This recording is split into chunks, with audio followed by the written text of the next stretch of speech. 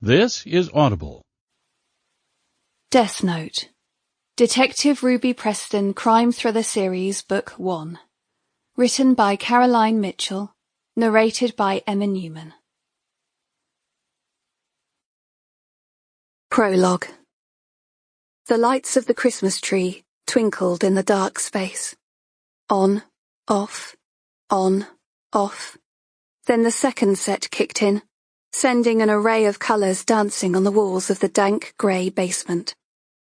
Despite the absence of windows, Emily Edmonds knew it was sunny outside. The weather forecast had warned it would be the hottest September in 5 years. She shifted in the cold metal chair. The puddle of urine had soaked into her skirt, casting up the stench of ammonia with every movement. Her wrists sent a sharp slice of pain through her nerve endings as the bindings cut further into her flesh. Something clicked into place, and a low whir ensued. On, off, on, off. The light sequence began again. Emily closed her eyes. The flashes still found their way into her vision. Her throat tightened as she sobbed, but no tears came. She was dry, wept out, pissed out, sweated out. Dry as a bone with nothing left to give. Drip, drip, drip. The noise of a leaky tap teased her. Apart from the flashing lights of the artificial tree, she had been left in darkness. But over the course of the day she worked out her surroundings. She was in a basement of some kind, a windowless cave underneath the ground. Her captor seemed at ease when she entered, not looking over her shoulder for fear of being caught. The room housed a sink. Overhead, she could hear the sounds of a functioning home, footsteps, and sometimes a muffled television. Furniture screeching, taps running, toilets flushing. Life went on as normal above her head. Even if she wasn't gagged, it was doubtful anyone would hear her screams. Her jaw still hurt from the punch she had received the last time she tried it.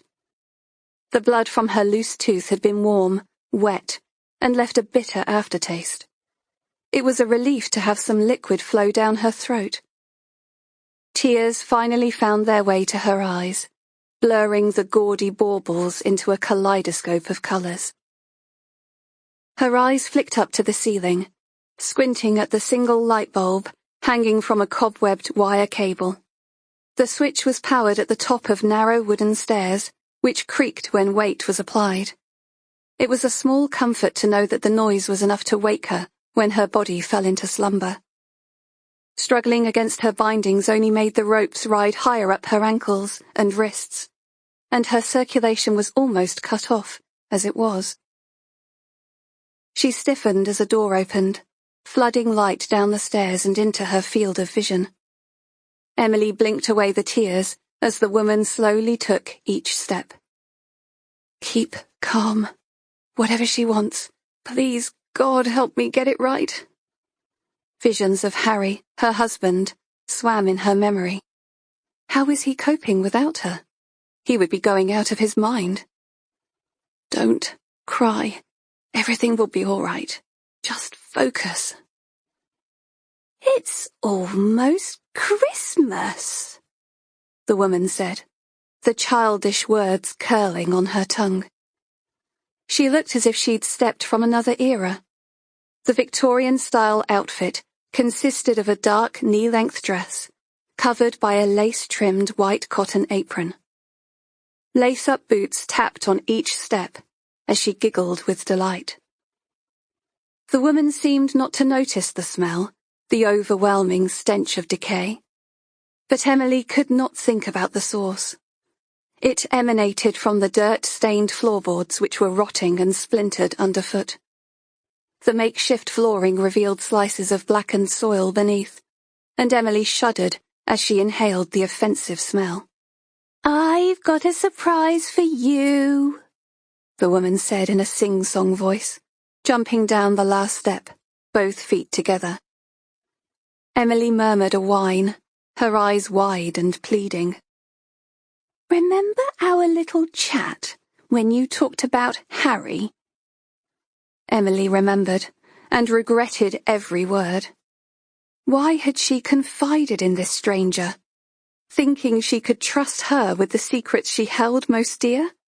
Yes, Harry could be controlling, but it was only because he loved her and wanted to keep her safe.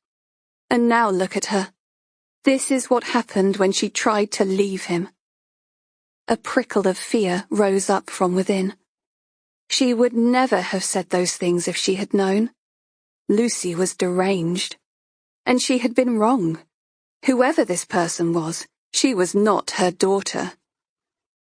Emily's heart accelerated with each step Lucy took, until she was behind her, ripping off her gag.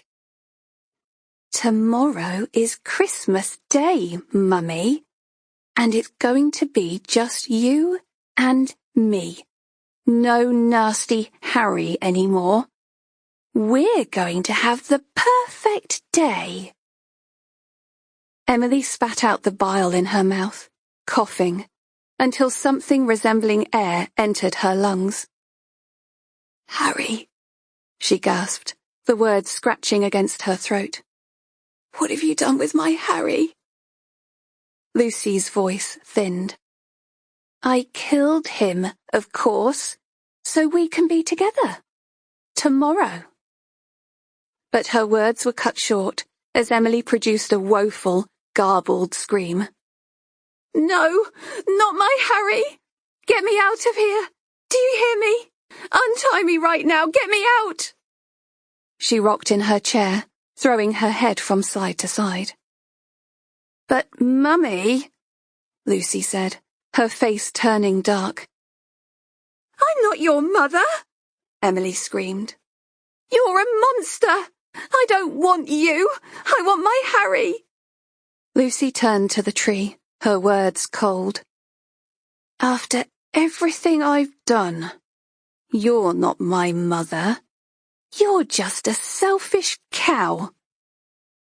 Emily's chest heaved as she drew in lungfuls of air. She had vowed to stay calm. What had she done? I'm sorry, she said. I didn't mean to. Lucy, please don't be cross. But Lucy was ripping the baubles from the branches of the tree, too consumed by anger to hear Emily's pleas for forgiveness. I'm sorry, Lucy, please, Emily said, her words laced with panic. Her heart beat wildly as fear wrapped itself around her, and she strained against her bindings, desperate to escape. And then she saw it, the flash of anger in Lucy's eyes. Spittle had formed in the corner of her mouth, white and frothy. She was beyond reasoning. The urine Emily was holding trickled once more down her thigh. Darkness enveloped them as Lucy ripped the lights from their socket, her tortured wail filling the lightless room. Emily finally deciphered the source of the smell. Inhaling one last shuddering breath, she closed her eyes and prayed.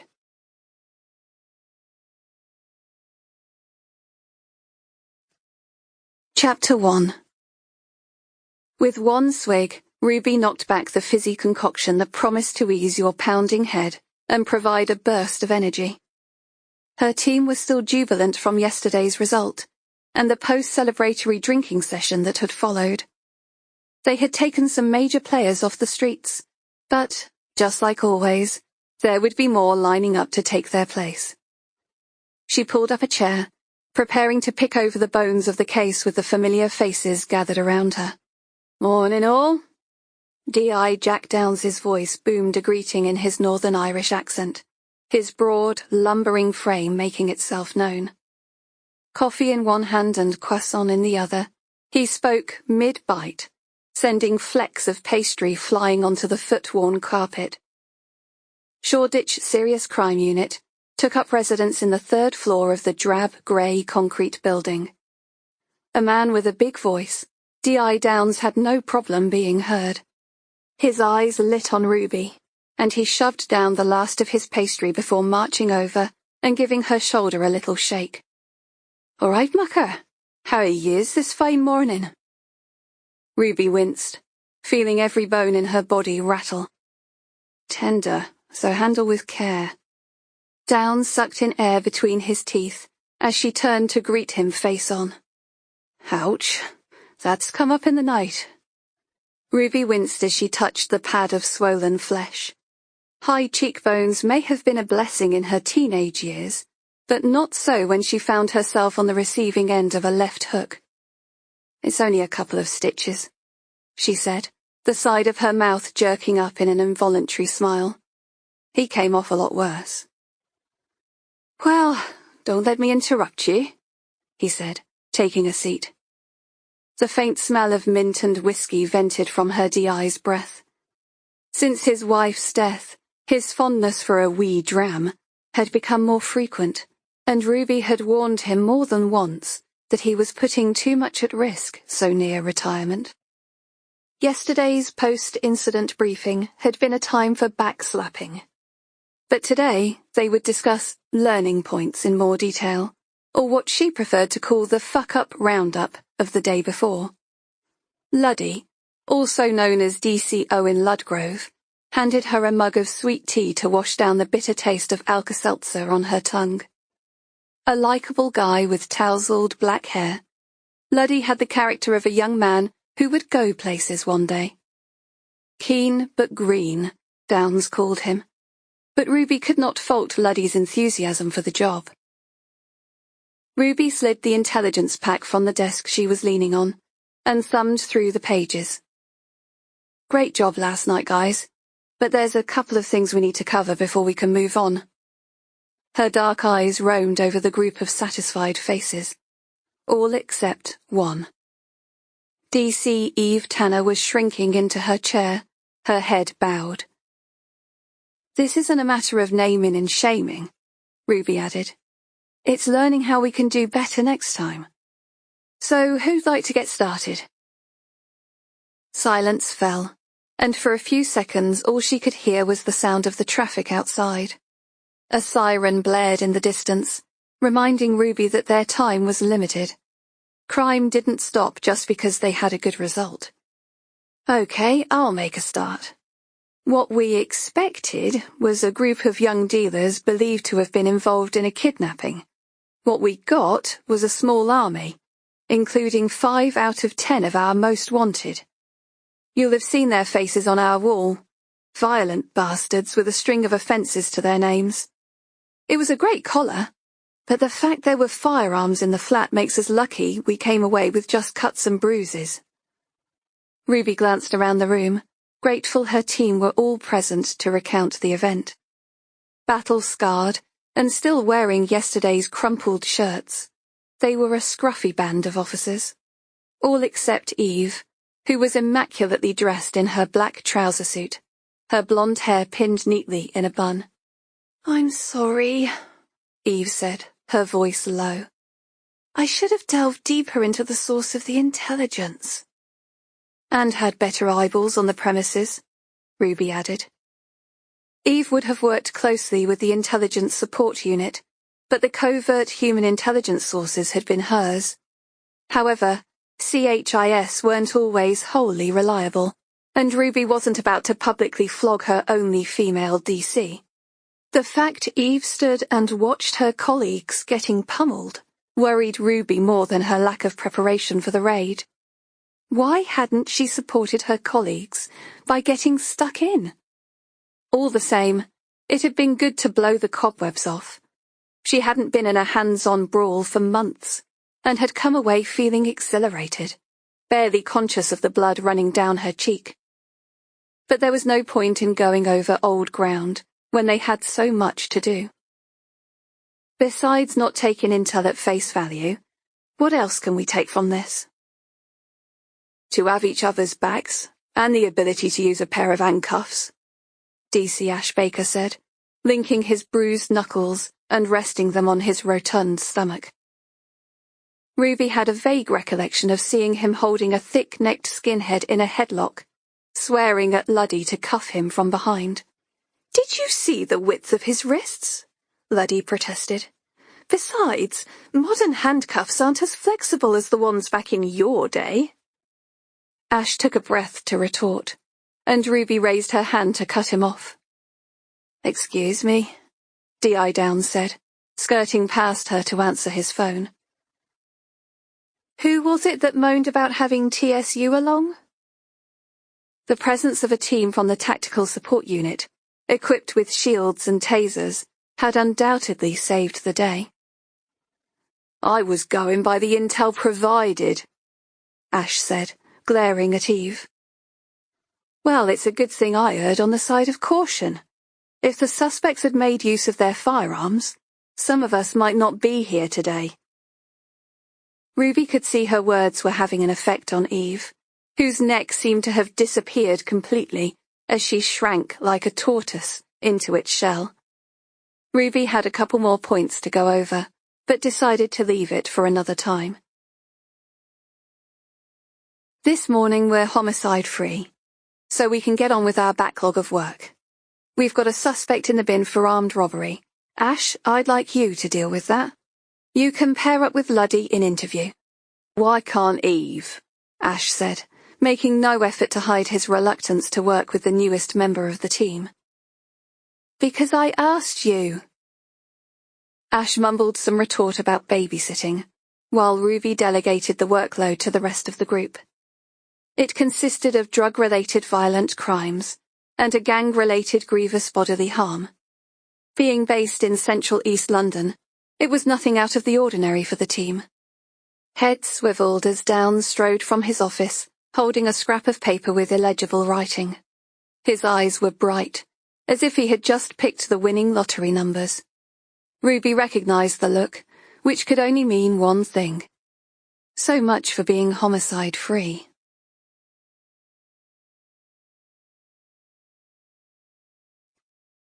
Chapter 2. Ruby took the wheel of the grey Ford Focus to enable Downs to speak to officers over his police radio. She had left her team setting the wheels of investigation turning. "What have we got?" Ruby said, as she negotiated a shortcut to the scene of the crime. "It's a domestic murder by the sound of it. Neighbours called it in, saying they heard a couple arguing. Uniform have just got there and confirmed a body at the scene." "Husband and wife?" Ruby said. "Seems that way, although there's no sign of the missus now. She's probably panicked and ran off. Sounds pretty straightforward. Why are we dealing with it?" "The other teams are up to their necks in it. We haven't had any homicides on our patch in a couple of days, so..." "Any intelligence on the couple?" "Her name is Emily Edmonds, married to Harry Edmonds. His identity has been confirmed and neither is known to us. He owns a cafe on Wells Street."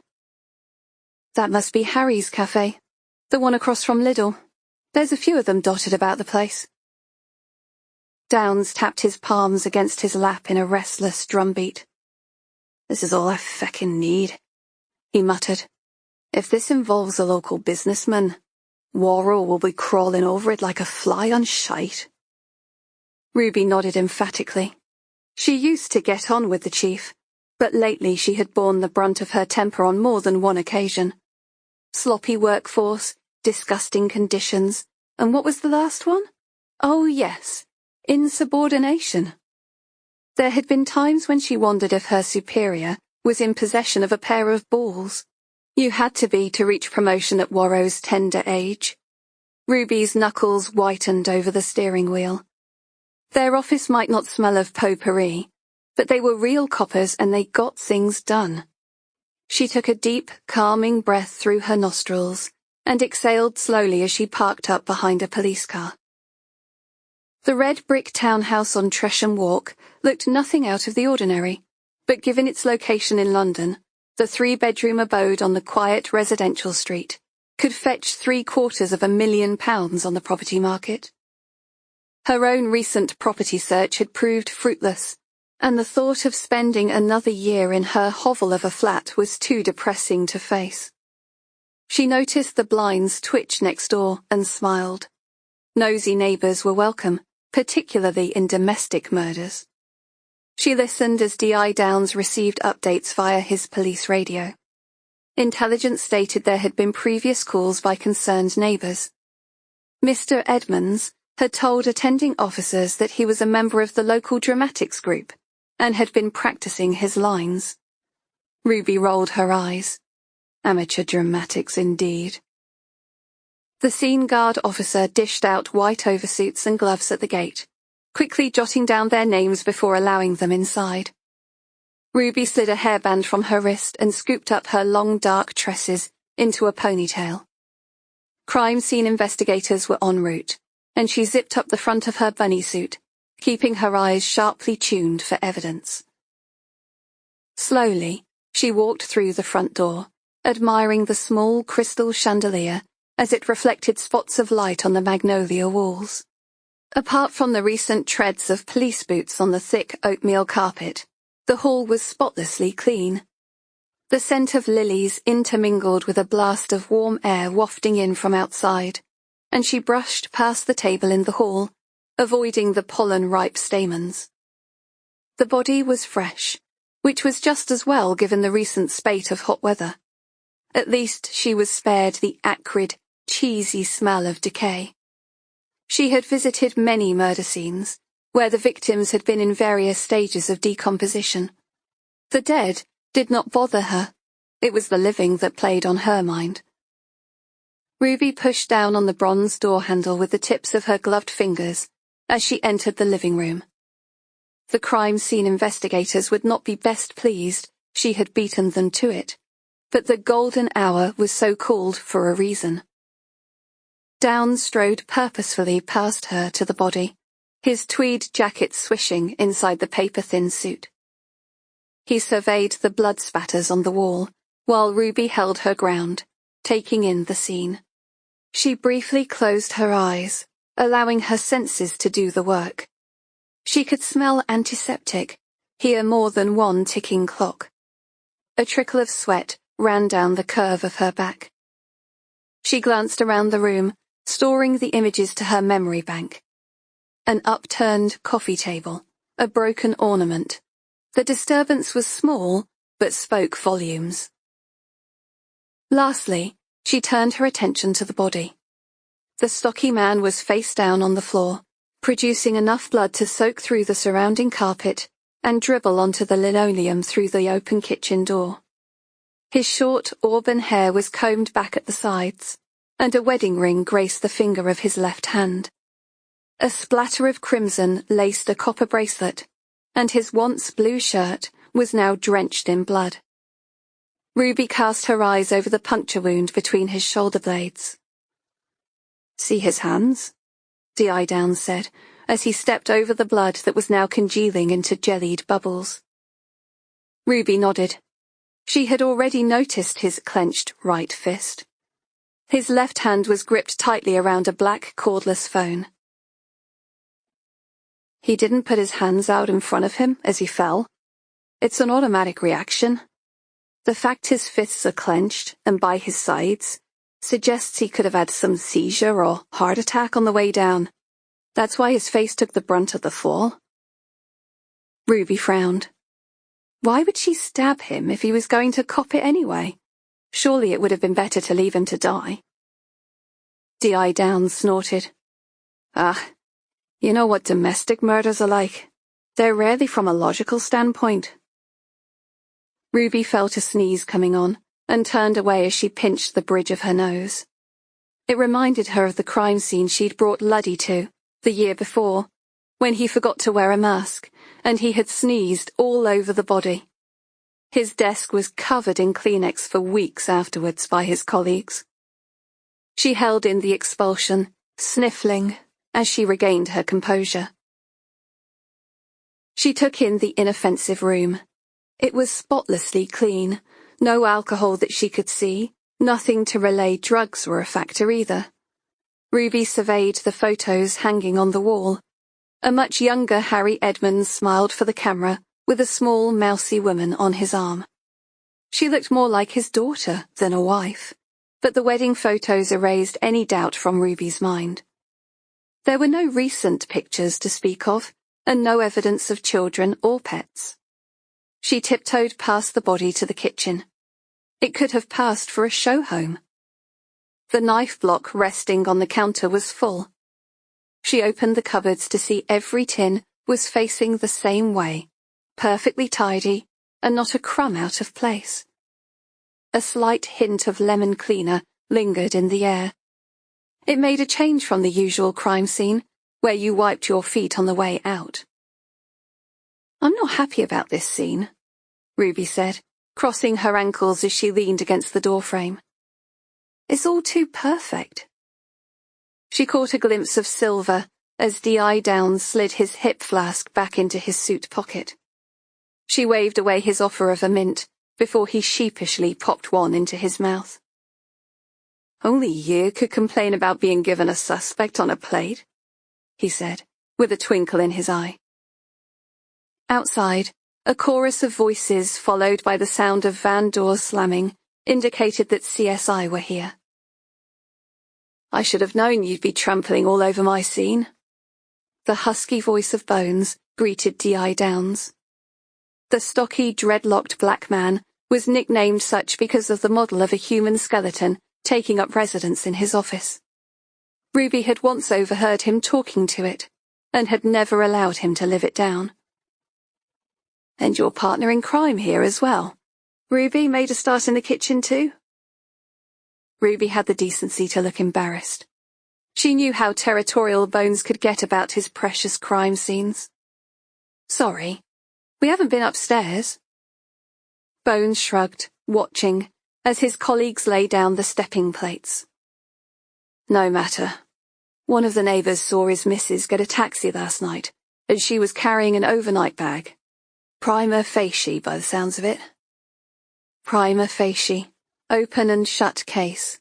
The concept held no weight with Ruby. She narrowed her eyes in defiance. "Don't use those swear words with me, Bones." Bones grinned, making a fishing rod gesture with his hands. He had reeled her in once again.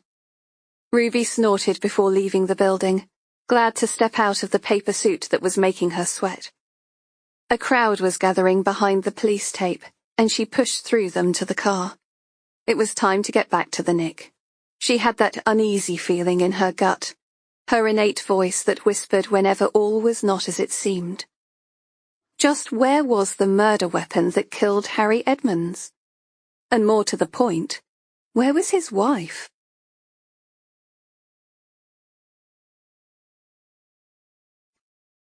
Chapter 3. The stairs creaked as Lucy took each step upwards, her shoulders slumped, the tips of her gloves wet with blood. Tears ran unbidden down her face, not for Emily Edmonds, but for the dream of a mother she had left behind. Emily wasn't her mother. She was just like all the others. Nothing but a huge disappointment. She would have to clean up the mess before she could even think about starting again. Steam rose in puffs of clouds as the bath filled, and she wiped the sides of the old music box clean.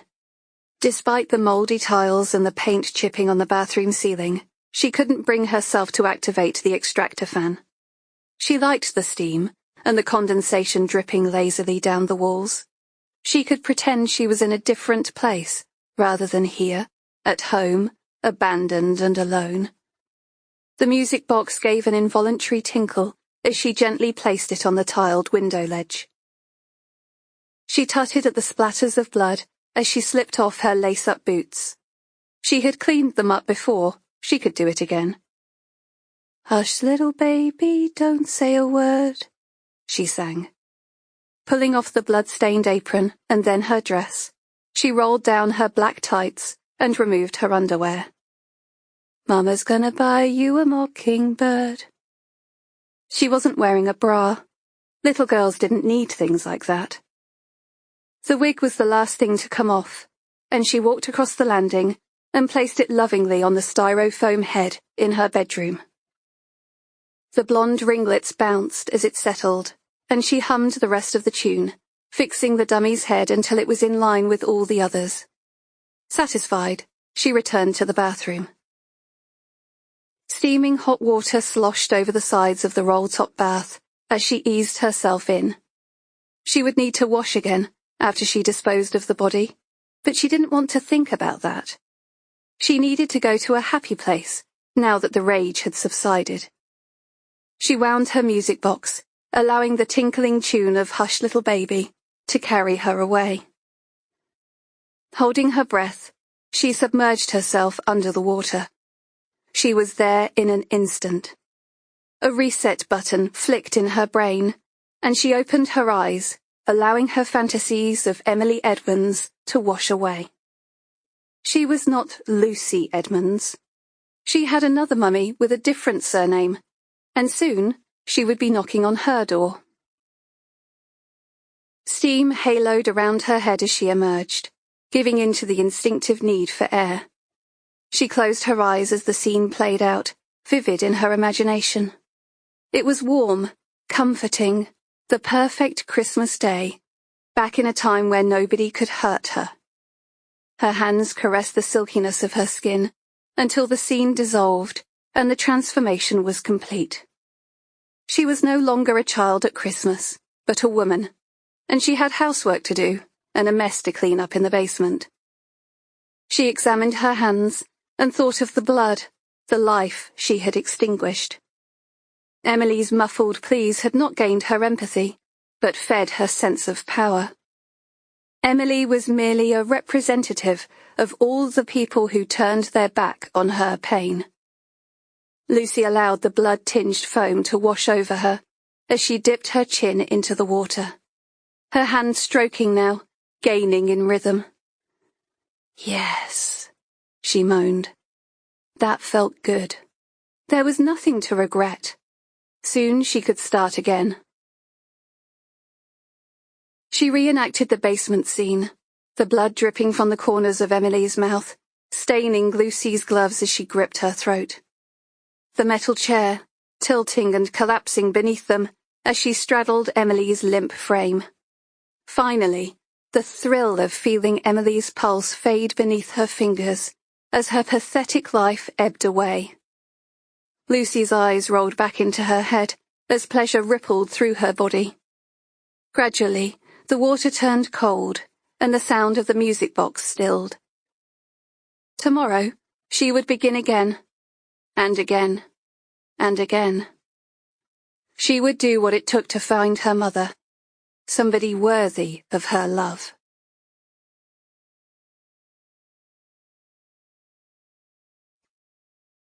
Chapter 4. Ruby nodded at staff through the reception window as she scrawled her signature across the visitor's book. Just being in Oakwood helped settle her, at least for a little while.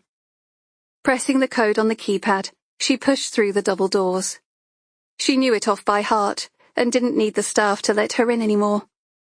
She was as much a part of the furniture as they were, and they often joked they should give her a job there. She inhaled the sweet smell of wildflowers picked from the fields to the rear of the building, which was built on 5 acres of land. The private nursing homes were a far cry from the acrid council-run buildings, stinking of piss and bleach, the stuff of nightmares. The residents staring with empty eyes, like cattle in a holding pen waiting to die.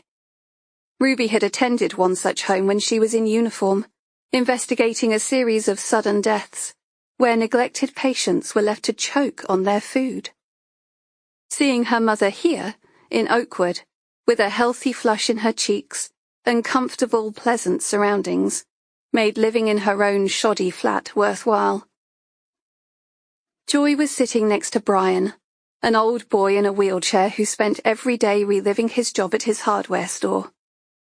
Ruby sometimes chatted to him about screws and lug nuts. Whatever he dreamt was on sale that day. But today, she didn't want to chat to anyone else. Today she wanted to immerse herself in her mother's presence. The light scent of Lily of the Valley caressed her senses as she leaned over to kiss her. Her silvery white hair shimmered with a tint of blue, and she wanted to hug her tightly, to draw her close, and never let go. "Hello, Mum," Ruby said, as she kissed her mother's cheek. Her mother frowned slightly, her mind emerging from a cloud, and Ruby guessed she was trying to place her face. "It's me, Ruby, your daughter," Of course you're my daughter, who else would you be? Joy said, her voice edged with irritation. Ruby nodded, allowing her to save face.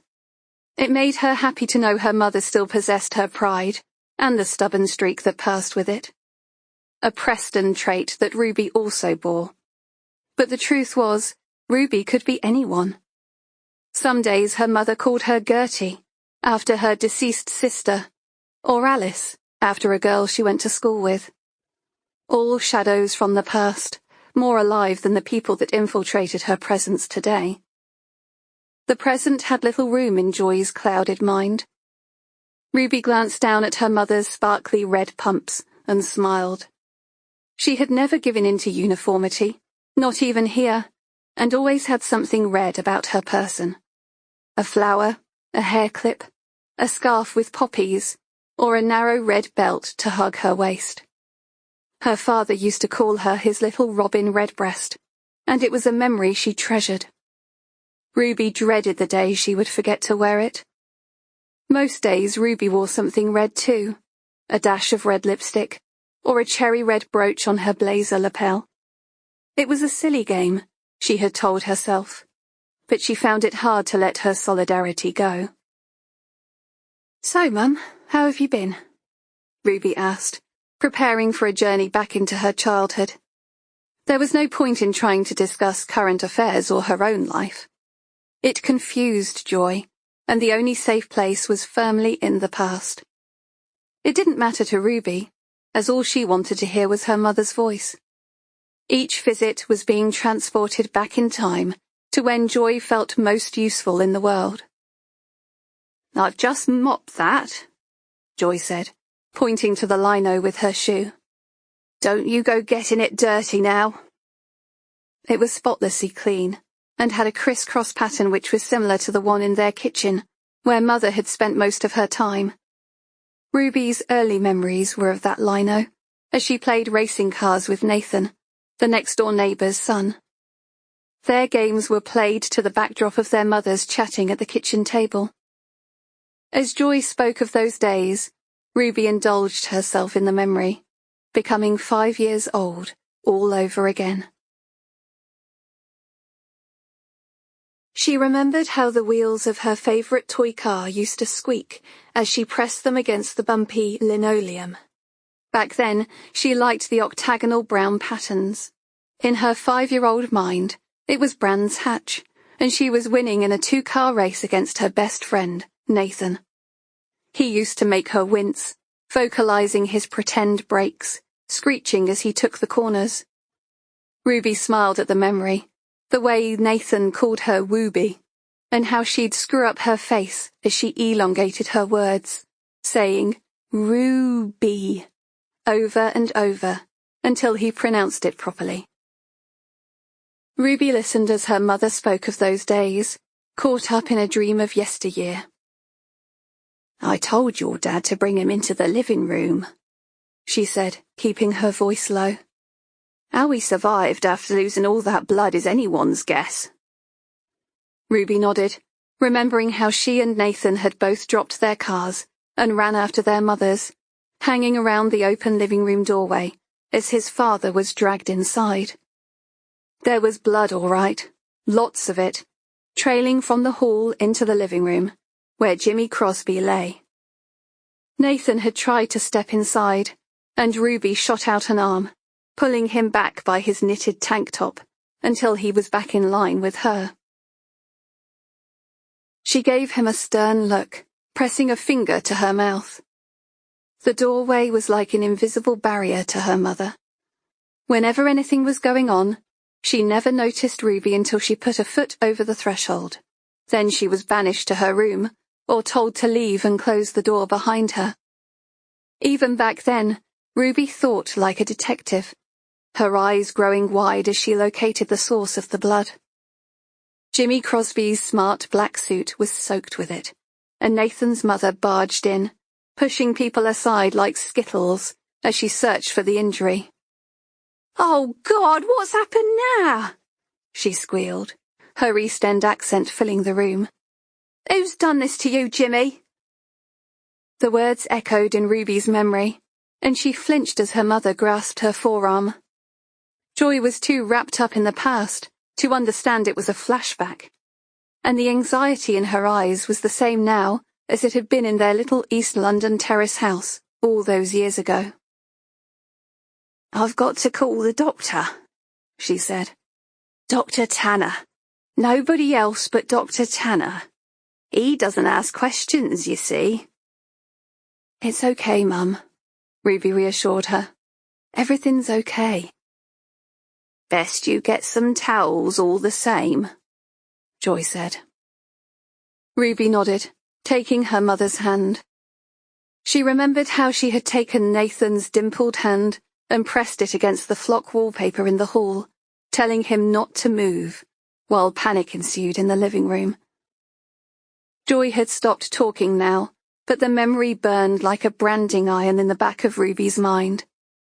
She only had to touch upon it, and she was back there, her father sweating through his shirt as he pressed the towels down on the knife wound, the cotton almost immediately turning from white to bright red. She heard Mrs. Crosby's high-pitched shrieking as she asked her husband over and over who was responsible. And Nathan, his blue eyes as deep as the sea, still standing with his hand pressed against the wallpaper, because Ruby had told him not to move. Ruby threaded her fingers around her mother's hand. Her skin was so soft it was almost translucent, and she felt a lump rise to her throat. Her eyes roamed over the network of blue veins growing ever more visible. She didn't want to think of her mother getting old and dying, because then she would truly be all alone. "It's dinner time now," the nurse gently spoke. Harmony was a larger-than-life Jamaican lady, with a springy black weave and a smile that lit up the room. She spoke in a happy sing-song voice, which suited her title perfectly. "Would you like to bring your mother to the dining room?" Ruby turned over her left hand and checked the time. It had gone 7, and as usual, the carers had allowed her to stay beyond the allocated visiting time. "I want you to bring me," Joy said, pointing at Harmony. "Not her." She jabbed a thumb back at her daughter. "Now, Mrs. Preston, is that any way to treat your flesh and blood?" Harmony said, but Ruby waved the words away. "It's okay, really. I'll walk with you. I've got to get back to work now anyway." The first time her mother stopped recognizing her was devastating, but Ruby had learned to cope with it, as Joy's lucidity floated in and out. "You've got fat," Joy said, as she curled her hand around Harmony's arm. Harmony laughed, a lovely tinkly sound, and Ruby shook her head. Her mother's inner filter had disintegrated, along with her short-term memory, but staff at the care home took it in their stride. "More of me to love, sister. How about we get some flesh on those skinny bones of yours? It's shepherd's pie and homemade apple pie and custard." "Bye, Mum," Ruby said, as Joy escorted her mother through the dining room. With a murder on the go, it could be another couple of days before a return visit. Joy kept walking without a backward glance. Harmony gave a quick wink over her shoulder. "You take care now, Ruby. Stay safe." Ruby swallowed hard, feeling as if she was leaving a piece of herself behind as she walked away.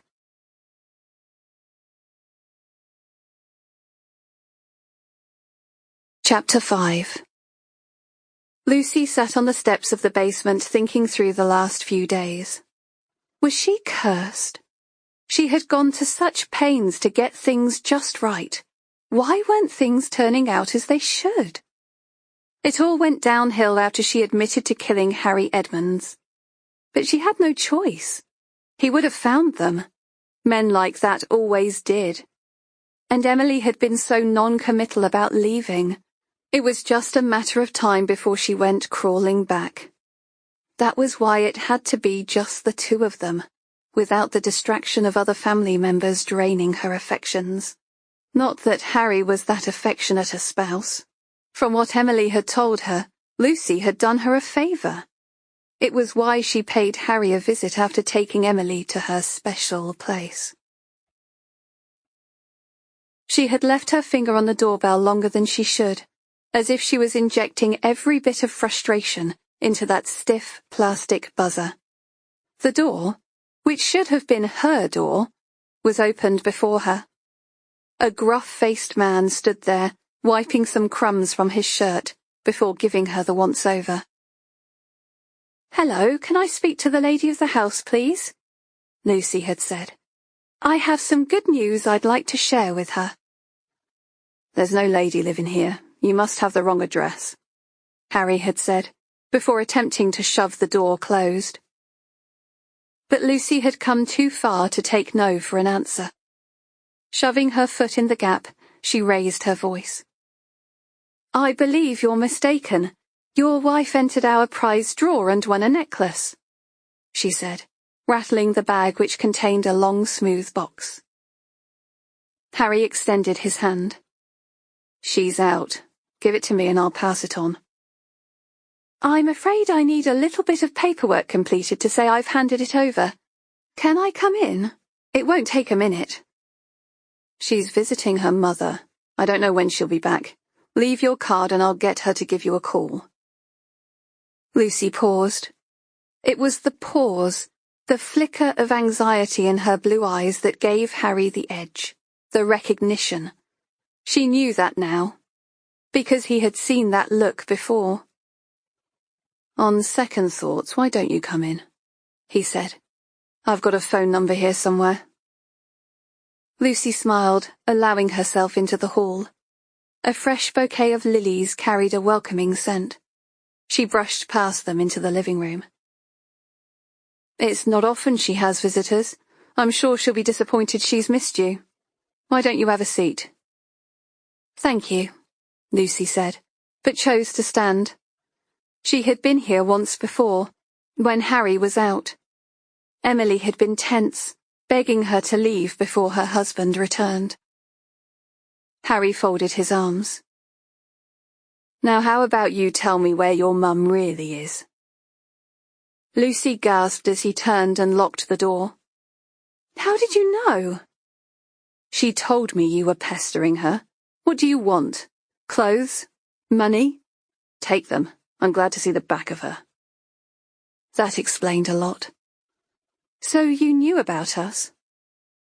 Harry gave a bitter laugh. "You should never have come back. She was happy until you turned up."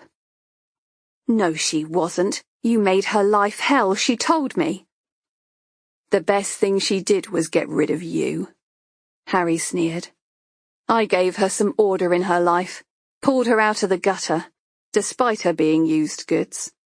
Still, I don't expect you would understand that, with your background."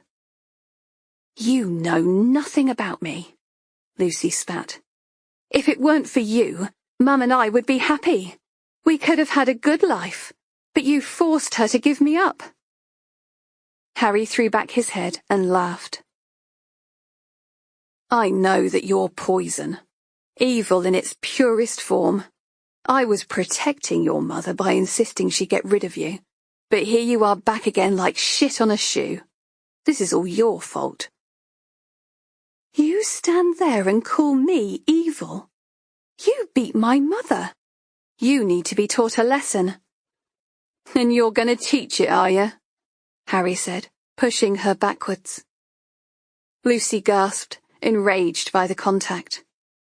Anger bubbled up inside her, the powerful rumbling thunder of hate. She flashed him a smile, catching Harry's astonishment as the persona of the unsure, nervous woman evaporated before him. Launching herself onto his bulk, she screamed a string of garbled words as her fists flew, punching his chest. "Come on then," she said, sending him stumbling backwards. "Or do you only hit women that don't fight back?" Gritting his teeth, Harry fought to maintain his balance, pushing his attacker back on the floor. Groaning with the exertion, he straddled her, his face ashen, beads of sweat breaking out on his brow. He grabbed her wrists, fighting to control her flailing fists. "You think you can come to my home and call me a wife-beater? Well, let me tell you what you are. You're a rape baby. Born from rape. How do you feel now, you dirty bitch?" Lucy's body went limp as shock invaded her being. "What? No, it's not true. You're lying." "It's no wonder you're screwed in the head," Harry panted. "Your uncle is your father. How about that? Your mum spent all these years trying to forget what he did, and then you turn up on her door to remind her." Another bead of sweat dripped from his forehead, landing on Lucy's neck. "Can you imagine how she felt when you wrote those letters? Sick to the stomach, she told me." Lucy turned her head away, the prickly carpet pressing into her face, as angry tears streamed from her eyes. This was not supposed to happen. This was not part of her plan. "I'm calling the police," Harry grunted as he rose, his breaths jerky and laboured. He picked up the phone, rubbing his chest with his left hand. Silently, Lucy's fingers crept to the box containing the mock prize. It was long and narrow, like a necklace box. Flicking off the lid, she grasped the contents. At first he gasped in surprise, unknowing to the foreign object tearing through the folds of his skin. Lucy pulled back the knife, triumphant and smiling, as he staggered forward on shaky legs. Adrenaline coursed in her body, making her strong, infallible. She could taste his blood from when it splattered against her lips, and her heartbeat pumped to accommodate the rush. Her senses heightened. She had entered the addictive phase of her predatory nature. Harry dropped to his knees, his breath laboured and whistling, as a stream of blood poured down his back. After one sudden wheeze, he lunged forward, his nose cracking as it made contact with the carpet. The clock ticked away the final seconds of his life, and waves of euphoria shuddered through Lucy's body. Lucy's eyes snapped open as she emerged from the memory. She stroked the blood-encrusted blade, wondering. If she took a bath, would the water turn pink? Another opportunity to revisit that heightened state of pleasure. Rising from the stairs, she welcomed the thought of another bath. But she had things to do. The black-bordered envelope lay propped on the kitchen table, and she had preparations to make. Emily may not have been her mother, but she would give her the farewell she deserved.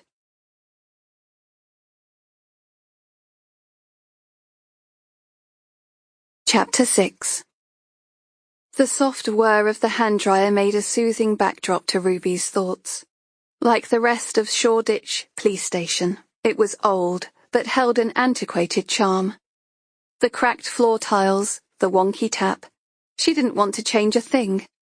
But there were changes underway, whether she liked it or not. A man's cough shook her from her thoughts, and she realized Luddy was waiting for her on the other side of the door. "Luddy," she said, wiping her damp hands on the back of her black trousers as she greeted her colleague in the corridor. "What's so important that you have to stalk the ladies' toilets?" "Sorry, Sarge," Luddy said, a crooked smile on his face. "The tannoy's broken. It's a phone call from the Women's Refuge. A woman named Charlie. She insists on speaking to a senior officer, and Jack, D.I. Downs, has asked that you take the call." "Oh, did he now?" Ruby said, marching towards the office. "Has Warrow left yet?" she said, referring to DCI Warrow. As the senior investigating officer, she had just led briefing, delegating duties with regards to the initial inquiries. "She's gone. She wasn't happy, was she?" Luddy ruefully replied. If she were any different, I'd be worried, Ruby said, as Luddy held the office door open for her.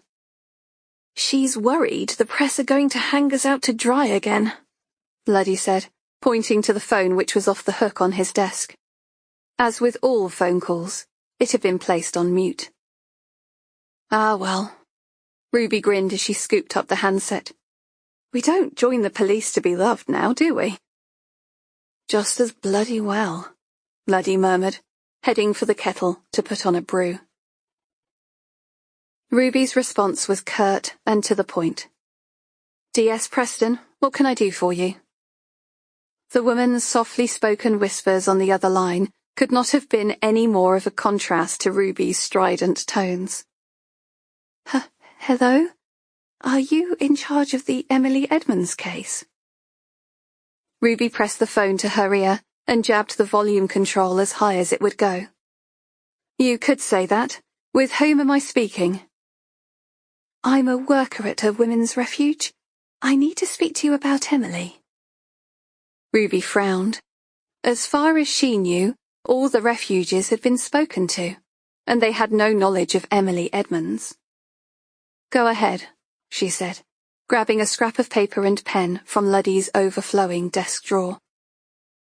Well, Emily was due to come to the refuge. I was working out an escape plan with her, but then her daughter, Lucy, got involved and said she would take it from there. Ruby's heart accelerated, delivering an extra beat. Lucy. The name invoked a memory she did not want to recall. Which refuge are you calling from? She said, writing the words daughter Lucy and underlining it twice with a question mark. I don't work in the refuge anymore. Look, I'm only ringing because I'm worried. Emily was all set to leave, then one day she said she didn't need my help anymore because her daughter turned up out of the blue. Our friendship was ended, just like that, because this stranger turns up saying she's her daughter. I thought Emily didn't have children, Ruby said, leaning against the desk. She gave her baby up for adoption when she was 16. She's been through a traumatic time. I just wanted to help. We're very keen to speak to Emily, so if you know where she is... She sent me a text. She wants us to meet, and I've told her I will. Where? Where's Emily staying? Ruby said, her voice growing louder. Fingers stopped typing, phone calls were ended, and the office fell into a hush. I don't know. She's texting me the details later. I'll bring her straight to you tomorrow when we've had the chance to talk. I know about Harry. Whatever's happened, it's not Emily's fault. I'll come with you. Keep my head down. She won't know I'm there, Ruby said insistently. No, she trusts me. I'll bring her to you tomorrow. I don't understand your reluctance. What's your full name, Charlie? The woman's voice sharpened. That doesn't matter. I'm not with the refuge anymore. Look, if Emily's killed her husband, it's not her fault. That man gave her a dog's life. I'll call in tomorrow. We can sort this out together. Ruby could feel her caller slipping away. Wait. What about Lucy? What can you tell me about her? Charlie gave an exasperated sigh. I saw her briefly when I arranged to meet Emily. She turned up and took her away. She was very rude. What did she look like? Slim, dark hair, lots of makeup. She had those big sunglasses on, like the ones celebrities wear. Could you identify her if you saw her again? Possibly. Look, I've got to go. We'll sort all this mess out tomorrow. Emily needs refuge, without her daughter. She needs to be arrested, Ruby thought, wondering if the woman on the other end of the phone was making it all up. It wouldn't be the first time. Why don't we? Ruby realized she was talking to a dead line. She hung up and jabbed 1471. Damn, the number was blocked. Only then did she notice the office had turned silent. Keyboards rapidly began working as she looked around, the colour flushed in her usually pale cheeks. Ruby was shattered by the time she got home. Charlie's phone call had shed new light on the investigation, and thoughts of Lucy were gnawing at the back of her mind. But she didn't want to think of that now. Tomorrow would be a full day, and she wanted to put the whole sorry mess behind her, at least for a few hours. She sighed as she glanced around her flat, the cold laminate flooring chilling the soles of her bare feet. The occupants next door were arguing as usual, and on the other side of the wall, the thump, thump, thump of drum and bass vibrated in time with her headache. She turned on her old-fashioned turntable, expecting to drown out the noise with Coldplay. But instead, the sounds of Human League's "Don't You Want Me" filled the air. Ruby frowned. She didn't remember putting that on. Fingering through her collection of vinyl records, she pulled out the Human League sleeve to find the Coldplay album inside. Weird. But there was no time to ponder as she swapped them around. She slid across the thin orange curtains, barely hanging on the cheap plastic loops designed to keep them in place.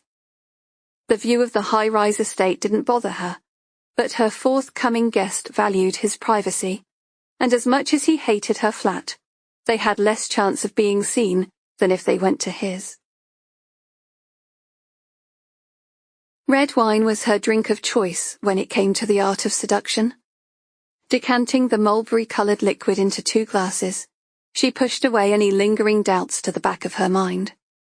Sure, it was a bad idea, but it had been a bad idea for the last 6 months, a couple of times a month, preceded by the usual text. Fancy some company tonight? The nicotine patch had been thrown in the bin when the text came through. A post-coital cigarette was a joy like no other, particularly when she was in the company of such a satisfying lover. As a relationship, it would never work out, and they both knew the score. She dimmed the lights and listened for his footsteps, hoping, for once, that the lifts were working. A smile graced her lips as she reapplied her lipstick. She wanted him to keep every ounce of energy for her. She threw her shirt on the chair as she entered her bedroom, then undid her bra, rubbing the redness from the underwire in its wake. Later, they would bathe together in her old-fashioned tub, and she would lay back into his chest as he gently soaped them in candle-flickered light. She eased her feet into a pair of black heels and threw on a silk dressing gown. A flutter rose in her stomach as the doorbell rang. She straightened the bedsheets before returning to the hallway and answering the door. "Well, hello there," she purred, arching her eyebrow at the man before her. "Aren't you a sight for sore eyes?" the eye-down said huskily, closing the door behind him before taking her in his arms.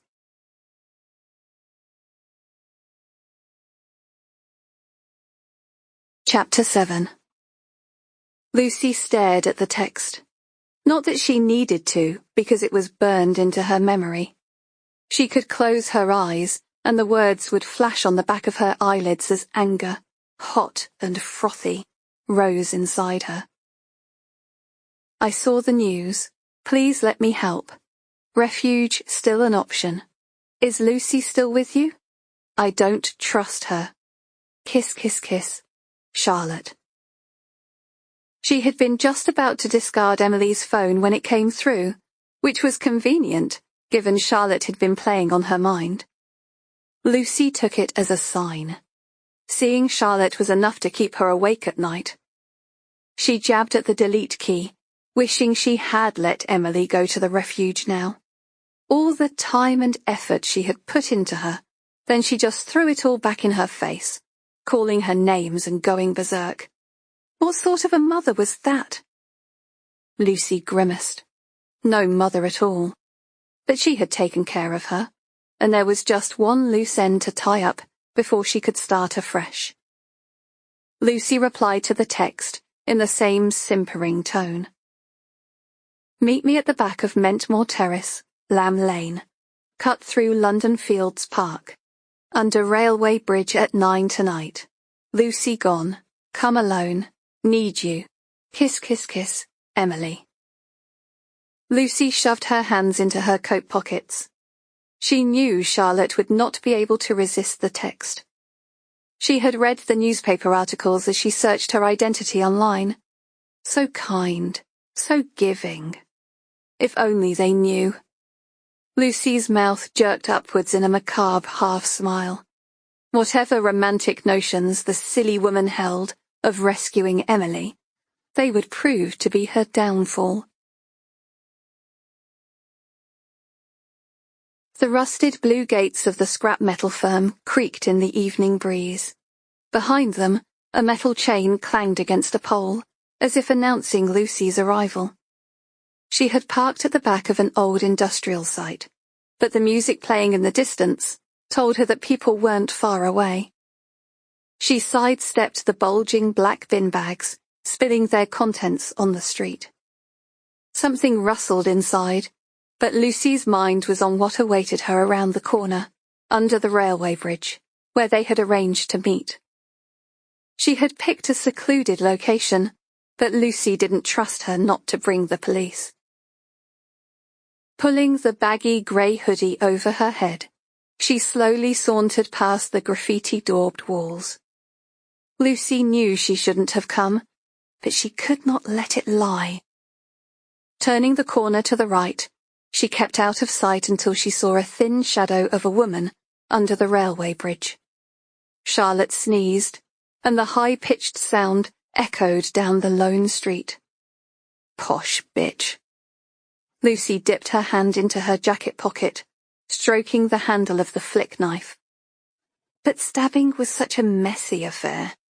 She should have given it more thought. She glanced to the right at the old rusty Toyota parked on the curb. The keys were hanging in the ignition. Another sign that it was meant to be. A dark thought entered her head, wet and rasping. She doesn't deserve to live. Lucy swiveled her head up and down the road. No CCTV and nobody in sight. It was too good an opportunity to miss. Do it, do it, do it. A small voice drummed in her head. She thinks she's so great. Run the bitch over. Lucy glared at the woman pacing the curb, and the voice grew louder in her head. What are you waiting for? Lifting the rusting handle, she grabbed the keys dangling from the ignition. The car may have been old, but the engine was souped up, and Lucy grinned as she floored the accelerator. The sound of screeching tires filled the air as she sped down the street. Charlotte stepped back, waiting for the car to pass. Lucy pulled down sharply on the steering wheel, jolted in her seat as the car mounted the curb. Charlotte froze like a rabbit caught in the headlights, and a wicked laugh escaped Lucy's lips.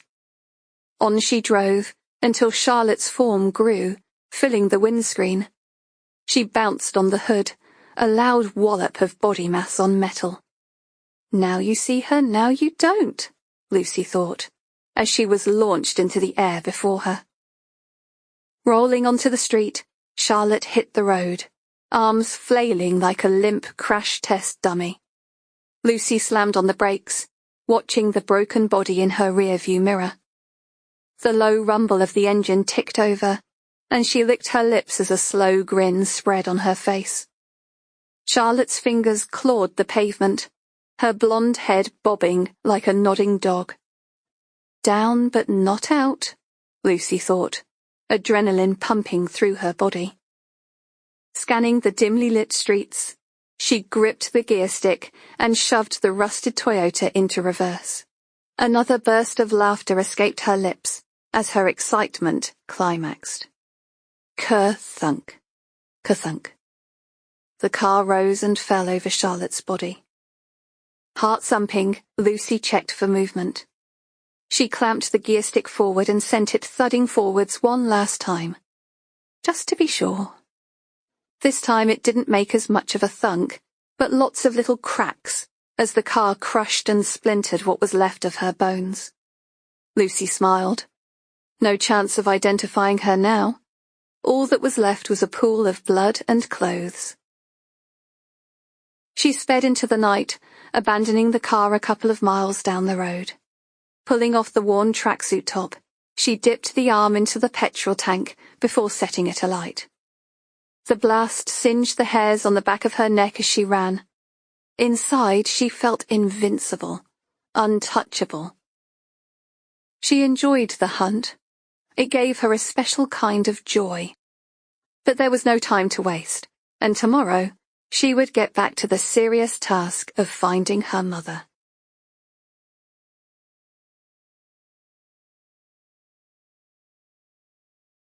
Chapter 8. All right, managed to sort yourself out with the place? D.I. Downs said, his expression harried. No, what's going on? Ruby replied, all thoughts of her flat hunting dismissed from her mind. There was an energy in the office, a worker hive mentality. Heads down, fingers pointing at screens, loud phone calls. Have you found Emily? She said, hopefully. We've found someone, Downs replied. A hit and run was reported in the early hours. Her name is Charlotte Lockwood. Looks like she's been murdered. Shit, Ruby said.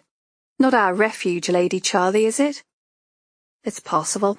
She was known for her charity work. The night shift dealt with it. The handover packages on my desk. Any family? Aye. Just a husband mine. They both lived in Cornwall.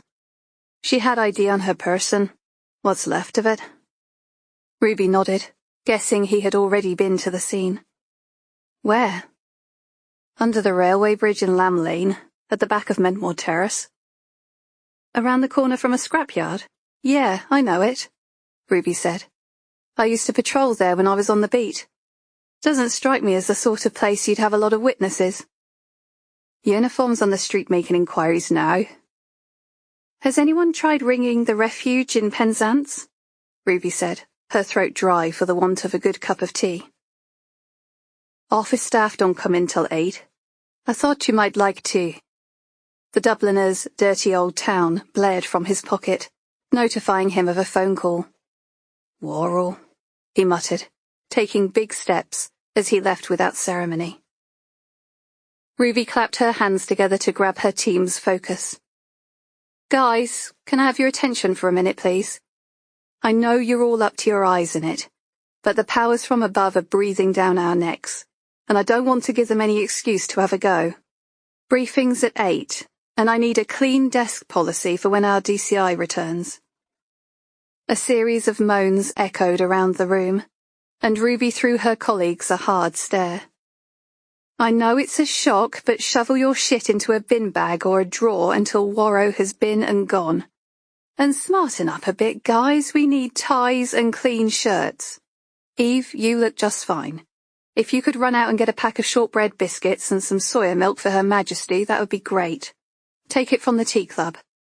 Eve glowed at the compliment, but her smile fell when she realized all that was in the tea club tin was a button and 5-cent piece.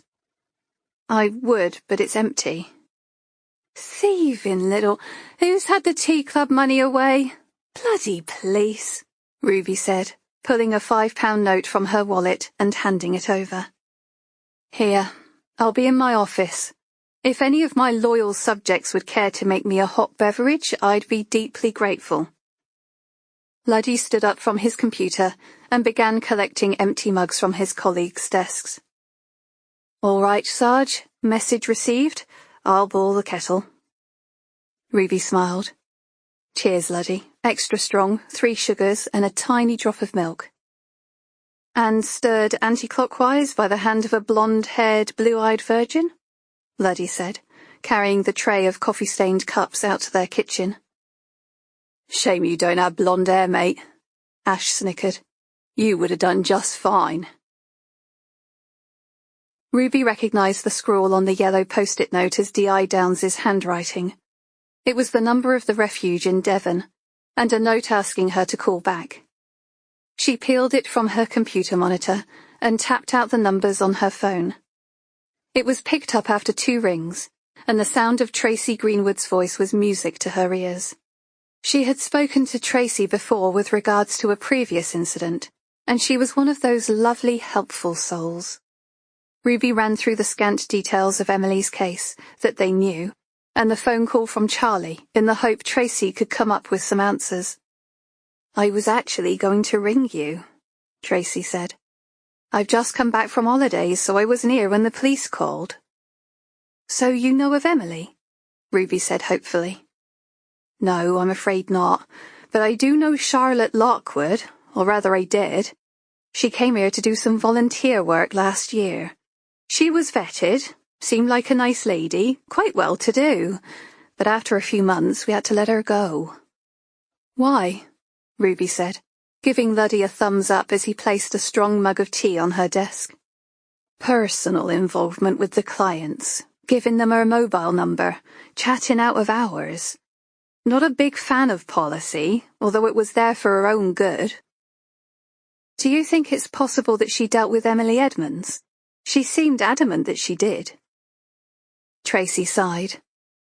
"We've no paperwork on Emily, but we do have a record of Charlotte dealing with some anonymous calls from your area. She might have given out her number and started communicating privately." "Is that why you let her go?" "We quizzed some of her clients and they backed up our suspicions. She even met a couple of them for coffee, all without making the refuge aware. We dismissed her that day." Ruby took a mouthful of tea, making a loud slurping noise as it burned the roof of her mouth. "Sorry, hot tea. How did Charlotte take it?" "I'm a milky coffee girl myself," Tracy laughed. "Charlotte was fine, but I wonder if that's because she was already meeting up with Emily by then." "What do you think her motives were? Was it sexual?" "No. I think she had issues, but don't ask me what." "Okay. Thanks, Tracy. You've been more than helpful. Someone may be in touch at some point. Meantime, if you hear from Emily, please let us know." "Good luck." Ruby opened her office window, wrinkling her nose at the stench of rotting garbage wafting in. The smell was stronger than ever as it baked under the sun, which promised another sweltering day. She switched on her desk fan, placing empty mugs on piles of paperwork to stop them blowing away. Groaning, she caught sight of Downes's hulking frame from the corner of her eye. It wasn't that she disliked Jack. That was clearly evident given the number of times she had taken him to bed. He just was not equipped to deal with the stress very well, and every emotion was laid bare for all to see. He never used to be like that, at least not before his wife died. She wondered if his missus had been his sounding board. Ruby shuddered at the thought of becoming her replacement.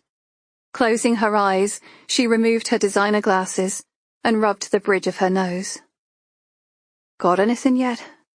Jack said, throwing open the door. He was obviously still sore from his reprimanding from the chief. That was how things worked in the police. Things had a nasty way of filtering down. Warrow gave Jack a dressing down because of pressure from above. Jack in turn took it out on Ruby, which was her cue to bollock her team. But that wasn't how it worked with her. If she had a bone to pick with her team, it would be for a good reason, and not because her ego had been bruised. She recounted her conversation with Tracy, in between sips of tea, as Downes perched on the edge of her desk. He nodded as she spoke, but his eyes were far away. "Let's not complicate this," he said, "because it makes perfect sense to me. Harry Edmonds was stabbed during a domestic dispute with his missus, because he warned her against seeing her daughter. She's then got the same advice from some overbearing woman named Charlotte, who's been mown down in the street. Looks like the finger of suspicion points to Emily." Ruby took another mouthful of tea, and a tea bag rose up to greet her. She gave it a squeeze before firing it into the bin. "But now we've got Lucy thrown in the mix for good measure. According to Charlotte, Lucy was rude to her. Sure, but wouldn't yez? She just met her mother. It's only natural she'd want it herself, Downes said, his Northern Irish accent sounding stronger than ever. Yes, Ruby said. But where is she? Lucy's had ample opportunity to respond to police appeals for information. So far, we've had zilch. Have you got any contacts in the adoption agency? Downes leaned over to shut the door. We need the identity of Emily's adopted daughter so we can bring her in for questioning. He rubbed his chin. It was his tell, something he did when he was dipping a toe over the thin blue line. It takes too long through the courts. Silence passed between them as Ruby absorbed his words. She knew what he wanted, but was not going to make it easy. So if you know of anyone? Another rub of the chin. Ruby raised an eyebrow. Just what are you asking me, Gov? I'm asking, why do you need me to spell it out? Ruby's lip tweaked to the left. Yes, I do. You've got contacts, people who can get that sort of information overnight. Ruby tutted. Jack, why, if I didn't know better, I'd think you were asking me to break the law. Downes's jaw tightened, his voice low. Can you get it or not? Not. I don't mix in those circles anymore. Fine, he said, straightening himself to leave. We'll have to go the long way round. Downes's words trailed behind him as he left, leaving her door gaping open, as he always did. The open-door policy was Warro's idea. Apparently, it helped office morale. Ruby pulled her e-cigarette from her pocket, cursing the flat battery as she sucked the plastic tip. She rolled the vaporizer between her fingers, loath to scrounge yet another cigarette from one of her team. It was bad enough she had overloaded them with tasks. The problem being a sergeant was that she was forced to delegate work when she wanted to do it all herself. It was the same when she was young. She hated sharing her toys. It wouldn't have been too bad if she liked Barbie dolls and tiny tears, but Ruby was only ever interested in Action Man and roller skates. She poked her head through her open office door, grateful that the most helpful member of the team was only a couple of feet away. Luddy? Yes, Sarge, he said, glancing up from his computer. I want you to go down to Harry's local with Eve. Use your charms on the barmaid. They're usually good for a bit of gossip. Find out if either of the Edmonds was having an affair. Did he gamble? Owe money to dodgy people? Someone must know something. Start closest to the scene and work your way outwards. Will do, he said, shuffling his paperwork back into its folder. Ruby linked her fingers, stretching her knuckles until the bones in her shoulders cracked. She couldn't remember the last time she'd had a good night's sleep. Her thoughts returned to Nathan and their looming anniversary. The fact Downes knew about her association made her nervous, but he had never disclosed it to a soul. As for asking for information, bloody cheek. But he wasn't far wrong. Nathan was a powerful man, and if he didn't have a contact in the adoption agency, he would most likely ask his resident computer hacker, Tweedy Steve, to get it for him. But contacting her old flame was the last thing Ruby wanted. Downes returned minutes later to throw her the car keys. It was her signal to move, and she sprang from her chair, cursing her police radio. How was she supposed to get any updates if the damn thing wasn't turned on? She slapped in a fresh battery from the charger on the desk, before sliding it into the clip on her belt. We've had an update, Jack said, looping his arms through his shoulder harness before throwing on his jacket. They found Emily Edmonds.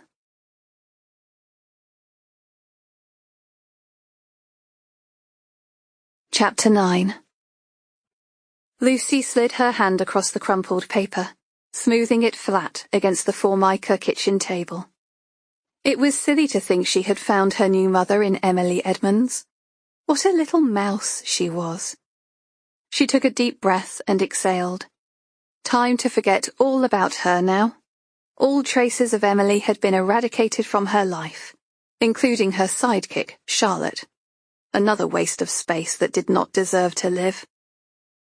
Lucy scratched off her name with the blunt end of a pencil, counting down the rest of the list. She knew she had been born to a strong, loving, independent woman, someone who would take her in and love her forever. They would go on shopping trips together, and when Christmas came, the child inside her giggled with delight. When Christmas came, it would be the best day of all. The tree in the basement had been lovingly prepared, and the new set of lights dappled the walls with a green and yellow hue. Candles were more authentic when mirroring the customs of Victorian times, but some small deviations could be forgiven. She had replaced the broken chair with a stronger one, and cut lengths of washing line instead of rope. Better for restraining, Lucy thought. At least, until they came to an understanding. This time she would try harder, keep her temper in check.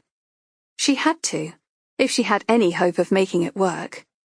But there was no remorse for the others that failed.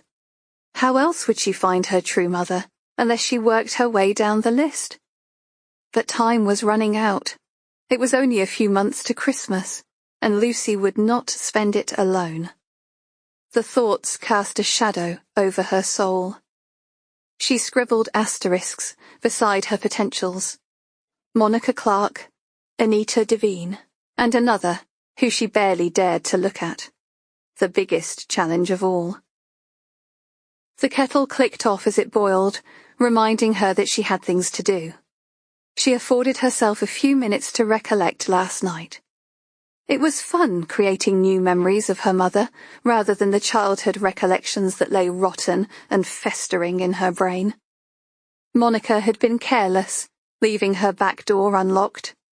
Her house keys sat on the kitchen counter, just asking to be duplicated, which Lucy dutifully did, before returning under the protection of darkness. She had become adept at sneaking around, and Monica's 4-bedroom detached property had lots of hiding places.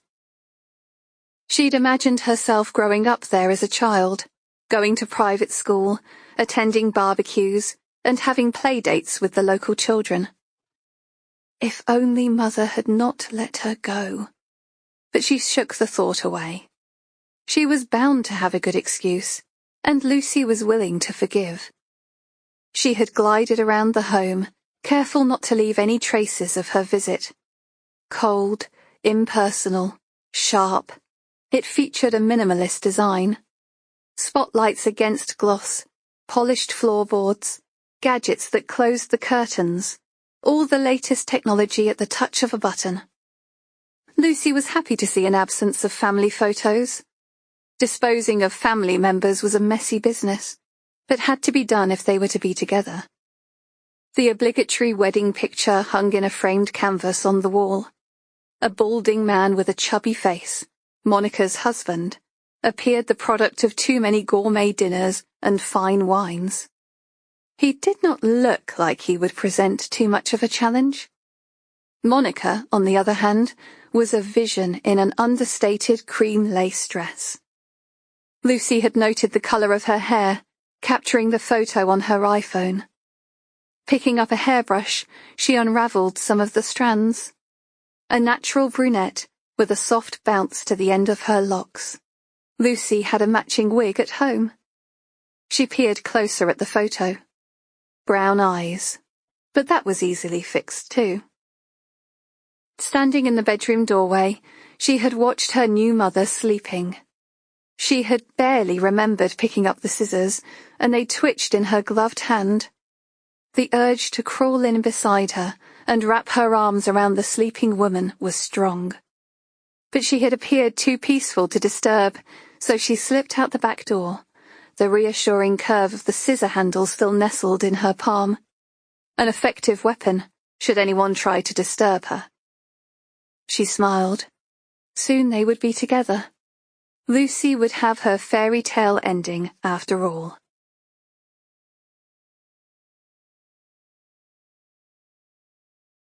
Chapter 10. Ruby undid the top button of her shirt, sticky from the heat that showed no signs of abating. If it was this hot in the car, she couldn't imagine what the crime scene was like, and she wondered how long the body had been left to ferment. She had a reasonably strong stomach for such things, which was just as well, given she mostly ate on the go. But, at night, the faces of the dead came back to haunt her, and a stiff drink was the only thing capable of quieting their pleas for justice. Ruby didn't believe in the supernatural, but she did believe in torment, each brutal act locked in time until answers were found. Who needed ghosts when the family of the dead begged for answers, unable to move on from their loss? Downs had marched on ahead, leaving her to speak to the Force press office, who had called to speak to him with some inquiries about the case. The king of delegation, he was always passing on his little jobs, knowing she respected him too much to refuse. She turned the corner, impressed to see so many uniformed officers knocking on doors. The 5-bedroom semi in Canonbury was situated on a nice leafy suburb, unaccustomed to police officers and CSI. Ducking underneath the police tape, Ruby flashed her badge and joined her colleagues, gowning up under the watchful eye of Bones. She recognized Detective Chief Inspector Worrow underneath the suit, rigid, stiff, and stick-thin. Her black bob was cut with precision, too severe for her youthful face. She was chatting to Chris Douglas, a trim, effeminate-looking man with sandy blonde hair. She liked Chris. He had a dry sense of humor that took the darkness from his role. Forensic pathologists often attended murder scenes to gather evidence and examine the body in situ before it was transferred to the mortuary. "Morning, Ma'am. Chris?" Ruby nodded, realizing they were both leaving the scene rather than going in. "I heard the owners called it in." Traffic was good, and the drive had been short, depriving her of a full briefing of events.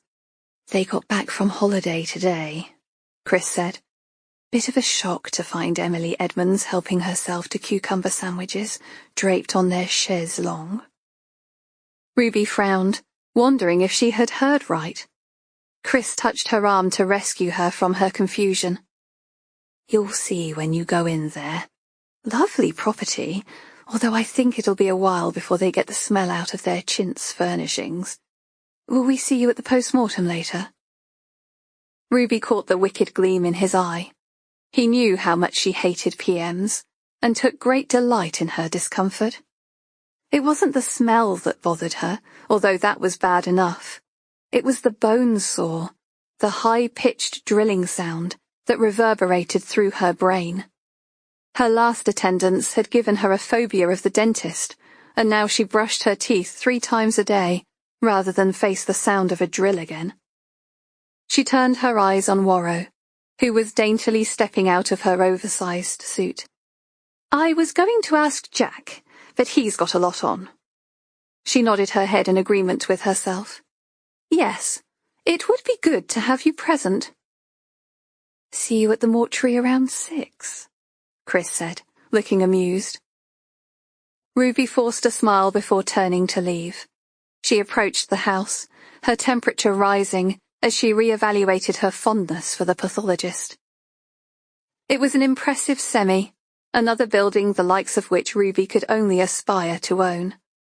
Dream on, she thought, her eyes creeping over the length of black ribbon tied to the door knocker. The hall was wide and airy, but not airy enough to dispel the stench that greeted her as she passed through the front door. Her footsteps echoed on the gloss timber floor. She took in the family photographs, peering at the private school uniforms. She imagined their names as Rufus and Hermione. Ruby liked her own name. It was down to earth, stoic. She did not need the stepping plates or the sound of Downes's voice to guide her to the body. All she had to do was follow the smell. She fixed the mask over her nose, an instinctive measure which did little to block the stench assaulting her nostrils. Downes was standing in the living room, hands on hips, as he spoke to Katie, an attractive young crime scene investigator who was new to the role. "Ah, Ruby," he said, tearing his eyes away. "What took you so long?" "I got cornered by Ma'am Warrow. She wants me to attend the PM this evening. Looks like you're off the hook." Downs clapped her on the back. "Well, that's super, so it is, just super. Sure you'll have a grand old time cozying up to the boss." "Thanks," Ruby said flatly, trying to make sense of the scene before her. The corpse of Emily Edmonds was seized by Rigger, her knees drawn up to her chest in a fetal position on a very expensive-looking chaise longue. Her head lolled to one side, and her skin had taken on a mottled grey hue. Her long brown hair was tied in a ponytail, eyes open, an expression of terror relaying her final moments. The pretty floral dress she was wearing was too big for her body, and Ruby frowned, wondering at what point she had been changed. On the coffee table lay a teapot, sugar cubes, a jug of milk, a teacup and saucer, and an uneaten cucumber sandwich on one side. "I take it that's Emily, then," Ruby said, feeling a surge of pity for the remains of the woman before her. But she did not feel surprise. Emily's death was something her gut had forecast from the first day she saw Harry Edmonds' body, although she was yet to ascertain why. "Afraid so," Jack said, his suit rustling as he folded his arms. She took in the room, which was the same size as her whole flat. She doubted they would ever get rid of the smell. Even when the cleaners had removed all traces of the body, its presence would still be felt, and nobody would want to sit in the room alone. "Who found her?" she asked, taking another step towards the body. Even without the facial bruising and cuts to her lips, Ruby could tell by the tortured expression that death had not come peacefully. "The man of the house. Him and his missus came back from their holidays with the kids to find some black ribbon tied to the front door. There was no sign of forced entry, but he told them to wait in the hall while he checked the house. I saw the ribbon on the way in. The children, what's their names?" "Why?" "No reason." "Felicity and Jasper." "Oh, he looked more like a Rufus," Ruby said, stepping back to allow the CSIs to continue their work. She could see why the pathologist had come to the conclusion the body had been moved. Apart from the lack of evidence at the scene, the position of the body suggested it had been stored in a cramped space. The boot of a car, a large kitchen cupboard, or even a suitcase would produce that boxed-off shape. "Very mumsy," she said, pointing to the old-fashioned floral tunic dress. "You know what I think?" she continued, not bothering to wait for a response. "Lucy's turned up at Emily's door to confront her. There's been a set-to because Harry's a controlling sod and didn't want to know.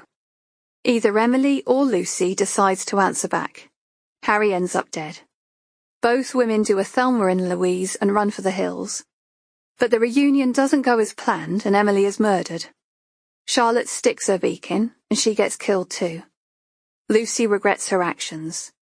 She dresses her, does her hair, and lays her to rest in the nicest place she can find. So we're dealing with a hot-headed individual who will stop at nothing to get what she wants?" Downs said, stepping back to allow the crime scene investigators to finish their work. "It looks like whoever dumped the body closed the curtains and stopped all the clocks." "Mourning traditions," Ruby said, remembering her mother doing the same thing after her father died. "Indeed, although they're dying out now. No pun intended." He nodded to Ruby. "Seen enough?" "More than," she said, wondering how long she would smell the dead body on her skin, in her hair, her clothes. The fresh air was a gift as she stepped out of the house. Funny how she had never valued it until she was forced to inhale that rotting corpse smell. Ruby rested her blazer on her chair, giving it a final sniff. It was no use. It would have to be dry cleaned before she could wear it again, an expense she could barely afford. The home was due to put its prices up soon, and it was hard enough getting her brother to contribute at all. She thought of her mum, and wondered what the chances were of getting in to see her for a visit. Minimal, given briefing was due in 5, and she had just been passed some vital information. Information that changed everything she knew about the case. The lunchtime special wafted through her window from the Eagle pub next door. Today it was curry. Ruby's stomach rumbled. "I got you a sandwich, Sarge. Chicken mayo," Luddy said, dropping a Tesco bag between the piles of paperwork on her desk. "Cheers, mate, and call me Ruby for God's sake. Everyone else does," she said, taking a peek inside the bag. "Ooh, and Coke too. How much do I owe you?" "My treat." Luddy flashed a smile, his hand resting on the back of her chair. He had nice teeth, Luddy. Clean, even, and minty fresh. Bit of a mummy's boy. He had a habit of lingering a bit too long, but Ruby was too indebted by his sandwich to ask him to leave. She cracked open the can of Coke and took a swig. Then, taking the sandwich in her left hand, she bit off a chunk of wholemeal bread. "We've just located Emily's daughter," she said, quickly chewing half her sandwich. "Seriously?" Luddy said, his eyes widening at the prospect. "Are we bringing her in, then?" "All will be revealed in briefing, but first, there's somewhere I've got to be."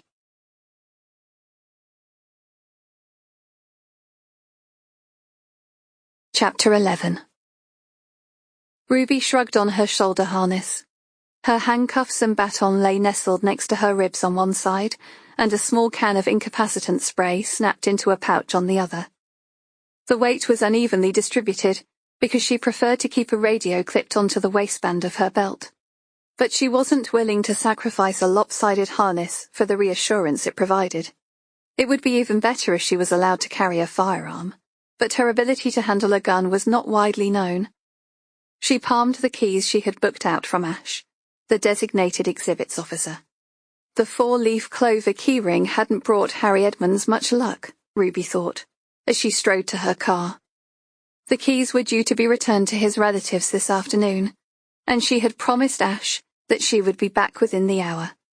Given that the house had been thoroughly searched, she did not intend on staying very long.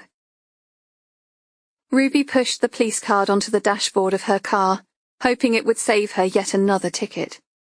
Advertising her vocation was an invitation to having her tires slashed, but she was tight on time and had enough confidence in Tresham Walk to take the chance. Slowly turning the key in the front door, she silently slipped into the hall. It would not be the first time she had returned to a scene to find a perpetrator present, and such an experience kept her nerves tightly bound. She glanced around.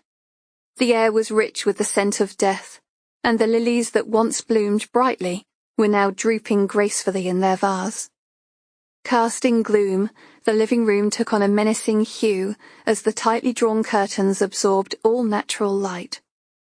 Ruby flicked on the light switch, her eyes falling on the blood-encrusted carpet, now stained in a deep burgundy red. The aftermath of the police investigation was plain to see. Cupboard doors yawned open, and upturned furniture lay next to piles of paperwork and books stacked on the floor.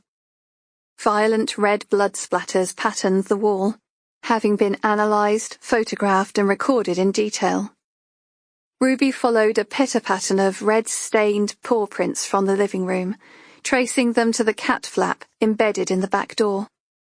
Searching in the cupboards, she drew back the lid on a tin of cat food, emptying its contents into a plastic bowl. Hopefully someone was looking after the cat who had come in search of food.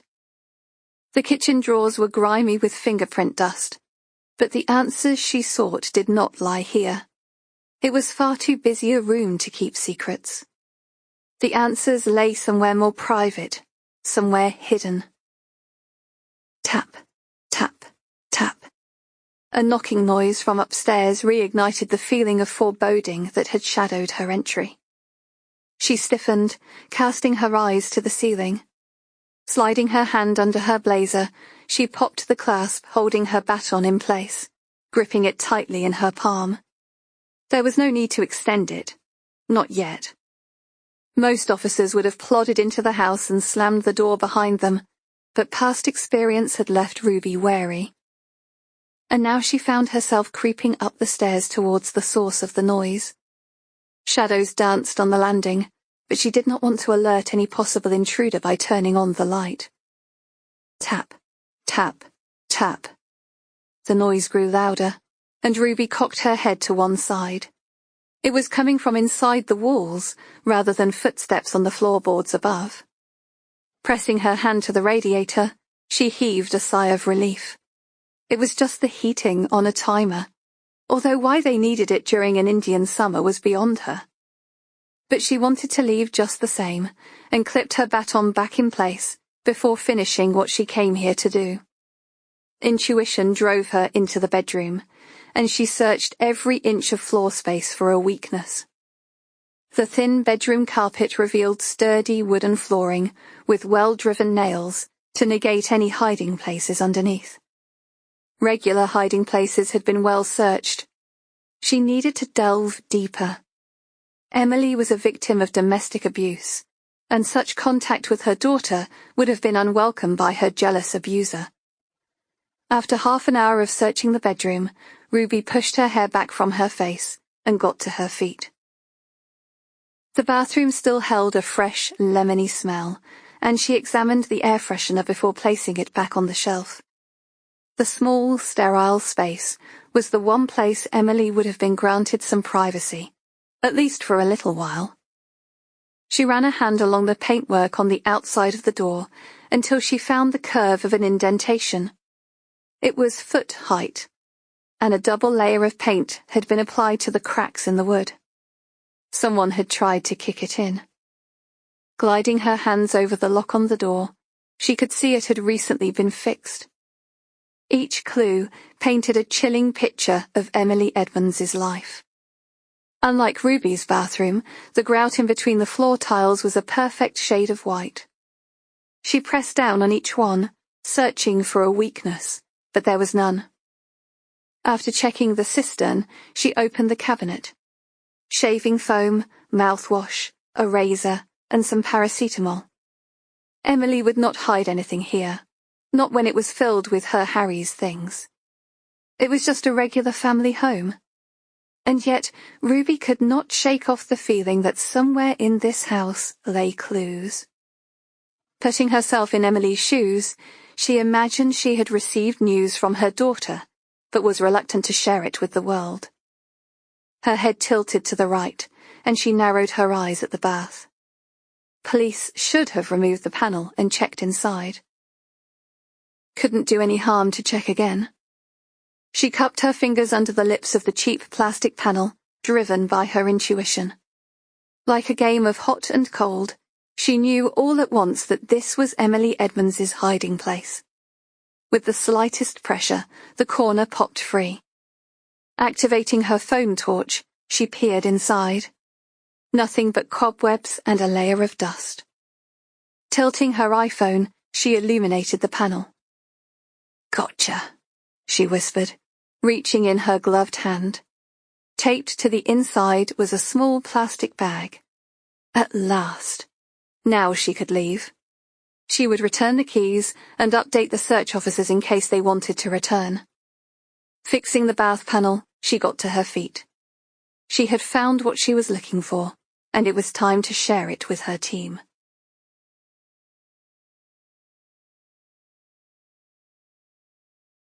Chapter 12.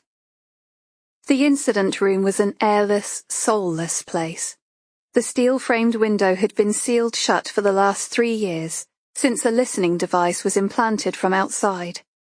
3 floors up, they had expected privacy, and now they were paying the price as they filed into what Ruby lovingly referred to as hell. She prayed for rain. It was not that she hated the sun. Ibiza, Malaga, such places brought memories of glorious clubbing and sun-soaked days. Shoreditch briefing room in a heatwave did not invoke the same blissful feelings. With the door shut and sweaty bodies lined up against the walls, it was a special kind of hell indeed. Downs led the briefing. swapping intelligence and bringing everyone up to speed. He was leaving the best until last as always, and Ruby stood when prompted, ready to deliver the news. I've got 2 important updates which have just come in. Firstly, I want to read you some letters, Ruby said, holding up 2 sheets of paper. These are copies of exhibits which I seized from Emily Edmonds's address this afternoon. They were discovered taped inside a bath panel in her home. She handed Luddy copies to distribute. Clearing her throat, she prepared to read the first page. Dearest Mother, yes, you read right. I'm your daughter. I've come to find you. I know that this will come as a shock to you, or perhaps you've always known that this day would come, that the daughter you gave away would come looking for answers. But there's no need to worry. I don't care about the past. I just want us to be a family. Writing this letter has not been easy, but I want us to be together. I hope this advance warning will make things easier when we meet. I'm so looking forward to being part of your family again. Lots of love, Lucy. Kiss. Ruby lowered the paper and glanced around the room. Her eyes rested on Ash, as she wondered which second-hand shop he'd bought his crumpled blue tie from. At least it proved someone had listened to her request to smarten up. Right. I'm opening this up for discussion. What do you think? Creepy psycho, Ash said. Why? Ruby replied. He ran his hand over his thinning hair. Read in between the lines. I've come to find you. I'm looking forward to being a member of your family, then signing it lots of love. She doesn't know this woman. Sounds desperate. Maybe, Ruby said. But are you making this judgment with the beauty of hindsight? Eve fanned her face with her paper, her voice reminding Ruby of a small chirping bird. I don't think she's crazy. She sounds sad, lonely. It's not been easy for her, but she's writing the letter to protect herself from rejection. She's hoping that by introducing herself gradually, she'll spare herself the embarrassment of being turned away. Fair point, Ruby nodded. Anyone else? I think the person behind this letter is very bitter but trying to hide it. The daughter you gave away. It doesn't sit easy with me, Luddy said. Ruby nodded, giving him a knowing look. She had yet to inform the team that they had located Emily's daughter, and wanted them to view the letters with an open mind. We don't have Emily's response, but I think we can guess given the tone of the second letter. She fixed her glasses back on the bridge of her nose before continuing. Mother, I was surprised to receive a reply so soon. At first I thought it was an indicator of your enthusiasm until I read it through. I understand that you are concerned about how your husband will react, particularly given that you never saw fit to tell him of my existence. However, I would like to reassure you that I am not here to cause trouble. I have been able to put my childhood behind me. All I want now is for us to be a family and have a future together. I am sorry you have reservations, but our meeting is a necessity. The only thing that has kept me going all these years is the thought of being reunited with my true mother. I look forward to seeing you very soon. Lucy, kiss, kiss. Told you she was psycho, Ash said as he nudged Eve. Well, I think it's sad, Eve said. She's built up an idea of her mother in her head, and Emily has basically told her she's not interested. Granted, she's forthright, but perhaps that's because she's always had to be that way. What she said about putting her childhood behind her, it doesn't sound like she's had things easy. Ruby slid the paperwork back into the folder. I think we can all agree that Lucy has become forceful in her suggestions that they meet. This is someone who is not going to take no for an answer. We can only imagine that when Emily replied, she was perhaps apologetic and pleading by nature, refusing to meet Lucy on the grounds that her husband knew nothing about her. Intelligence now suggests that Emily was a victim of domestic abuse. Surely the question is, where's Emily's daughter? If you find her, you have our murderer, Ash said. Not quite, Ruby replied. "We've already located Emily Edmonds's daughter." She paused for effect, allowing the rumble of voices to echo around the room. "Unfortunately, she's deceased. Emma Wilson died in a car accident 2 years ago, when she was 20 years old. So whoever wrote these letters is not Emily's real daughter. Which leads us to ask, who is responsible for writing these letters? And also, what's the connection with the ribbon tied to the door?" Eve raised her hand. "I've checked with Bones. It's crepe. It's a tradition which stems from the Victorian era. It means there's been a death in the family when it's tied on the door. It's usually tied around the door knocker or bell, so callers don't knock loudly and disturb the grieving people inside. Black crepe looped with white ribbon signifies the death of a child." "Right," Ruby said, feeling very tired. She should be thrilled to have so many clues, but with nothing to link them to, they were being made to look like fools. "Make a list of these traditions and pin them on the board. See if you can find any connections, past cases, anything of value. But don't spend too much time on it. We've got a lot to get through." Ruby knew that when the post-mortem was over, she would need a stiff drink, which is why she had arranged to meet Luddy at the Well and Bucket at 8. She loved the vibe of this pub, with its distressed tilework and shiny copper bar. Pictures of creepy Victorians graced the walls, giving it an eccentric feel. She sipped on her luminous cocktail as Luddy tucked into a burger and chips. Ruby didn't want food. It interfered with the absorption of the alcohol, which was nicely numbing the guilt she felt for not visiting her mother that day. "That bone saw. I can still hear it now. I mean, Chris Douglas seems like a nice guy, right? But how can any normal young man want to work in a job where you saw through someone's skull and crack it open like a boiled egg? And don't get me started on the smell." Luddy gently laid his knife and fork to one side. "Are you not having that?" Ruby asked, oblivious to the effect of her words. "Funnily enough, I've lost my appetite, but do carry on with your vivid descriptions." "Oh yeah, sorry," Ruby chortled, stealing a chip from his plate. "Anyway, I managed to keep my lunch down long enough for him to examine the contents of her stomach. And do you know what he found?" Luddy sighed. "The remains of a cucumber sandwich?" "No, good guess though." She swiveled her head left to right before dropping her voice. "Christmas decorations. In her stomach. At least, that's what we think they are. She had lacerations inside her mouth. Apparently she was force-fed baubles. You know, the ones you hang on a tree."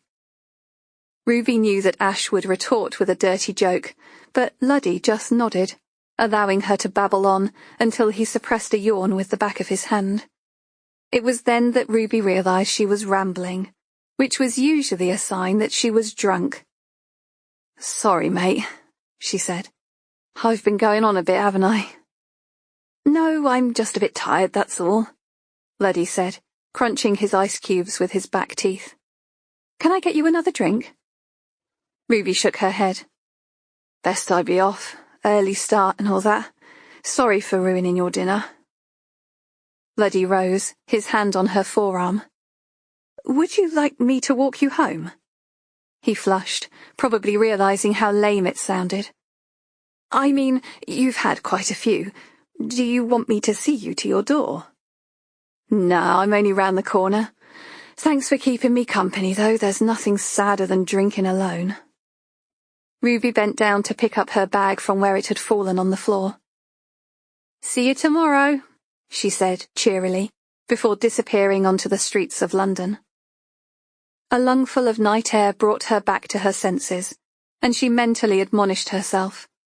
Drinking on a work night was hardly setting a good example, particularly with a murder case on the go. She strode down the narrow streets, taking the shortcuts that would lead her to her flat. It was good to walk things off. She passed the smokers, the revellers, and the toothless drunk on the corner, arguing with a scantily clad woman about his dog. 10 minutes later, Ruby was wishing she had stayed on the main drag rather than the dark alleys which cut time off her journey. The footsteps that had been echoing behind her halted as she swiveled her head, and a shadow darted from her vision. She briefly considered a confrontation, but she was too unsteady on her feet to guarantee she would come out of it unharmed. She straightened her posture, focusing hard on walking with more confidence than she felt. Whoever was behind her obviously did not want to be seen, which was just as well, as Ruby was in no hurry to meet them. She slid her hand to the light switch as she opened the door, unable to shake off the creeping sensation clinging to her spine. Under the gloom of the 40-watt light bulb, she slipped off her shoes and padded around her flat. Something wasn't right. She picked up the framed photo of her with her mum that now lay face down on top of her television. Wandering into her bedroom, her gaze fell on the open wardrobe doors. Had she left them open? And her clothes, they were now neatly folded on the chair. A frown burrowed into her forehead. Was she being paranoid, or had someone been here? After checking the rest of the flat, she reluctantly slipped into bed. But sleep did not come easy, carrying nightmares fueled with fear and regret.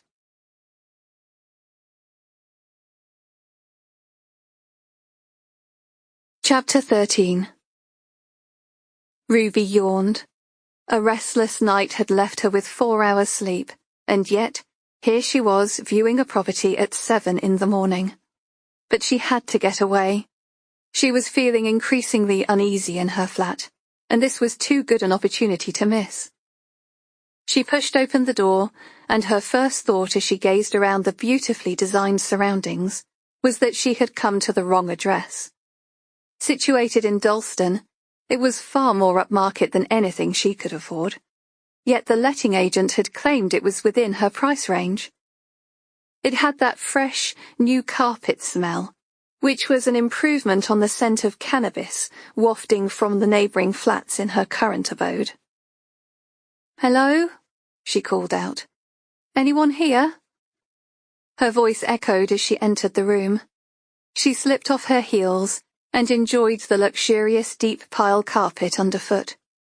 Rays of soft morning light flooded in through the window, and she admired the view of the city until the scent of a familiar aftershave brought her the identity of the man standing behind her. "I should have known it was you." Her voice was silky as it betrayed her. Her body always did that when it came to Nathan, and the only way to resist him was never to be in his presence. "Hello, Ruby," he said, pulling back the strands of her hair and stroking the nape of her neck. He'd always loved her neck. He said it was like a swan, elegant and graceful, stark white against the darkness of her hair. A million shivers ran down her spine as he breathed into her earlobe. His hands were on her forearms now, laying claim, as he always did. She stood her ground as she tried to contain her arousal. What was it about this man that made her brain turn to mush? It had always been that way, for as long as she could remember. She closed her eyes and pulled away. Her hand found her throat, and she made space between them before turning to face him. He looked well, more than well. His muscles were defined, his face tanned, with a light stubble. He regarded her, unsmiling. She cleared her throat. "Why have you brought me here?" "You weren't answering my calls." "I threw away the phone." He said in a deep voice. It was his signal of displeasure. Ruby had recognized it in his father, whose hardened frown was always followed with silence. "What happened to your face?" he said, touching her cheekbone. "I ran into someone's fist." She pulled away. Nathan's scowl deepened, Ruby's attempt at humour falling flat. "You know what date it is today?" "Of course I do." She was not likely to forget. It was ingrained on her brain and kept her and Nathan together, no matter how hard she tried to keep away. She had known that when the date came around, he would be back to see her. Why? What was the point? It wasn't going to change anything. It was time to move on, walk away from the ghosts of their past, and begin again. "I should go," she said, her brief glance turning into a lingering gaze. His presence was hypnotic. She found herself stepping towards him as if she was in a trance, her body calling out for his touch. Nobody gave her as much pleasure as he did, yet nobody caused her as much pain. "So, you're growing a beard," she said, wondering why she was engaging in conversation when she'd said she was leaving just seconds before. Nathan ran his fingers over his chin. "And your hair has got long," he said. Ruby had considered cutting it short, but she couldn't. Even now he had a strong hold over her, and she found herself wearing clothes he liked, his favourite perfume. She had given into it a long time ago, unable to completely let him go. "You're still a criminal, then?"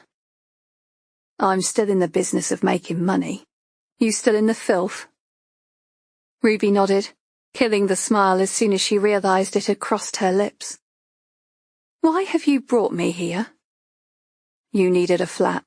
I've got you one." "Why? Your last floozy move out, did she?"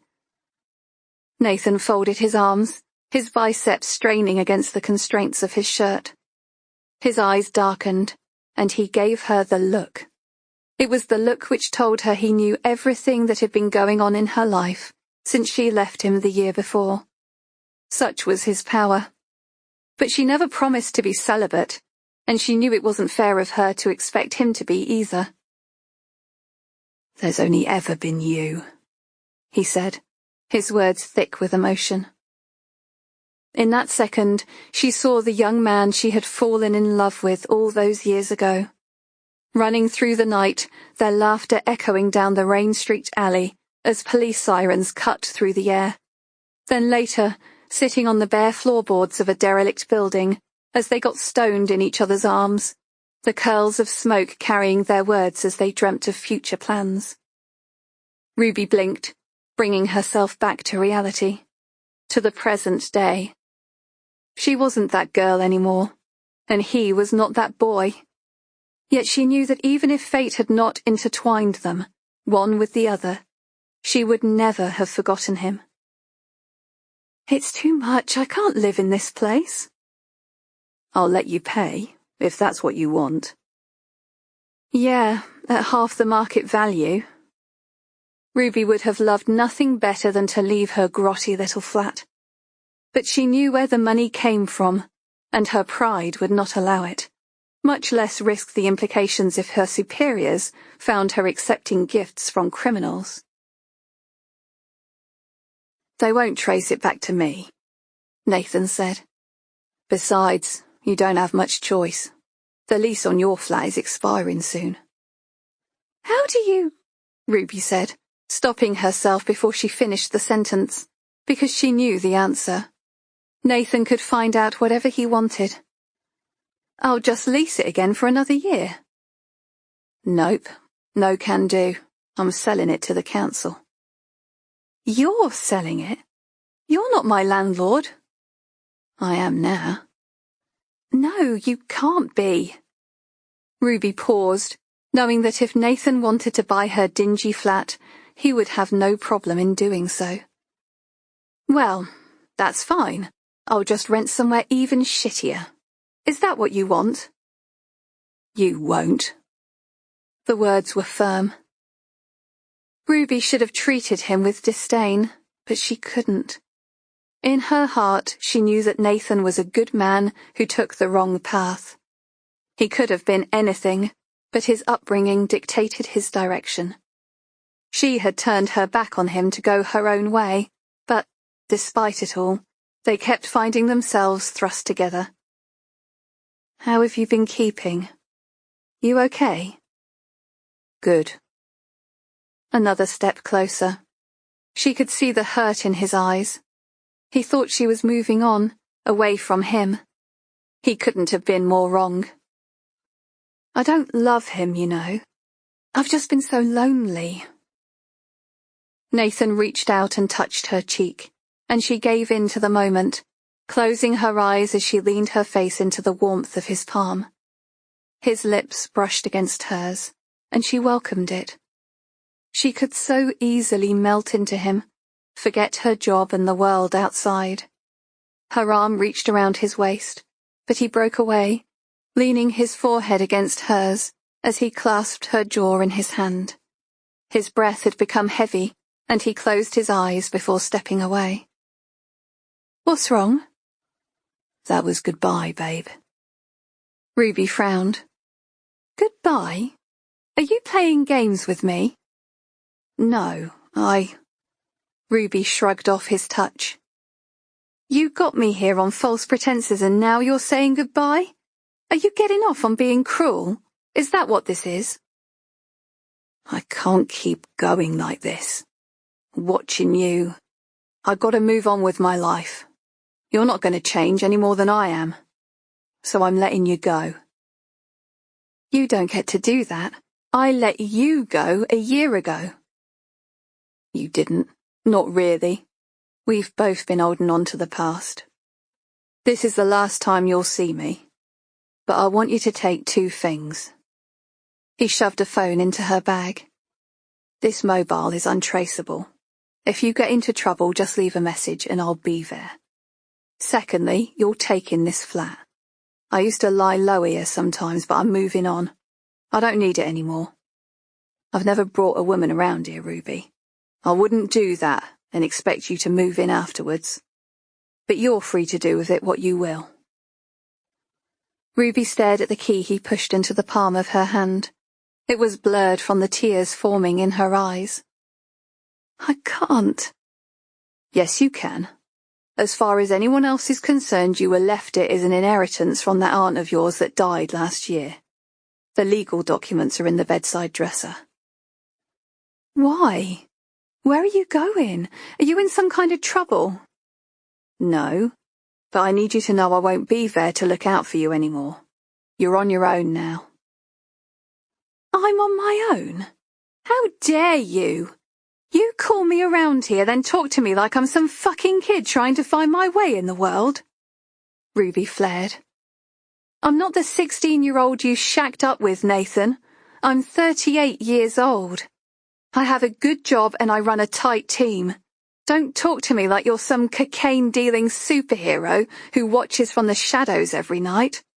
I can get by just fine without you. Nathan grabbed her wrist as she tried to fling the key across the floor. I'm not some low-life street dealer, and you know that. So have a bit of respect. Ruby saw the flash of anger in his eyes, but she didn't care. It was a trait he inherited from his father. A trait that served him a brutal childhood and gave him the respect of his peers. His cold, hard face pressed close to hers. Pulling her wrists away, she turned to leave. Wait. Don't leave it like this.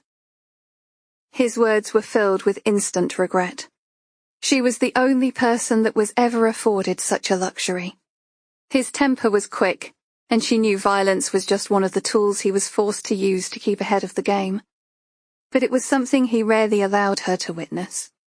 The most he had ever afforded her was a flash of anger, some hurtful words, but he had never raised a hand. Ruby sighed. She didn't want it to end like this either. Her voice softened. I hoped that the break would make you come around, leave it all behind and start a clean slate. But you can't, can you? You thrive on the power, the control. Your dad is controlling you now, even from beyond the grave. I told you before, don't mention that bastard to me again. Ruby turned to look out the window. The streets of London were once their playground, but they'd been on different sides of the fence for a long time now. She turned to face him, wishing she could change his mind. Don't you see? We have a history. I'll never have that with anyone else in my lifetime, and neither will you. We could be so good together.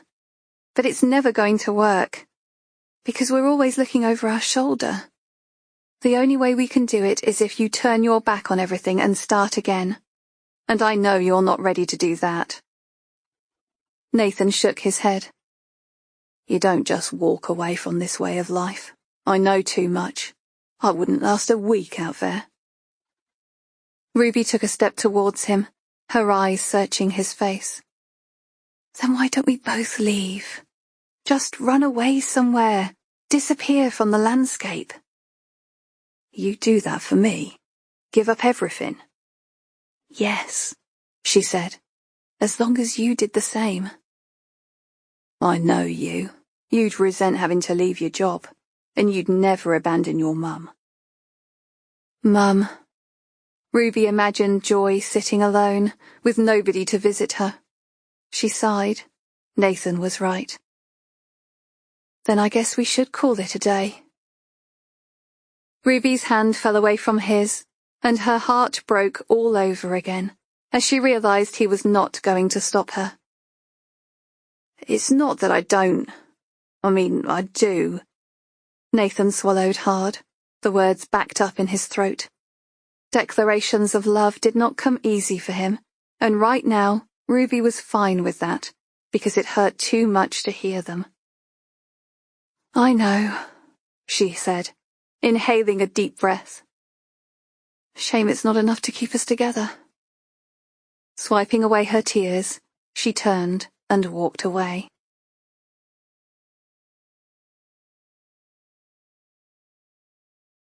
Chapter 14. Lucy was feeling as light as a breeze today.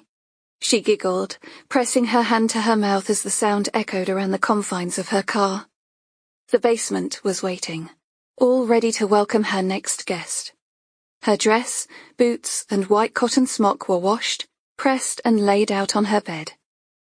She cast her eyes over her gloves. They were special ones, just like the rest of her outfit, and she could not wait to put them on.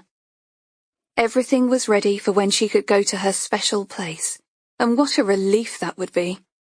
She shrank back in her seat as the professional-looking woman shoved a key in the lock of the house across the road.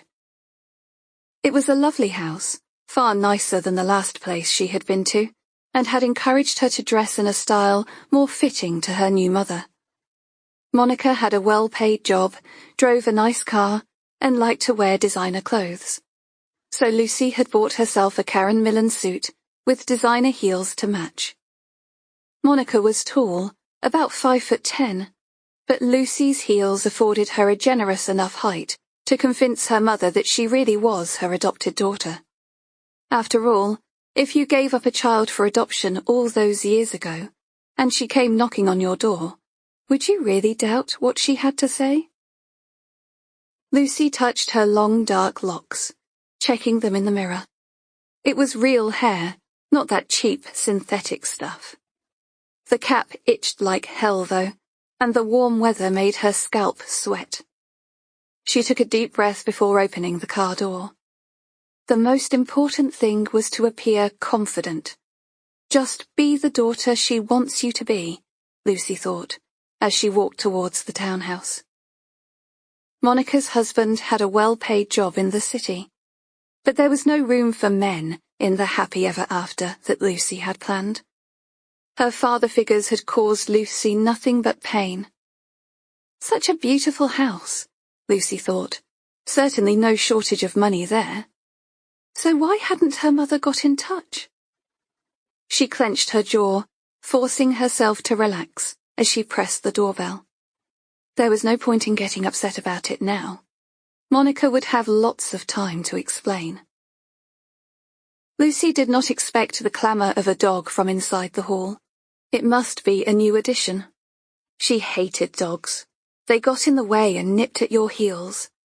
She was never allowed any dogs in the foster home she stayed in, which was just as well, or they would have been beaten to a pulp. But the one in the hallway of Monica's home sounded like one of those spoilt little designer dogs, which were probably treated far better than she ever had been. Lucy managed to keep calm as a shadow filled the doorway. Monica looked even more glamorous up close. Her wavy brown hair had been perfectly styled, and she had definitely had her teeth fixed, maybe even a little Botox around the eyes. The soft ivory blouse clung to her curves, and the pencil skirt accentuated her hips. She was wearing just enough makeup to complement her flawless skin, but not too much that it aged her. The woman looked Lucy up and down, returning her gaze as she spoke. Yes? Lucy realized that she had been staring. But given this was the first time she was about to speak to her mother, she felt it acceptable. Are you Monica Sherwood? Lucy said, trying to sound nervous. People generally preferred if you were meek, subservient. She had learned from experience that it helped keep the situation calm. Yes, what can I do for you? She said, perhaps affording Lucy a little more respect because she was so well dressed. My name is Lucy. I'm your daughter. It was Monica's turn to stare open-mouthed now, and Lucy was ready to take the helm. Can I come in? We need to talk. That was the understatement of the century, Lucy thought, as Monica cautiously allowed her inside. She glanced past Lucy at the neighbouring houses, probably checking to see if they had noticed her arrival. I don't know what to say, Monica said, her hand touching her bottom lip. I've thought about this moment since you turned 18. She gave a small gasp, as if somebody had punched her in the stomach. But I never imagined it like this. She seemed to go weak at the knees, and Lucy caught her arm and led her into a room on the right. It was tastefully decorated, with cream furnishings and tasteful prints embellished the walls. Lucy scanned the fireplace for family photos, reassured there were no additions since her last visit. A surge of happiness grew inside her. If she had no brats to contend with, then it was all the more attention for her. I've come home, Lucy thought. At last I'm home.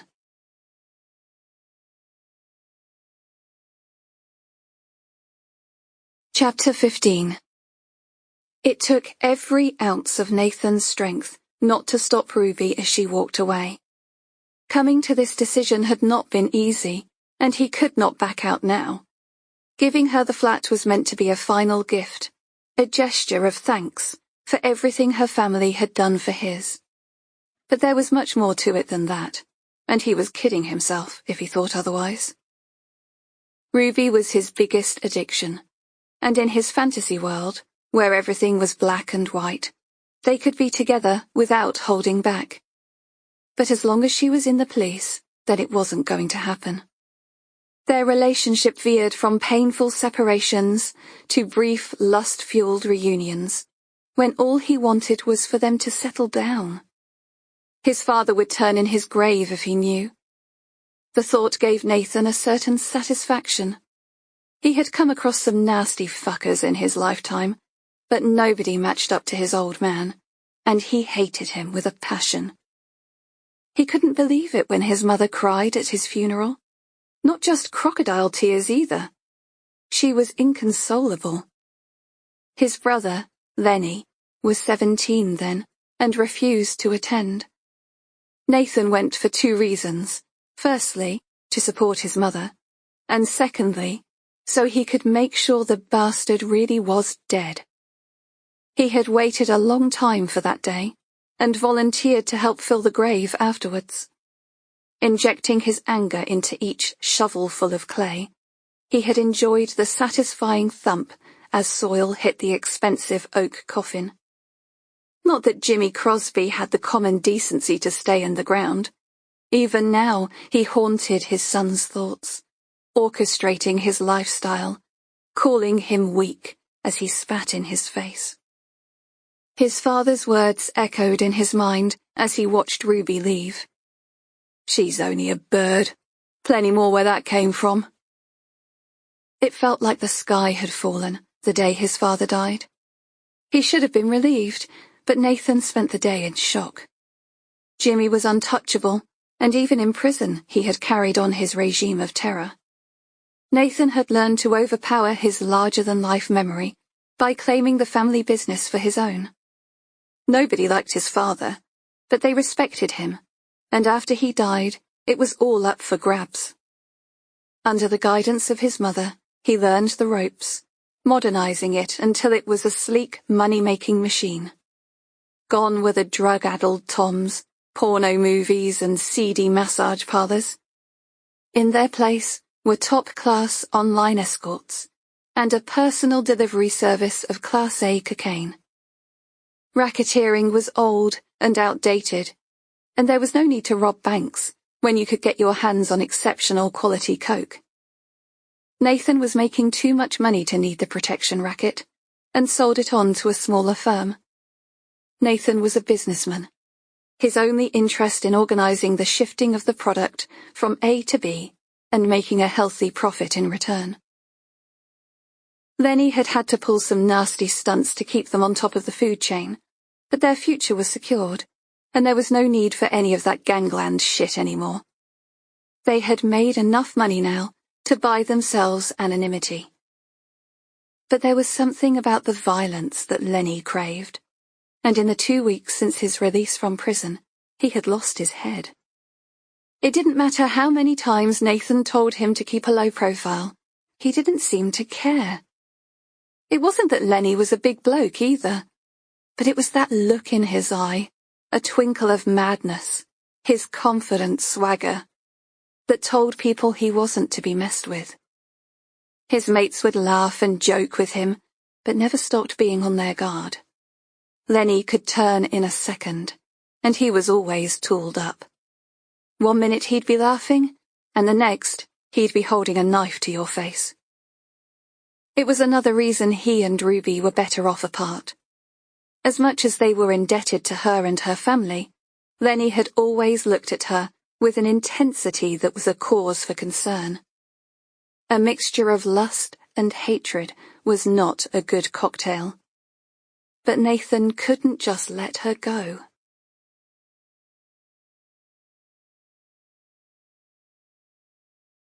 Chapter 16. Detective Preston?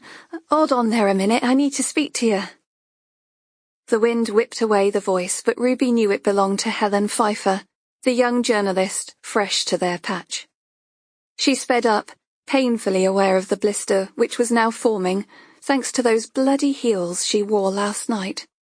Why she thought it was a good idea to slip her feet into them today was anyone's guess. Ruby grappled with her door tag, pretending not to hear the young woman calling her name. Stumbling in her haste, she dropped the lanyard on the path. A small hand, with red-painted nails, stretched forward to pick it up. "Here," Helen panted. "I was calling. You mustn't have heard me." Ruby smiled at her optimism. She reminded herself that the girl was young enough to be her daughter, and decided to give her a break.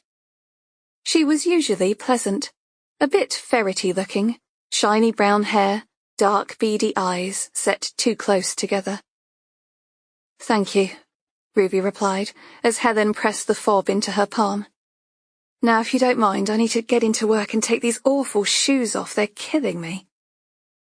"Can you spare me 5 minutes? There's something important I need to talk to you about." Ruby hesitated, but Helen's next words won her over. "It's to do with the case you're investigating." "Okay, 5 minutes, but not here." The Shepherdess Cafe on City Road was Ruby's favourite greasy spoon. Strip lighting, shiny tables, and old-fashioned sauce bottles made her feel at home, while the smell of freshly cooked bacon and sausages made her stomach rumble. She winced as she eased off her shoes from under the table. "I'm never wearing those torture devices again. From now on it's loafers all the way." Helen smiled, stirring her coffee. "I can't imagine you in loafers." Oh yeah, I have a whole wardrobe of them, Ruby lied. Beige ones, with little tassels on the front. They go with my twin set and pearls. Ruby remembered who she was speaking to and checked her watch. Anyway, you've got 4 minutes left, so make it quick. Helen raised her bottom from the seat to take a piece of paper from the back pocket of her jeans. I printed off this email. I wasn't sure what to make of it at first, but then I thought of your case and wondered if there was a connection. Forgetting all about her sore feet, Ruby unfolded the copier paper and smoothed it on the table. Dear Helen, Detective Ruby Preston, R.I.P., is sleeping with gangster Nathan Crosby and D.I. Jack Downs. Disgusting behavior from a Met police officer. The public needs to know. Lucy. Ruby paled with each word she read, and a sick feeling overcame her. Steadying her breath, she returned her gaze. Utter rubbish, she said, the break in her voice denying the strength of her conviction. She was rattled, and she could not hide it. Of course, that's what I thought. I mean, what's with that whole R.I.P. business? It's obviously someone you've rubbed up the wrong way. Helen looked at her watch, and her forehead creased. I'd love to chat, but I think our 4 minutes are up. Ruby shot her hand across the table and dug her nails into Helen's wrist. Don't play games with me, girl. What do you want? Helen shrank back, looking every inch of her 20 years. Oh, I'm sorry. I just wanted your attention. Ruby released her grip. Why? We both know you can't print that information. It's slander. I thought we could work together, see what else this Lucy has to say. Ruby inhaled a long, deep sigh. What do you know about Lucy? Word is that she's your prime suspect for the murder of Harry Edmonds and his wife, Helen said, her eyes wide with excitement. If I could get an open line of communication, maybe I could get a scoop after you catch her. What about that? So this was what it was all about. Their meeting was not a ploy to blackmail, but a young girl under pressure to produce a news story. Ruby felt a pang of sympathy. Honey, if we arrest her and have enough evidence to charge, then you're definitely getting your scoop. Helen beamed. Good, then I'll keep my ear to the ground. Do you have anything you can give me in the meantime? Ruby pushed her hand into her pocket and slid out a business card. Give me a ring at 9 tonight, and I'll see if I can give you the official line on it. That should keep you going. Really? Cool. Maybe we could do this all the time. Ruby rose from the table.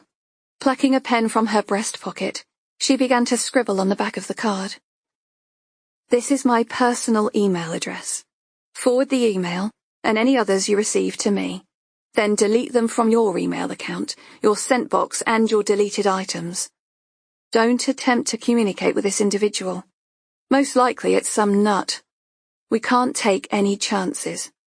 Oh, and Helen, we didn't have this conversation, you get me? But, Helen said, following her onto the street. No buts. Leave it in the hands of the police. Except Ruby had no intention of reporting it to the police. At least, not yet. The folded paper burned a hole in her pocket as she sat through briefing, justifying her reasons for staying quiet. It's a random accusation by some nutter, that's all. Happens every time a high-profile case hits the press. And as for signing it Lucy, people talked. Emily could have confided in a neighbour. But it was the full stop after the salutation that got her. The same full stop that drew her in on the original letters to the murder victim, Emily Edmonds. Was it a grammatical error, or set up to grab her attention? If it was the latter, it meant there was more to come. Ruby did not hop from Nathan's bed into Jack's, as the email implied, but her relationship with the two men was the last thing she wanted publicized to the world. And the R.I.P.? Ruby shuddered. Lucy was watching her, and she wanted her attention. By the end of briefing, she had it all figured out. She would follow up on the email privately, using a computer techie to investigate its origin. In the end, it came down to a choice of two people, Nathan or Luddy. Neither were ideal, but both were trustworthy. Yet still, the name prickled her senses. Surely it could not be the Lucy she knew. Not after all these years. The press appeal was held that afternoon. Jack sat next to DCI Warrow as she appealed directly to the woman who had identified herself as Lucy to come forward. She widened her appeal to friends, family, and members of the public to get in touch with any concerns they may have. Ruby sighed. Soon they would go from having minimal information to being deluged with it. Their caseloads were at breaking point as it was. But it was the same story across the board, and nobody could spare the extra resources to give them a dig out. They failed to mention the possibility of an adopted daughter. It would have made a great human interest story, but it was too early to say just what was going on with this case. Hunched under the glare of the cameras, Jack looked exhausted, his suit creased, the knot on his burgundy tie bunched to one side.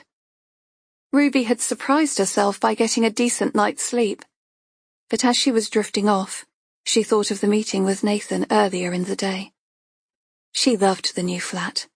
It was perfect for her, close to work, in a nice, safe area, and very secure. But she could not be indebted to him. She had thought about returning the keys when something stopped her. She pushed them deep in her handbag, just in case the time arose when she needed a safe haven. She was wading through her paperwork when Jack lumbered in, hands deep in trouser pockets, his broad frame filling her tiny office. "What about you?" he said, grabbing a ginger snap from the pack on her desk. Ruby wanted to tell him about the email and the young journalist that was sniffing around, but the words would not come. Mentioning their relationship, if she could even call it that, in the same sentence as Nathan, was mortifying. Whatever the future held, Ruby could sort it out on her own.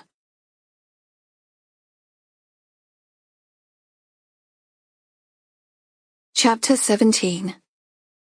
To say Monica was overjoyed to see her might have been taking it a bit far.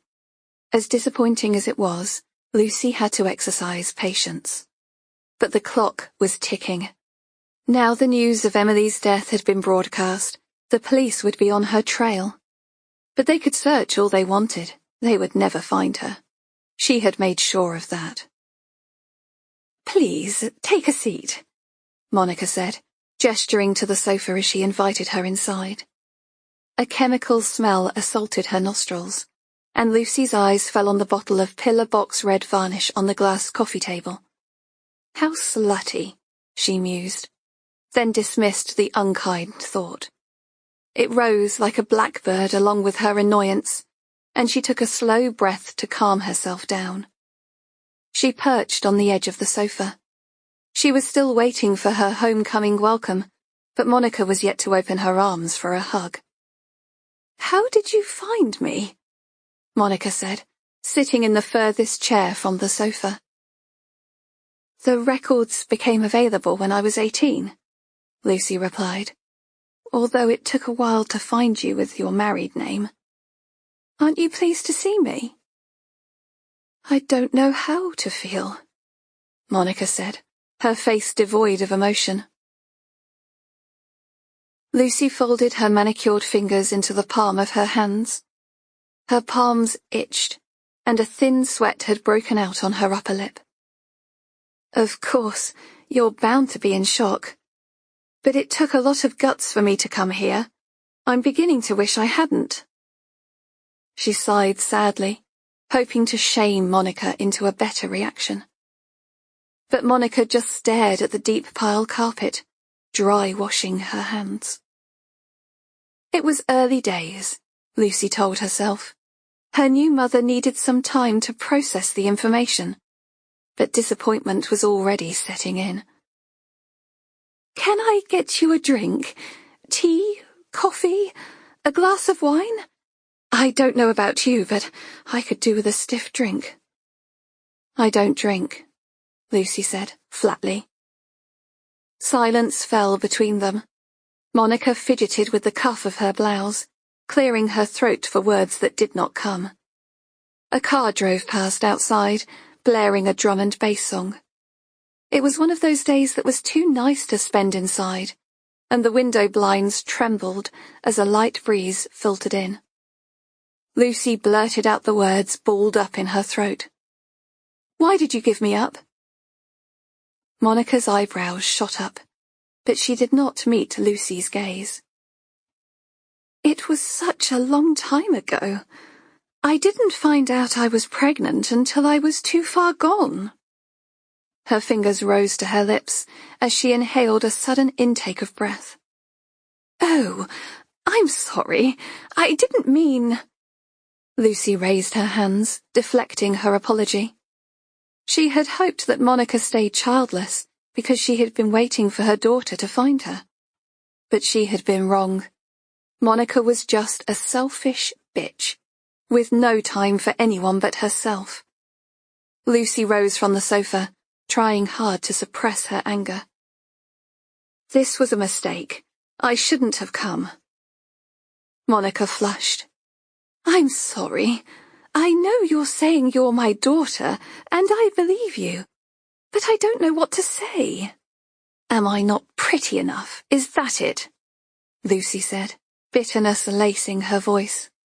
"I mean, look at you. Why would you want to be seen with someone like me?" "No," Monica said, rising from her seat. "Of course not. Looks don't come into it." She frowned, as if searching her brain for a better choice of words. "I'm just not cut out to be a mother. The best thing you can do is forget all about me." "I think it's best I leave," Lucy said. Monica opened the living room door to show her out. Lucy followed her into the hall, her heart sinking. This was not how she imagined it. This was wrong, all wrong.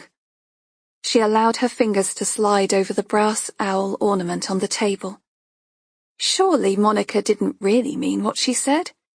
She was probably scared that she wasn't up to the job. But that was natural. All new mothers felt that way, and it was too early to write off their relationship just yet. A sly smile crossed Lucy's face as she wrapped her fingers around the legs of the ornament. Swinging back her arm, it cut through the air as she brought it down on the back of Monica's head. Confidence was the key when removing a body from a property, and Lucy dragged her through the adjoining garage into the back of the sports car without much effort. The yappy dog had been dumped in the boot to be released on a housing estate a few miles up the road. Lucy didn't kill animals. She wasn't a monster, after all. It had been a few years since Lucy had driven an automatic, but after a couple of jerky movements, she got away. It was a shame that she'd had to get blood all over Monica's expensive cream blouse, Lucy thought, as she finished securing her into the basement chair.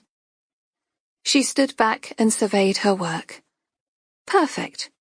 You could barely see the washing line wrapped around her wrists, and it looked so much better than that ungainly rope. Monica's head lolled to one side, her long wavy hair cloaking her face.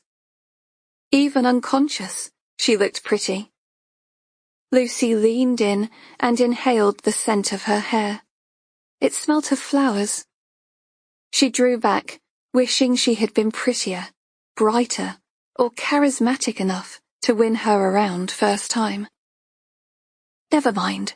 She's here now," the voice in her head whispered. Monica would be fine once she got over the shock of having Lucy in her life. She smiled. It was time to prepare for the perfect moment, one that would seal their relationship forever.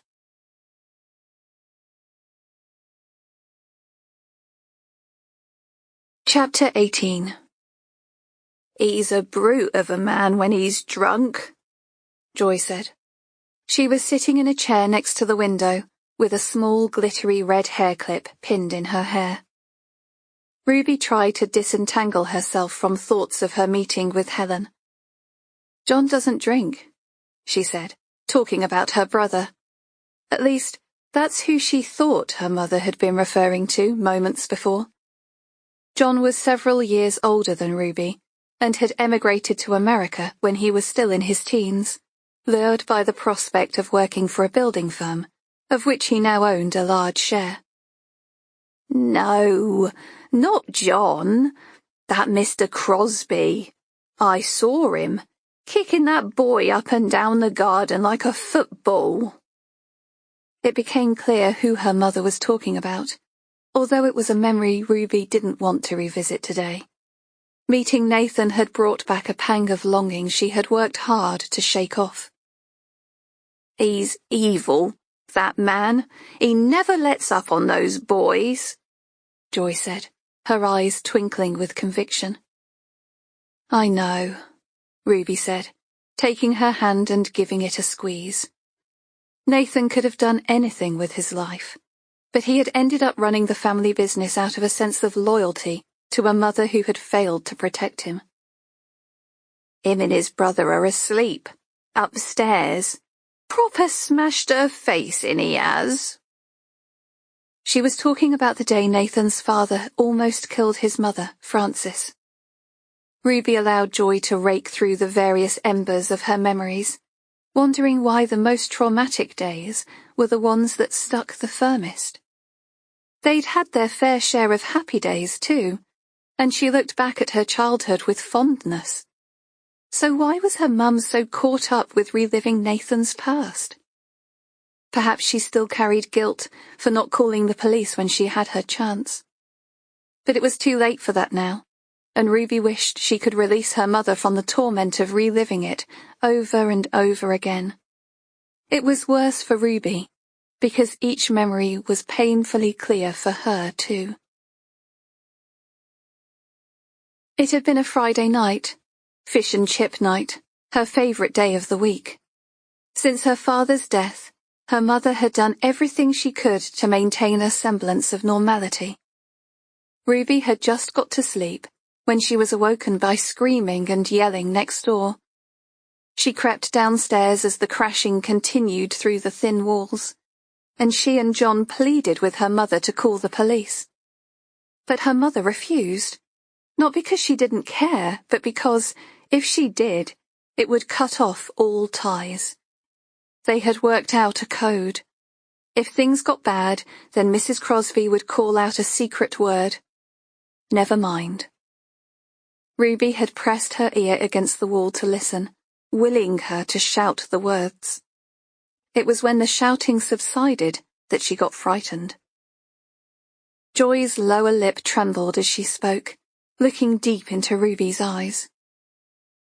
"As soon as he left, I ran next door. She was lying on the floor, blood in her hair, up the walls. She was a right mess. When I think of your dad, he never raised his voice to me. How is it that good men like him die when people like Crosby live?" "I don't know, Mum," Ruby said, enjoying the first lucid conversation with her mother in weeks. She remembered her mum shouting at her to grab the boys, while she hoisted Mrs. Crosby's arm over her shoulder like an old battered drunk. John was holding the door open, keeping watch in case Mr. Crosby returned. Ruby had found Nathan and Lenny on the stairs, shaking like leaves in an October wind. But even as she brought them to her room, she knew the brute would be back, and 3 hours later he was hammering at their door. Joy shouted at him to go home, and Ruby caught the quiver in her voice. The safety chain was weakening as Mr. Crosby's giant fists forced their way through, the white cuff of his shirt stained with blood. He may have been her older brother, but John was of no use when it came to confrontation, and quickly locked himself into his bedroom upstairs. It had been that way for as long as she remembered. Ruby had established herself as the stronger of the two from an early age. Her heart pumping, she ran to the kitchen and returned to the hall just as Mr. Crosby slammed his shoulder against the brittle wood. The chain vibrated, one of the screws fell to the ground. The chink-chink sound deafening to Ruby's 12-year-old ears. Her mother pressed her frame against the other side, but it was no match for Mr. Crosby, who was out of his mind with rage. "She thinks she can hide from me," he spat. "I'll teach her a lesson. I'll teach the lot of you." Ruby rushed towards the gap and raised her hand, plunging a fork into the back of Mr. Crosby's hand. He screamed in surprise, pulling back his fist. "You little bitch!" he bellowed, but it afforded them enough time to shut the door and pull across the deadbolts.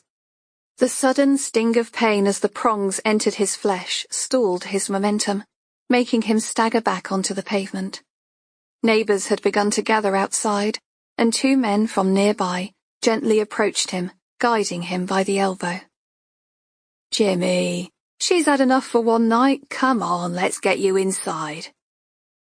"Tomorrow," Jimmy said, clasping his head in his hands, as if to fight the torment in his mind. "She's coming home tomorrow." Ruby knew that was how it would be, because that was how it had always been. The next day, Mr. Crosby had the decency to look sheepish as he gently knocked on the door, holding the biggest bunch of flowers Ruby had ever seen. A present for his wife, to make up for the beating he had given her the night before. "What do you want?"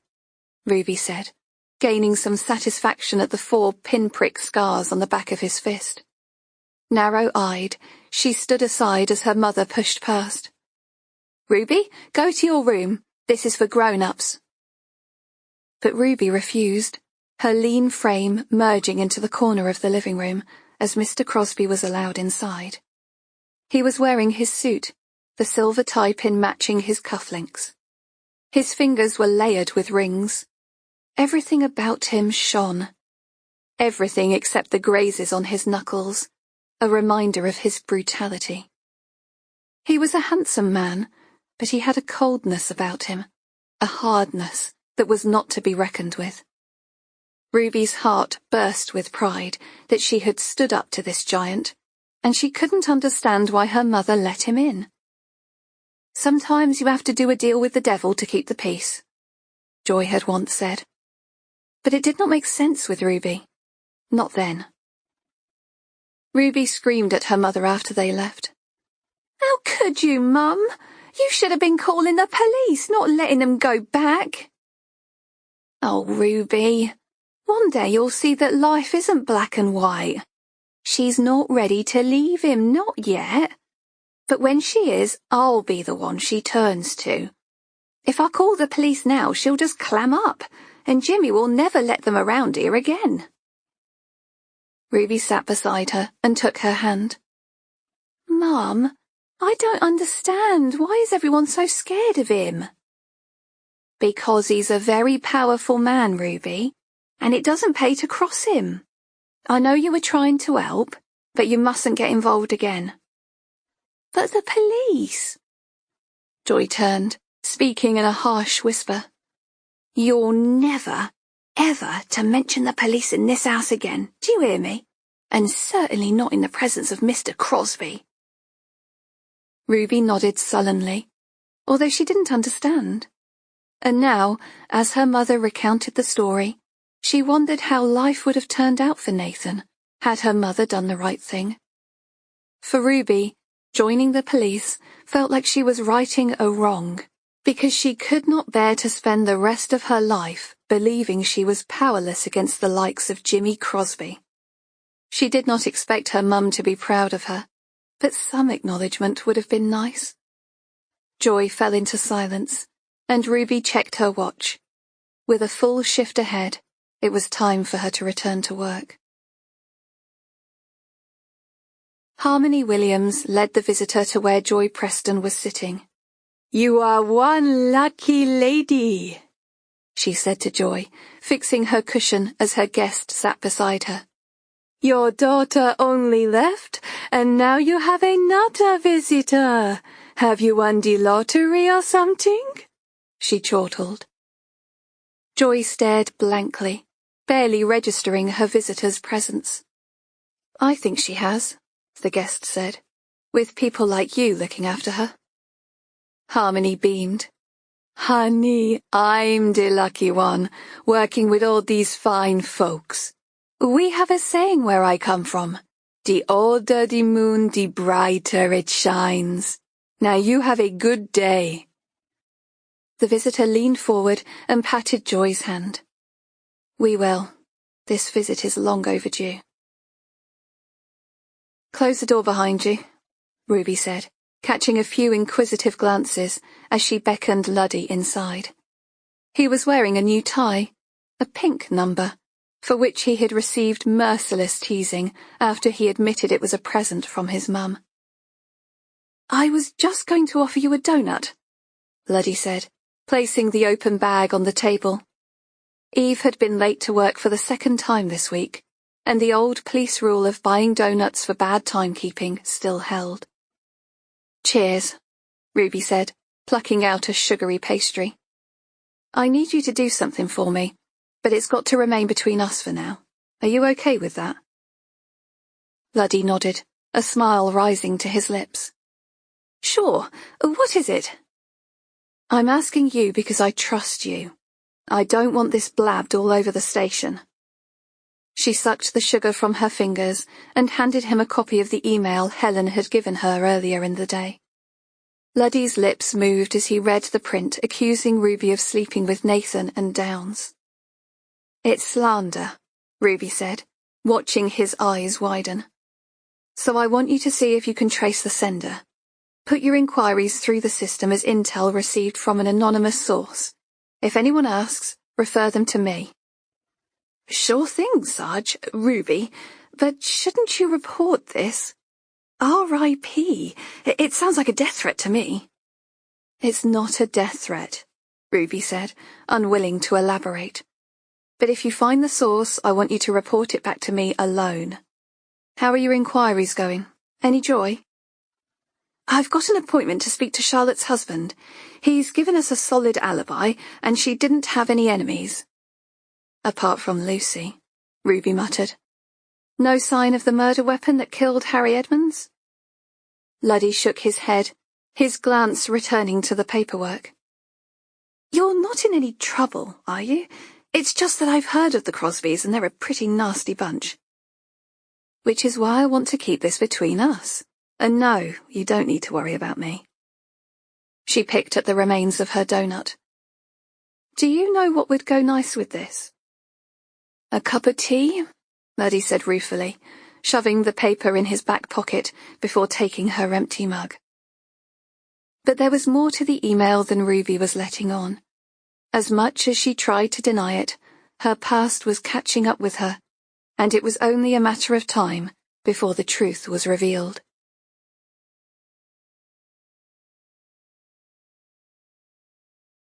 Chapter 19. Mr. Lockwood looked every inch the grieving husband. Flabby bags hung under his eyes, and his bald patch shone underneath the spotlight in the hotel bar. Leather furnishings, soft music, and a relaxed atmosphere. A soothing location to meet a grieving widower.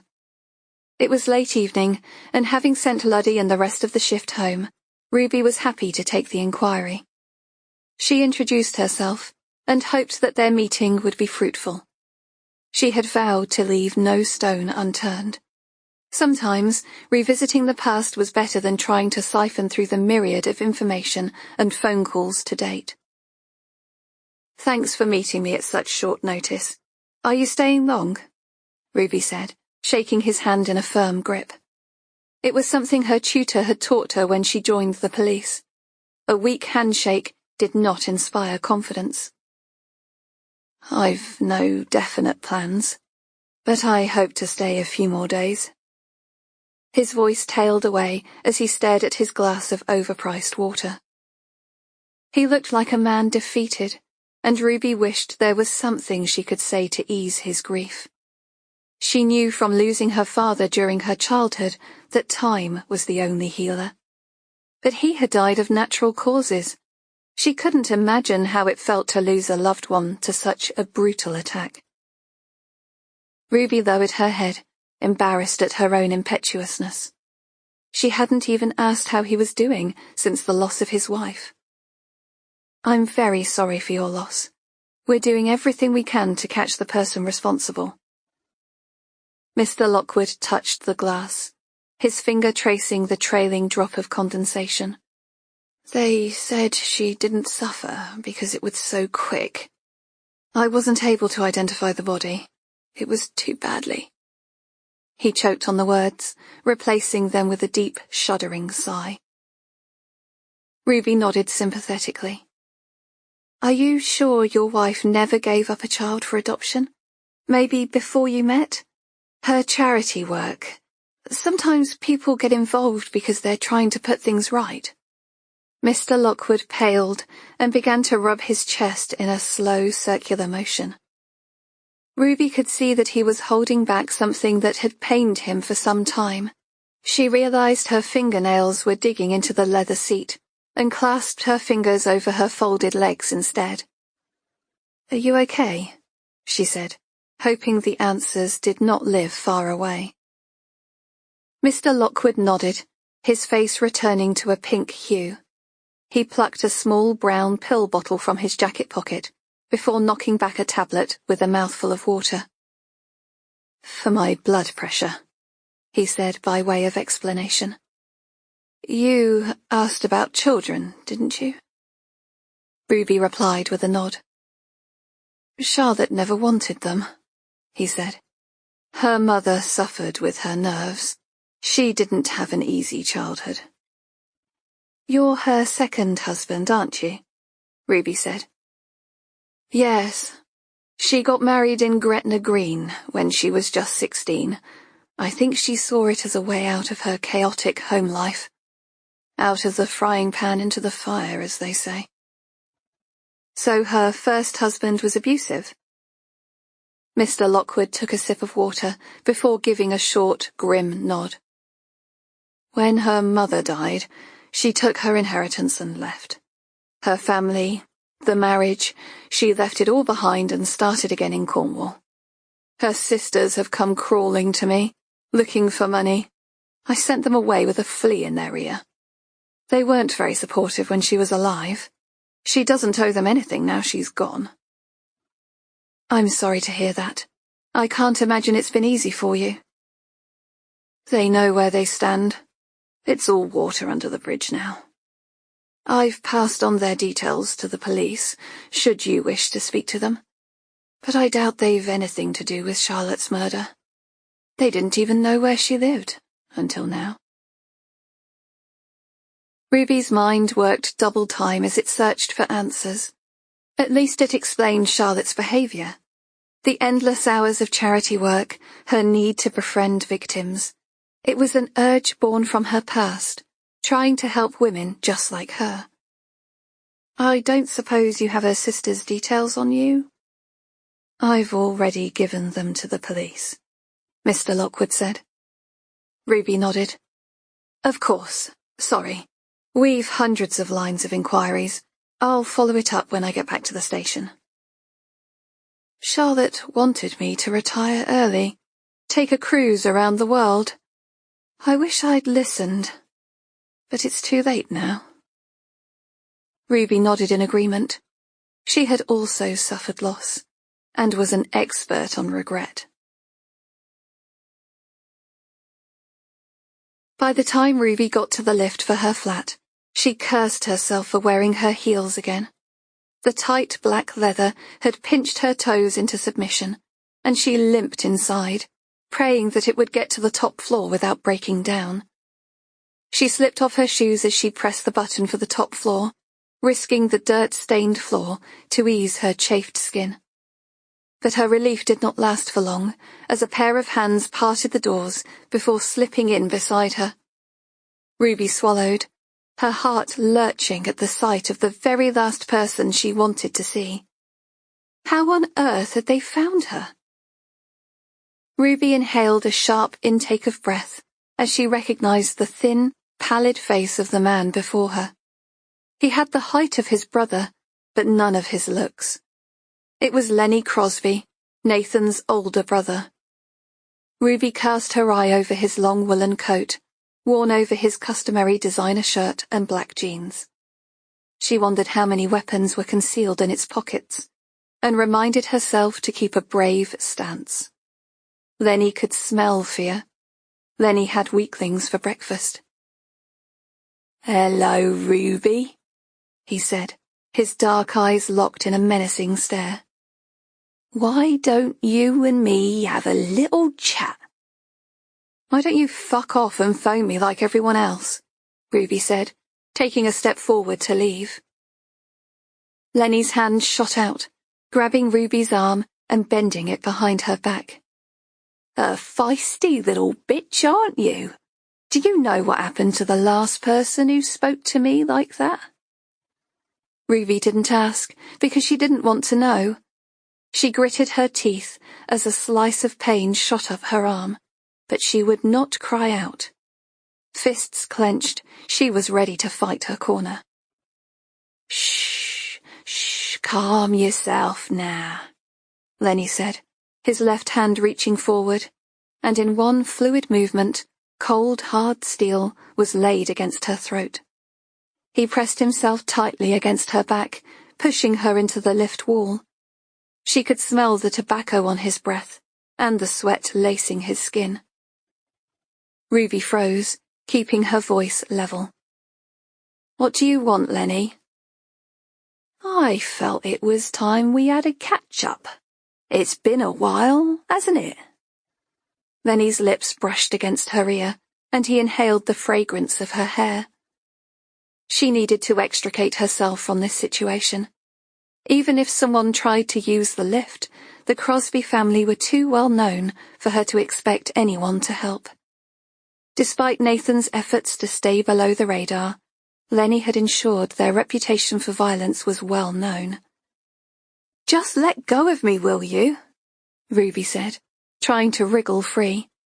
But the blade scratched against her neck in her attempts to resist it. Lenny released her right arm, keeping the knife firmly pressed to her jugular. "Play me up, and I'll slit your throat." He pressed the button for the top floor, and Ruby watched as the lift doors sealed them inside.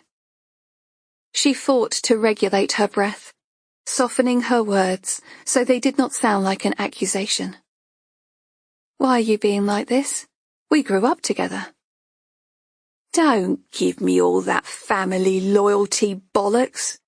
You lost your right to that when you joined the filth. Now shut up and listen. What are the old Bill doing sniffing around our family?" Ruby frowned. It was news to her. "I don't know. I'm not privy to that sort of information." "You're a copper, aren't you? You go to briefings." "It doesn't work like that anymore. We're only privy to the cases we're working on. What's this really about? The police have been on your tail plenty of times before and you didn't follow me around." "I don't sneak around," Lenny said. "I'm here to pass on a warning. Leave Nathan alone. You're fucking with his head." Ruby wanted to say that Nathan was old enough to make his own decisions, but as the knife caressed her skin, she knew she had to pick her battles. "I'm not with Nathan." Wide-eyed, Ruby watched the numbers roll past on the digital display until they came to her floor. "Stay where you are." Lenny's breath felt hot on her cheek. "You know better than to start a fight with me. I'll tell you only once. Leave Nathan alone. I won't come for you. I'll come for your mother. Don't think I won't find a way, because you know I have the capability." Ruby wanted to remind him who he was talking to, but mention of the police so soon after his prison release could be the one thing to tip him over the edge. "Have you been in my flat?" Lenny laughed. Now why would I be in your shit old flat? Why would you be sticking a blade to my throat? To get your point across, I guess. Lenny drew himself closer. Every inch of his body was pressed against hers. Look, babe, if I have anything to say to you, I'll say it to your face. Have I made myself clear? Perfectly. I just don't get why it warranted you pulling a knife on me. Because sometimes it's the only way of getting the message across. Ruby swallowed, her eyes rolling down to the knife which was pressed against her quivering flesh. She gathered all her bravado, forcing the words between her clenched teeth. Tell Nathan to keep out of my way, and I'll keep out of his. Conversation over. Now drop the blade and open the door. Slowly, his right hand snaked around her waist. Shame, really. You always were a nice bit of stuff. A wave of revulsion passed over Ruby, while Lenny's fingers slipped under her shirt, his breath growing heavier as he caressed the contours of her skin. Don't fucking think about it, Ruby growled, prepared to take her chances with the knife. If you want me to stay away from Nathan, don't give him a reason to turn against you. She knew Lenny wouldn't kill her. Hurt her, yes, maybe even worse. But he would not kill her while his mother was alive. Just remember what I said, or next time I won't stop, Lenny said, releasing the knife from her throat. Ruby jabbed the button as the lift reached her floor, biting back the words on her tongue. She wanted to tell him to go to hell, but now was not the time. She left without looking back, but instead of entering her flat, she darted into the stairwell. Lenny knew where she lived. He could easily break in and finish what he started. He was known for it. Although his victims sometimes confided in the police, they never got as far as attending court. Lenny relished in torturing his victims, then letting them go, only to catch them again, like a cat toying with a mouse. He'd allow them to smell freedom, gasp in a breath of relief, before discovering he had never really released them at all. It was the worst kind of torture. She couldn't go back to the flat. It wasn't safe there anymore. At least, not tonight. She thought about Downs, but he would ask too many questions that she was not ready to face up to herself. She needed to get her head down somewhere safe, but she could not afford a hotel. She thought of the flat Nathan had bought her, and the keys buried in the bottom of her bag. She could be there in 20 minutes if she took the tube. If what he said was true, nobody else knew about it, especially not Lenny. She bit down on her bottom lip, toying with the idea of staying the night. It was not as if she was contacting Nathan. Nobody needed to know. Just one night, she told herself. Tomorrow, she could figure out what she was going to do. It didn't mean that she was accepting anything, and it was all Nathan's fault this had happened anyway. She wondered what he had done to make Lenny blame her. A flutter arose in her chest. Could Nathan have been talking about leaving the family business? She told herself not to get her hopes up. She had made her decision. It was too late now. Tomorrow she would ring the care home and tell the staff to call her if anyone tried to visit her mum. But deep down, Ruby knew it was an empty threat. If Lenny was going to hurt anyone, it would be her.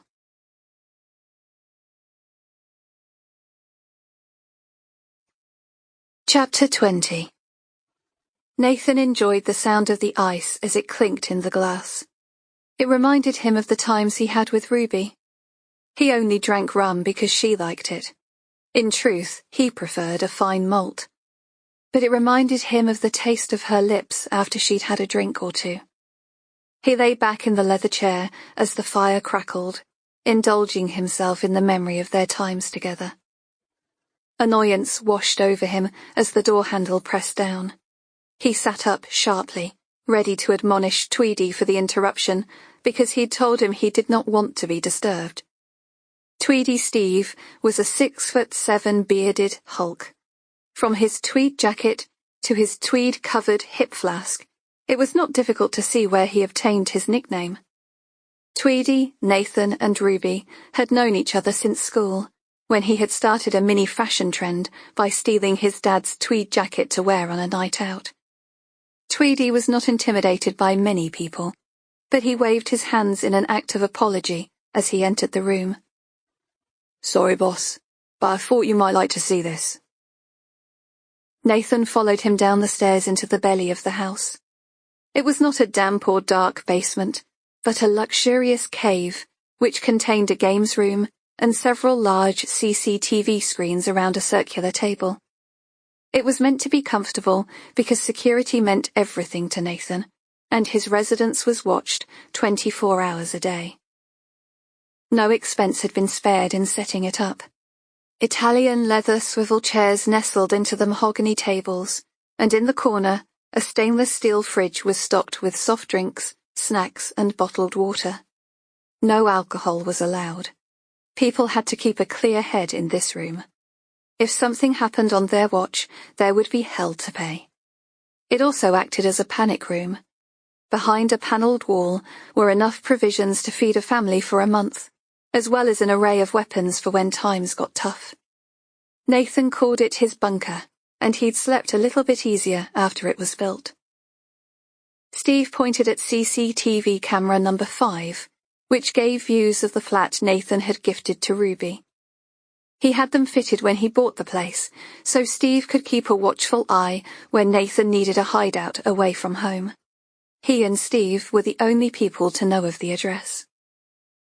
"It's Ruby," Tweedy said. "She got in about 5 minutes ago." Nathan's eyebrows shot up in surprise. He had not expected her to take him up on his offer so quickly, and he leaned into the screen for a better view. He was yet to admit to himself that he left the cameras running because he hoped to see her again. He watched her kick off her shoes and fill the kettle, locating the long-life milk in the fridge. His finger clicking against the mouse, he checked the other rooms and noticed the absence of an overnight bag. Her expression told him everything he needed to know. She was there because she did not feel safe at home. His first instincts were to go there and find out what was wrong. But he paused as he rose from his seat and forced himself to sit back down. If Ruby found out she was being monitored, she would never go there again. At least here he could watch her, keep her safe. Nathan turned to Steve, who was viewing with interest. He had a soft spot for Ruby, although he'd never admit it while she was in the police. "Thanks for letting me know. You can take a break now, if you like." Steve smiled. "Cheers, boss. I'll go grab a sandwich if that's okay." Nathan nodded in agreement and turned his attention back to the screen. Ruby was tentatively going from room to room, checking the windows and blinds were tightly shut. She returned to the front door and checked it was locked. Once this was complete, she leaned against the door, taking a few deep breaths. Nathan clenched his jaw as he tried to exercise some self-control. Just what had happened to her? He thought about ringing, but what would he say? She knew where he was if she needed him, and there was a phone in the house if she needed to call. The fact she had gone there was a step towards accepting help, and he wondered if that was a step in his direction too.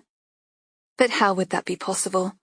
She would never fully accept his lifestyle, or the people he did business with, and he certainly didn't fit into her world of law and order.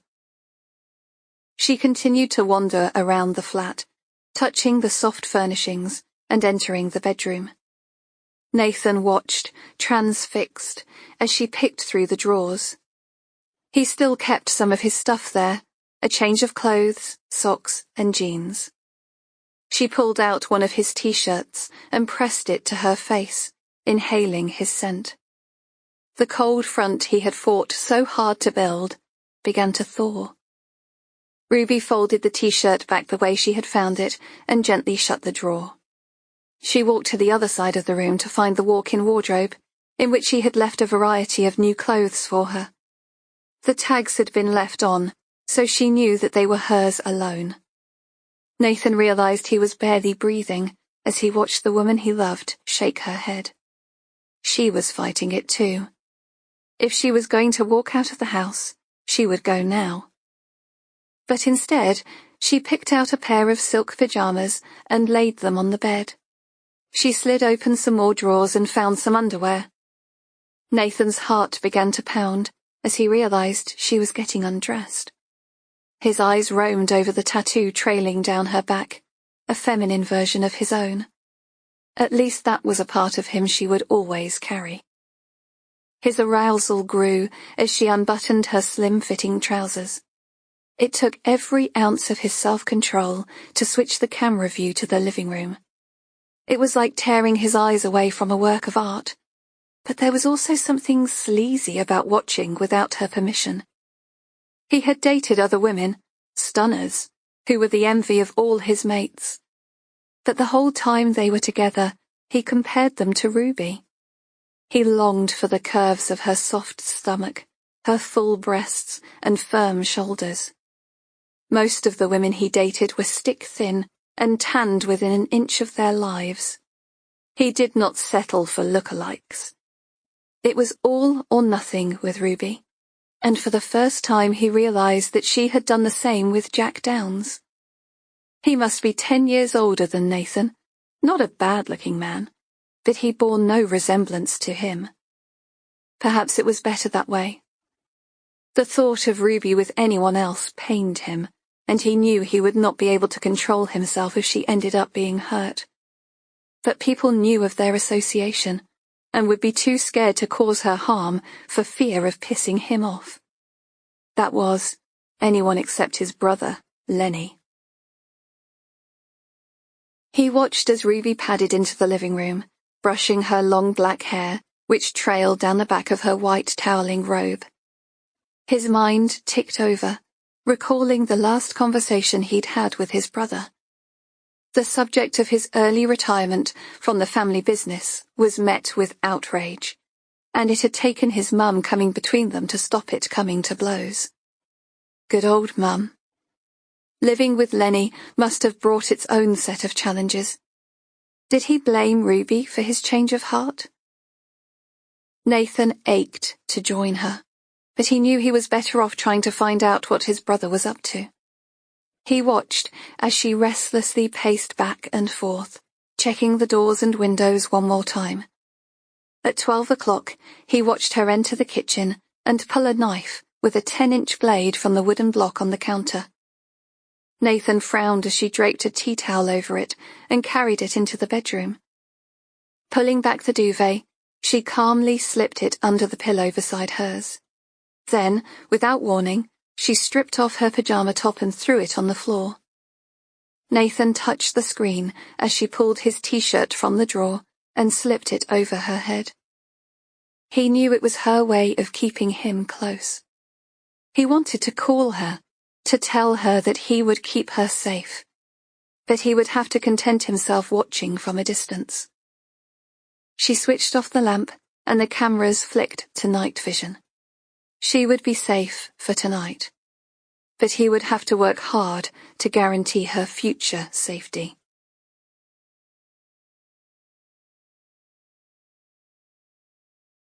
Chapter 21. Monica's head jerked upwards as she inhaled a sudden breath. A wave of revulsion passed over her as she gagged on the rag tied over her mouth. Her eyelashes were clotted together with the mascara she had applied that morning, and she blinked hard to separate them. A sudden, searing pain jackhammered from the back of her skull. She tried to touch her head, but her limbs were immobile. Were they numb? She jerked her wrists, but they were bound so tightly her fingers felt frozen. Panic and confusion flooded through her. She wriggled her toes, but they were bound at the ankles. A muffled whine escaped her lips. The lights of a Christmas tree blinked in the gloom, and the smell of ammonia rose from the floor and wrapped itself around her.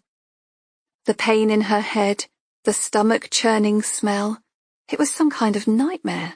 It had to be. She willed herself to awaken and find herself in bed with her husband, their limbs entangled under her crisp white duvet. He would bring her coffee and croissant hot from the oven and tell her about his conference. But each inhalation defied the dream, bringing her deeper into the bowels of a nightmare. Instinct drove Monica to scream for help, but the sudden intake of stale air through her nostrils made her gag even more. Just what had she been doing to end up in this place? An image flashed before her mind. She was painting her nails because her husband was due home that night. Then the doorbell rang. What was that woman's name? Lucy. She knew there was something weird about her, and yet she allowed her inside. Of all the stupid... Why had she let her in? The last thing she remembered was showing her out in the hall. A pang of fear stabbed her heart. Had Lucy taken her captive because she rejected her? Wherever she was, Monica knew this was bad. Very bad. Her wrists chafed against the binding, and her whole body ached. She was barefoot, her feet tied to the base of the chair with some kind of plastic rope. Wriggling her ankles, she loosened them enough to dig her toes into the soft black soil underfoot. Why had the makeshift floorboards been pulled up? Just what lay in the dirt underneath? She peered around the room, disorientated by the flashing lights. A grimy steel tap dripped water into a porcelain sink. On the walls, she squinted.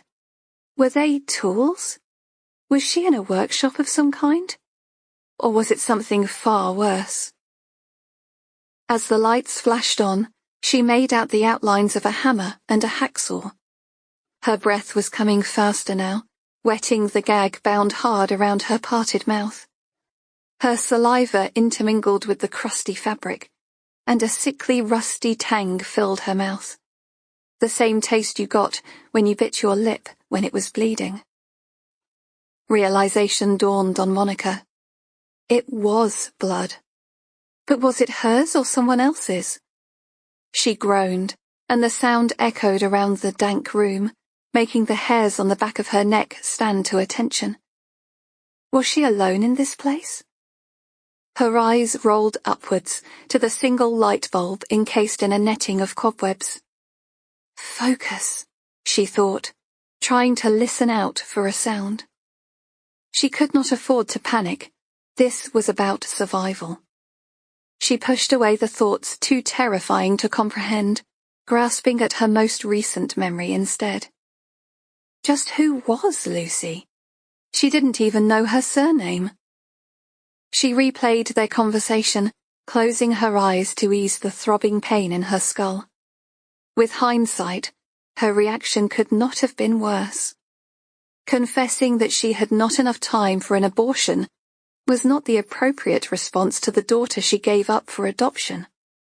But she was only being truthful, and she had presumed that, at her age, the woman would have got over it by now. Obviously not. Tears rolled down Monica's face as she thought about the life she had worked so hard to build. Her career, her home, her marriage, they had not come easy, and things were finally getting on track. The last argument she'd had with her husband was about them having a child together. He was unaware of Lucy, and she had not given her a moment's thought. She was far from the maternal type, and never imagined her past would come back to haunt her in this way. Monica drew back in horror as the fairy lights illuminated the stains on the wooden floor. Whatever this place was, Lucy had no intention of letting her go. Her heart hammered in her chest as hysteria took control. She bit down hard on the gag and screamed.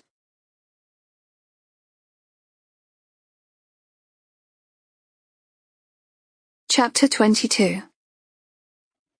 Ruby ground her teeth as she approached the Crosby family residence. She could never afford anything like this. Even with her pension payout, she would have to be frugal. It just didn't seem fair. Winding down her car window, she pressed her finger on the buzzer on the intercom, watching the cameras crane their necks in her direction. Ruby ran her tongue across her teeth. Her mouth felt barren. If there was ever a time she needed a strong mug of tea, it was now. Yes. A deep voice drawled from the intercom. It wasn't one of those cheap, scratchy jobs either. It boomed loud and clear. Ruby flashed her badge to the camera. I'm DS Ruby Preston. I'd like to speak to Mr. Lenny Crosby. It's urgent. Unofficial business. She hoped the emphasis on unofficial would gain her access. As the gates rolled open, she cursed her accelerating heartbeat. This was the last place she wanted to find herself, given her run-in with Lenny in the lift. But she had to clear the air between them. Otherwise, she would lose sleep for fear he may return. Besides, she had a favor to ask. But favors from the Crosby family did not come cheap. Although Jimmy Crosby had died in prison, his legend lived on. Even up until his death, Crosby still earned his reputation as a hard man. She had heard the stories of how the family made people disappear, and of the cops and high-powered politicians nestling in their back pocket. And when it came to blackmail, if anyone could dig up dirt, it was the Crosbys, and they weren't afraid to use it. She began to regret her decision not to tell anyone where she was going. For all she knew, undercover police could be watching the address, making a note of her presence. It was doubtful, though. Everybody knew the Crosbys were too clever to shit on their own doorstep. It was unlikely they'd hurt her, but then again, if she stumbled upon something she shouldn't, and Lenny had been on a knife edge since he came out of the big house. Ruby glanced at her phone on the passenger seat. It was too late to text anyone now. She knew they'd be watching every movement she made on the video intercom. The gates closed behind her with finality as she drove up the gravel drive. The Chigwell house was a grand affair worth several million, one of their many properties. Nathan had long since moved out of the family residence, having built his own fort in an up-and-coming part of Hackney. The front door opened, and a dour-looking man appeared. Tall, stocky, dressed in black. The Rottweilers were given instructions to sit down, which they did, flanking him either side. A low growl rumbled in their bellies, and it gave her the creeps to know they could make pieces of her in minutes. If they were there to intimidate, they were doing a good job. And so was their master. His name was Logan, but everyone knew him as Fingers. Ruby recognized him from old intelligence photos, and checked the absence of digits on his right hand. 2 were missing from the joint down after a gun backfired during an armed raid. It was common back in the old days, before quality firearms infiltrated the country. It wasn't difficult to get a decent piece now, and there were plenty of people willing to rent them out, if the need occurred. Not that it mattered now. Ruby concentrated her efforts on getting safely inside. She was no threat to the Crosby family. She would be fine. She just wished her legs didn't feel like rubber as the door slammed shut behind her. Fingers led her through the long wide hall into an expansive living room. Yucca plants dotted each corner, and Ruby glanced at the designer furnishings and luxury rug, trying to imagine them in her poky flat. She waited as told, knowing it was all for show. Planting herself firmly in a confident stance, she stood next to the fireplace with her head held high. But still, the niggling thoughts came back to haunt her. What are you doing getting mixed up with the Crosbys again? It seemed like an eternity before the door finally swung open, and Lenny Crosby was standing before her. His eyes were dark, his expression guarded. He strode forward, dressed casually in a shirt and jeans, so different to his father, who wore only the finest tailored suits. D.I. Downs once told Ruby that he had met many dubious men in his career, but Old Man Crosby was the only one that ever frightened him. "I didn't expect to see you so soon," Lenny said, his eyes narrowed in disdain. Ruby took a deep breath. "I need your help." The left side of his mouth jerked upwards in a sneer. "Do you now? This better be no wind-up, 'cause if you're trying to set me up for something, then why the hell would I come? I knew your father. I wouldn't be here unless I was desperate." Ruby sighed before shaking her head. "I don't know. This was a bad idea." Lenny took a step forward. "You're not leaving until you tell me what's going on." It was an order, and she knew he could overpower her if he wanted to, although she would make sure that he wouldn't come out of it unscathed. "Well, chill then, will you? I'm not talking to you standing over me like this," Ruby retorted, asserting her position. "Give me your phone." Lenny snapped his fingers. "Why?" "Because I asked nicely. Now hand it over." Ruby passed it over and watched him scroll through her texts and calls. "This is ridiculous. If you're not interested in helping, then I'll have my phone back and be on my way." "Sit down," Lenny ordered, returning her phone. He called for Fingers and the door opened. Ruby swallowed, her throat feeling incredibly dry. For the 100th time, she wondered what she was doing there. Fingers poked his bristled head through the door.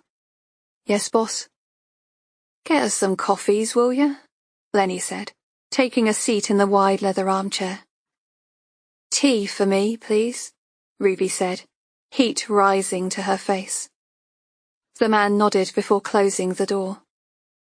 Ruby took a seat, feeling slightly foolish, but relieved to be back on an even keel. When Fingers returned, she was reassured to see it was actually a pot of tea and not a code word for something more underhand. She poured herself a cup, trying to keep her hand steady. "You've got some balls coming here," Lenny said, staring at her from over his cup. The tone of his voice, the coldness of his eyes, it was like watching his father all over again. "I've kept my side of the bargain," Ruby said, although it was not strictly true. She had kept away from his brother, Nathan, but had been to the flat. "But now I need your help." Lenny's smirk grew wider. "You're not the first copper to come here asking for favours, but you know what it means, don't you?" Ruby slowly nodded. It was why she had put it off for so long. It meant she would be indebted to him in return, and as a police officer, that was a very bad situation to be in. "Are you going to help me or not?" "Sure, I'll help. What do you want?" "I want you to find my daughter. I want you to find Lucy."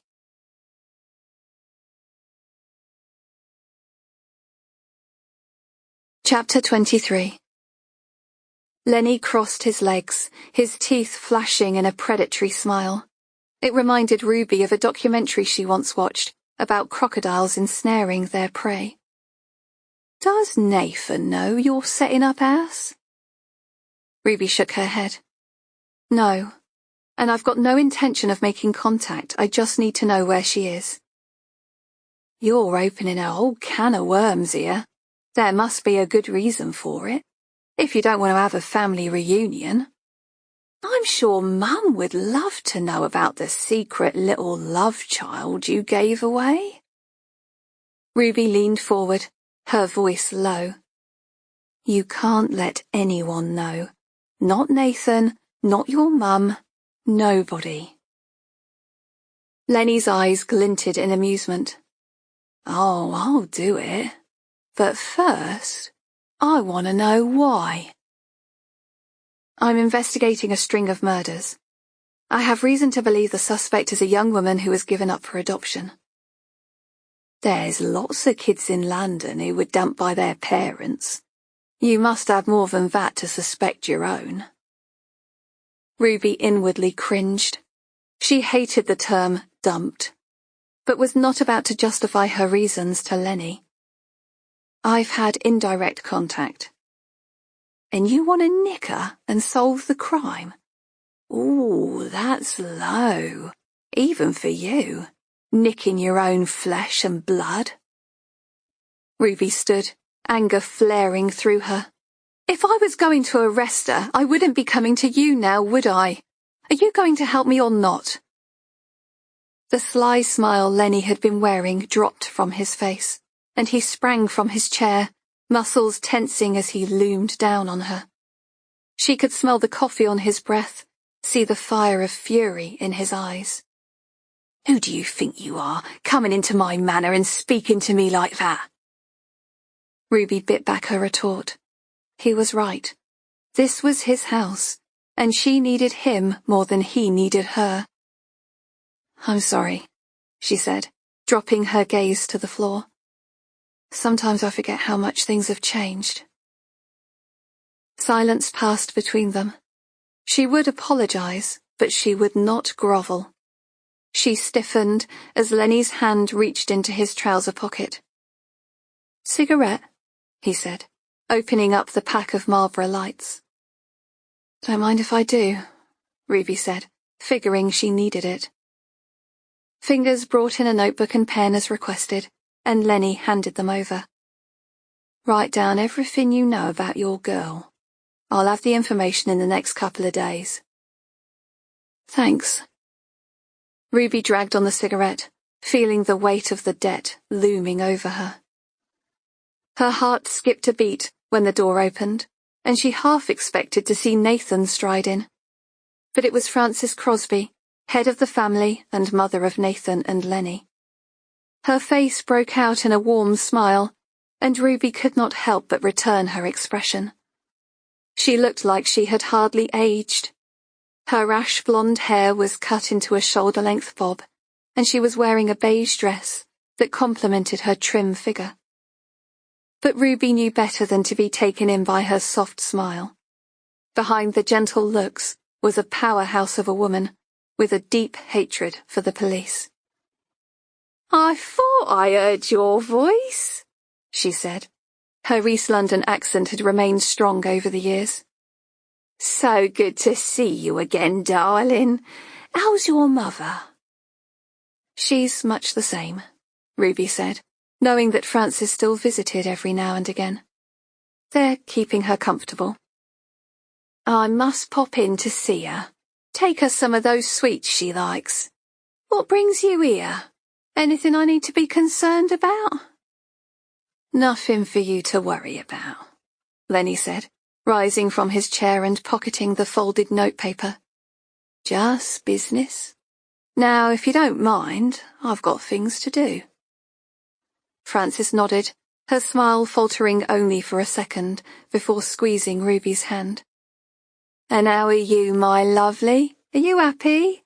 No sign of you leaving that job of yours? Ruby shook her head. I'm afraid not. Bills to pay, you know.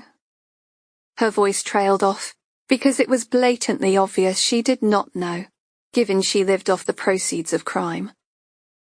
I remember when we didn't have a pot to piss in, Frances said, her eyes falling on the expensive furnishings. And you know what? I'd give all this up just to have my Jimmy back in our 2 up, 2 down in our little East London estate. But come take a seat, I want to hear all about you. Once their small talk had been exhausted, Ruby took the opportunity to speak to the woman frankly. A question had played on her mind since speaking to her mum at Oakwood. Joy's memories revolved around the abuse Mr. Crosby inflicted on his family, and she could not help but feel resentful of the intrusion of their time. Frances, Ruby said, can I ask you a personal question? Frances patted Ruby's hand, her skin fleshy and warm. It was comforting, as Joy barely made any contact these days. Even her hugs were stiff and awkward, as if given by a stranger. "You can ask me whatever you like, love, you know that." "Why did you put up with it all those years ago?" Ruby said, knowing that Frances would understand exactly what she meant. Frances smiled, her eyes cast to the left, as she recalled old memories. "Your mother once asked me why didn't I marry someone like your father? Someone quiet and reliable, who wouldn't answer back. I turned to her and asked, where would the fun be in that? Being married to Jimmy was exciting, fresh. No 2 days were the same. When he met me, he promised to take me places, and sure enough, he did." "He took you down the hospital," Ruby thought, "and nearly took you down the morgue." But Frances didn't notice Ruby's misgiving glance. She was too busy reliving the past. "Nowadays, if a couple have an argument, the neighbours call the police. It's like you're not allowed to disagree." She sniffed. "Where's the passion, the excitement? If couples today sorted out their disagreements instead of holding them in, there wouldn't be so many divorces." Ruby nodded, knowing there was no point in disagreeing. "I guess that's one way of looking at it." "Too right," Frances said. "Women today fight for equality. When I got pregnant, I stayed at home and raised the family. Nowadays, women have to work until they're old. They don't even get to enjoy their earnings because they're paying someone else to look after their children. Where's the sense in that?" Ruby could not equate domestic violence with a happy marriage, no matter how much Frances tried to justify it. "But we're not just talking about arguments, are we?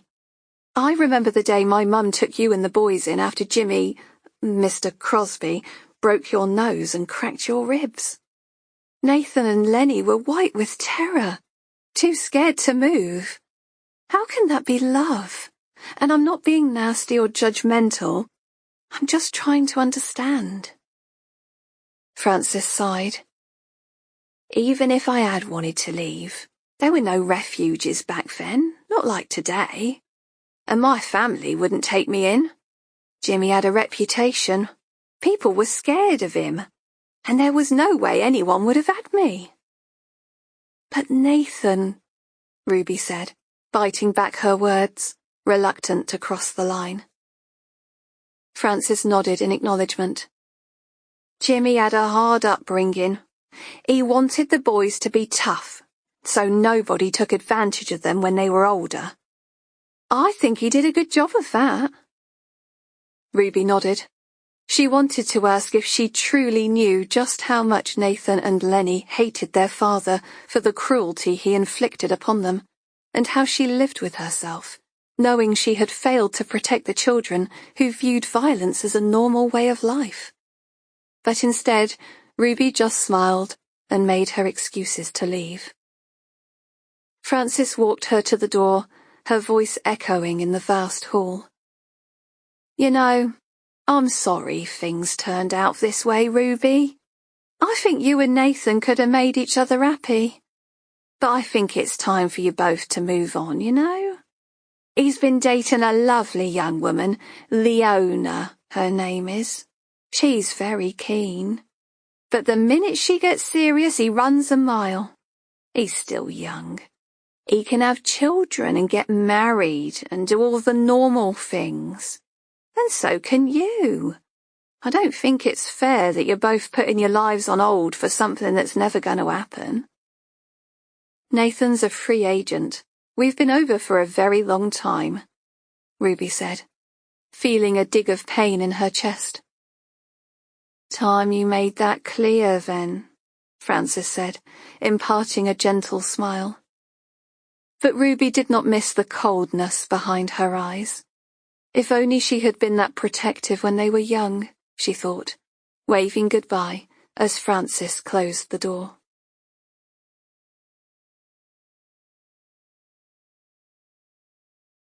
Chapter 24. Ruby's fingers hovered over the email software on her phone. As confident as Lenny had appeared, there was always a chance that he would come up blank. Luddy was yet to come up with something concrete, so she could not waste a second. She had to get in contact with her mystery email sender. Helen had not reported any further communications, but equipped with an email address, it was too good an opportunity to miss. The plan was to attempt some direct communication, just to test them out and see if it really was a hoax. She typed in the address and in the subject box typed Ruby Preston in capital letters. Dear Lucy, if you were trying to get my attention, you have succeeded. Although what you claim is untrue, I would be happy to discuss the matter with you further. I suggest we meet. I am guessing that you do not live far away. Ruby Preston. Ruby stared at the words on her phone. At least for now she would send it from her personal account. She did so in the hope that the original sender would believe they had some kind of secret communication going on. She pressed send before she changed her mind. Normally, she would shrug off such communications, but 3 letters had played heavily on her mind. R.I.P. Written in brackets beside her name, Ruby knew this was no death threat. It was her middle name, Ruby Imogen Preston, a secret she had kept close to her chest. The only places it was recorded were on her birth certificate and that of her daughters, Lucy Preston. It was a possibility that Lucy's name had been changed too. Her daughter could be anyone, but the meaning was clear. The use of R.I.P. was sending a message that only she and Lucy would understand. Ruby prayed she was wrong, but all the same she had to warn Downs. But the investigation was going at the pace of a steam train, and it was difficult to get him alone even for 5 minutes without interruption. Meeting for a drink after work was a definite no-no. For all she knew, she was being watched. She certainly felt as if eyes were following her home. Could it really be her daughter trying to get in touch? And if so, was she responsible for the murders of Harry, Emily, and Charlotte? As if on cue, Downs knocked on her door, making her jump in her chair. Briefing in Tien. Are you all right? He asked. Ruby signaled to him to close the door behind him. A fatal stabbing had come in overnight, a young man named Andy Hughes. He had been waiting for the bus when a gang of youths approached, picking a fight for no reason other than the fact he was there. He did not stand a chance. There's something I have to tell you, Ruby said, pulling out the well-worn paper and laying it flat on her desk. He leaned over her shoulder, and she was pleased to find the absence of alcohol on his breath. She knew he had been trying, and it was probably why he had been looking so rough. The crumpled suit, his unshaven face. He was detoxing, and there was never a good time for that in the police. What the hell? Downs said, as he read and reread the email. Where did you get that? From Helen. She's a journalist, but don't worry, I've sorted it, and it's not as if she can print it anyway. He frowned. Do you think it's the same person who sent the letters to Emily? There are similarities. Ruby pointed out the punctuation marks, the full stop that preceded the first line. But that could just be bad grammar. She brought up the email she had just sent on her phone. I've emailed them. They're probably crapping themselves because I've responded, but I don't suppose I'll hear anything back. But the mention of R.I.P.? You realize I have to report this? Downs said. Ruby shook her head. Not yet. Let's wait and see what she comes back with first. The punctuation could just be a coincidence, and the name Lucy is no secret. Helen knew about it long before the press release. You know what it's like around here, nothing stays hidden for very long. Ruby knew that sharing her middle name would implicate her daughter. It was information she would keep to herself for now. Not as far as the press is concerned, Jack murmured. What if there's more?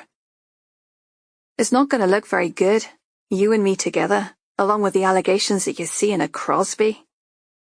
It's all lies, Ruby said. I haven't been with Nathan in over a year, and even then it wasn't what you'd call dating. We were just... Fuck buddies, Jack muttered. It doesn't make it any better. He paced from the window to the door. It took only 2 of his strides before he had to turn around. We're gonna have to be discreet. He paused and seemed to consider his words. Unless you want things out in the open. You're joking, aren't you? Ruby said. The very thought of her colleagues knowing about their fling making a bolt of anxiety rise inside her. This information had the potential to explode in her face. What had started off as a one-off domestic murder was now snowballing into something beyond their capabilities. But Ruby did not want to let it go. If this was her daughter, she needed to know what was going on. She had lied to Lenny. If her adopted child was responsible for the murders, she would have no choice but to turn her in. Yet a small part of her refused to believe that the innocent child that she and Nathan had produced could commit such horrific acts. The plan was to find her and then hopefully rule her out. But now she owed Lenny a favor, and soon she would be treading a very thin line. Her relationship with Francis was tenuous, but as long as her mother was still alive, she would come to no harm. Francis was one of the few people Joy still recognized, and the women's friendship had survived many changes. Both families were intertwined in a complicated relationship, not easily unbound. But now Lenny resented Ruby's influence over his brother as she tried to persuade him to go straight. Meddling in the Crosby family business was not a good idea. At least for now, their mother's closeness offered Ruby a degree of protection. She refreshed her phone, waiting for a response. A notification pinged. One new email.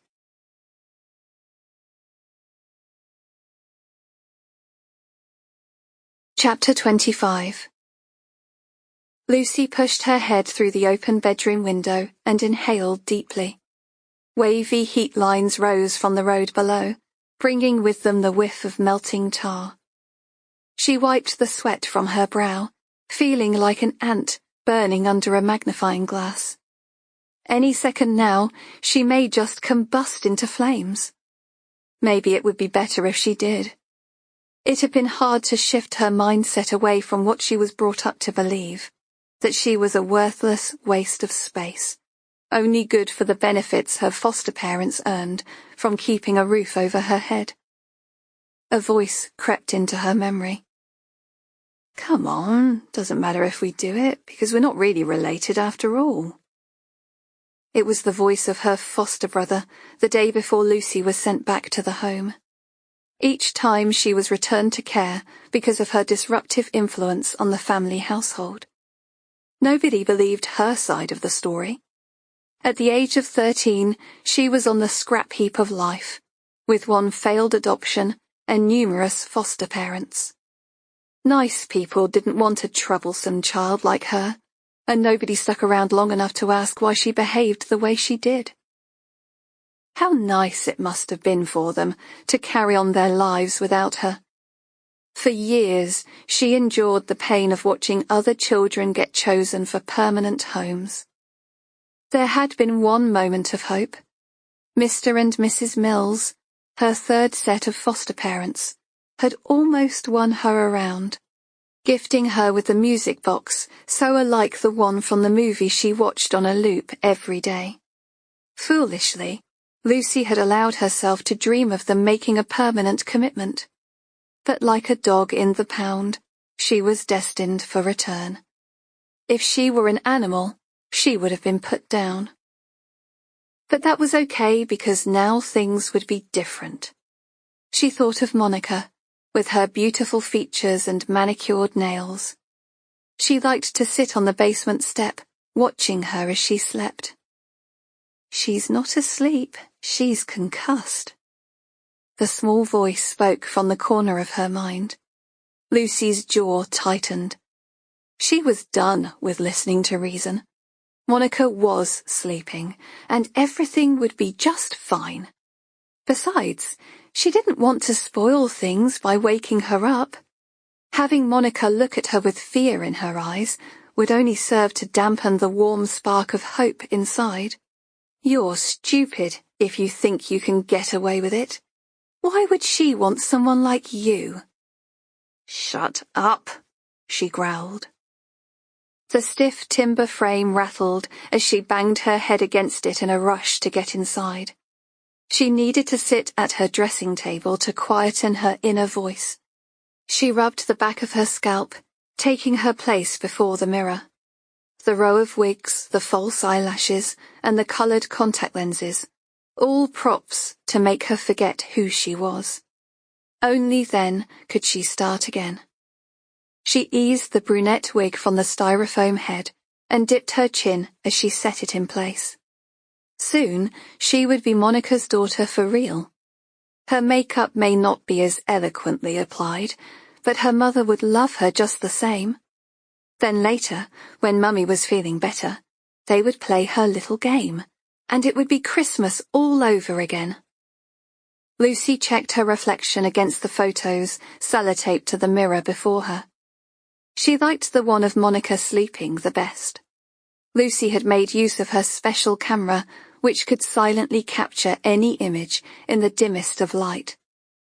Her eyes trailed over Monica's satin nightdress as she peacefully slept in her king-sized bed. Even in sleep, she looked beautiful, just like a movie star. Lucy applied a coat of pink lipstick. Rolling it over her mouth, it stained the edges, making it appear bigger than it was.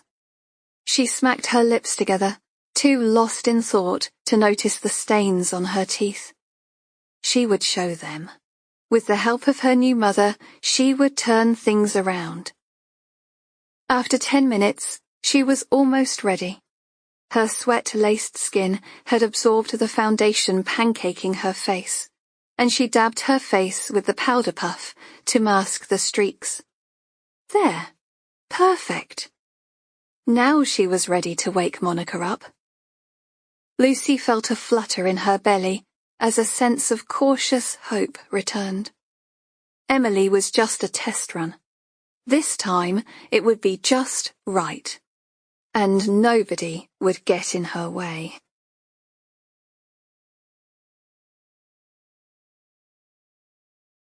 Chapter 26. Ruby shoved the phone in her pocket. The last thing she wanted was Down seeing the response before she'd had a chance to check what it said. It was not until she got into the toilet cubicle that she had the opportunity to read it. The stink of newly applied bleach made her wrinkle her nose, but she pulled down the toilet lid and sat to read the email. Ruby, where were you last night? I waited, but you never came home. You say you want to see me, but we both know that's not true. Otherwise, you would never have given me up in the first place. How did you feel when I was born at 3 a.m? Some say it's the witching hour. Is that why you gave me up? Was I evil? Well, I have news. I don't want you any more than you wanted me. See you around, Lucy. Ruby's heart sank because now she was left in no doubt. Lucy Joy Preston had been born at 3 a.m, and such information was imprinted on the original birth certificate, which Lucy, as an adoptee, could only have obtained when she turned 18. The anniversary Ruby and Nathan shared was their daughter's birthday. But she had passed her 18th birthday a couple of years ago. Why was she coming after her now? Ruby swallowed, her mouth arid. She scanned the words a second time, trying to comprehend their meaning. I waited, but you never came home. Had she been in her flat? And did that mean her daughter was the killer? Her mind bombarded by questions, she tried to plan her next move. But what was she supposed to do? Admit that, Not only had she been sleeping with her DI, she had been involved with a member of the notorious Crosby family too. Then there was the revelation that she had given up their daughter for adoption when she was a teen. It was something she had omitted to declare when she joined the police. Had they known of her background, she would not have got a look in. She knew she should think about what she was going to say. The email should be referred to a police negotiator, someone who would compose a reply where every word counted. But her fingers moved swiftly as instinct took over, reassuring the sender of the email and asking if they could meet up to talk. She had barely pressed send when an error notification was returned as not recognized. It meant Lucy had instantly deleted the address. Ruby swore under her breath. That was what she meant by "see you around."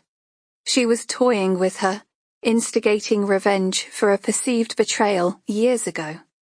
Switching her phone to silent, Ruby shoved it into her pocket.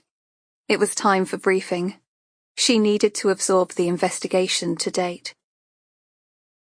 She was grateful to see the mug of strong tea awaiting her in her customary position near the head of the conference table. She nodded a thanks to Luddy, her mind still racing with recent events. Leaning over, she whispered in his ear, "Any joy with that email address yet?" People were still coming in, and she was satisfied they could not be heard. But Luddy looked furtive as he leaned in to reply. Ruby made a mental note not to put him up for any covert work. "I'm trying to locate the IP address, but with all the other inquiries." "Do us a favor and make it a priority, will you?" Ruby said, forcing a reassuring smile. She knew what her colleagues would think of her when the news came out. Downs would be deemed a stud, bedding a woman 10 years his junior, but she would be viewed as some kind of trollop, sleeping with her DI to further her career. If only people knew. It had always been just her and Nathan. Even during the long gaps in their relationship, which could fall into months or even years, her dates with other men had never progressed past a heated kiss goodnight. It was only in the last year that she had begun to feel lonely, and after Jack's wife died, they fell into each other's arms. He was safe, her rock, and she trusted him with her life. But the email made it all sound so sordid, and she could not bear for her colleagues to look at her in that way. "Sorry," Eve whispered, sliding in late under the watchful eye of DCI Warrow. Warrow was the senior investigating officer for the case, and under pressure to produce results. As always, she was immaculately turned out. No makeup, but perfectly bobbed hair and a tailored grey skirt suit.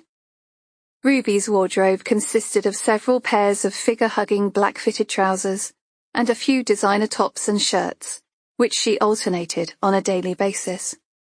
From the age of 8, she had hated skirts and dresses with a passion. "Right, let's get briefing underway," Warrow said. "Welcome to Operation Javelin to anyone who hasn't attended previously." She pointed to the wall behind her, to the pictures of Harry Edmonds and his wife, Emily. Underneath, Charlotte Lockwood's image stared back, her lips pursed, as if she was about to say something, in a moment that was frozen in time. "These are respected members of the community, and we're under a lot of pressure to get a quick result. Unfortunately, funding and manpower have been in short supply." She glanced around the room, taking in their faces. "So I'd like to begin by thanking you for your hard work and dedication. I know some of you in particular haven't been seeing a lot of your families." Warrow paused, her glance landing on Eve. "However, that's the nature of our job. Anyone that doesn't like it should put their name down in Sainsbury's or B&Q. Now, on to the task in hand." Ruby contained her displeasure, turning it over like a bitter sweet in her mouth. Warrow was a terrible leader. It was just like her to say something positive, then take it back, all in the same breath. Her phone itched in her blazer pocket with the need to check her emails again. She was sitting next to D.I. Downs and blushed as he spread his long legs, his thigh touching hers. Flicking through her paperwork, she joined in with delivering updates on the case. Intelligence was swapped, the recent appeal had brought forward some leads, a car hire company being one of them, who reported a woman behaving oddly as she rented a hire vehicle the day before Emily's disappearance. Inquiries had been made to trace the vehicle, but given the car had been rented several times since that, forensics could be of limited value. All the same, Luddy had seized it, and CSI were checking over it for signs of blood, hair, fibers, anything which could provide valuable leads. With definitive proof that Emily's real daughter had long since passed on, the possibility of mistaken identity was discussed. Ruby's stomach clenched. She could get into big trouble for withholding evidence. She was out of her depth, and Lucy had only just begun. Warrow's voice washed over her as she relayed her opinion that killers didn't just disappear into thin air. But Ruby knew that the biggest question of all waited to be answered. Was this the end of the killing spree? Given Lucy's recent taunting contact, it seemed she had only just begun. An image resurfaced from Ruby's memory, bringing with it a slice of pain. Even now it hurt to think of her little girl, with her cupid bow lips and tuft of soft black hair. Giving up her baby was the hardest decision she ever had to make. She had not given birth to a murderer, Ruby told herself. It could not be true. But the evidence was mounting up, and she wondered if she was approaching this viewpoint as a detective or a mother who could not face the truth.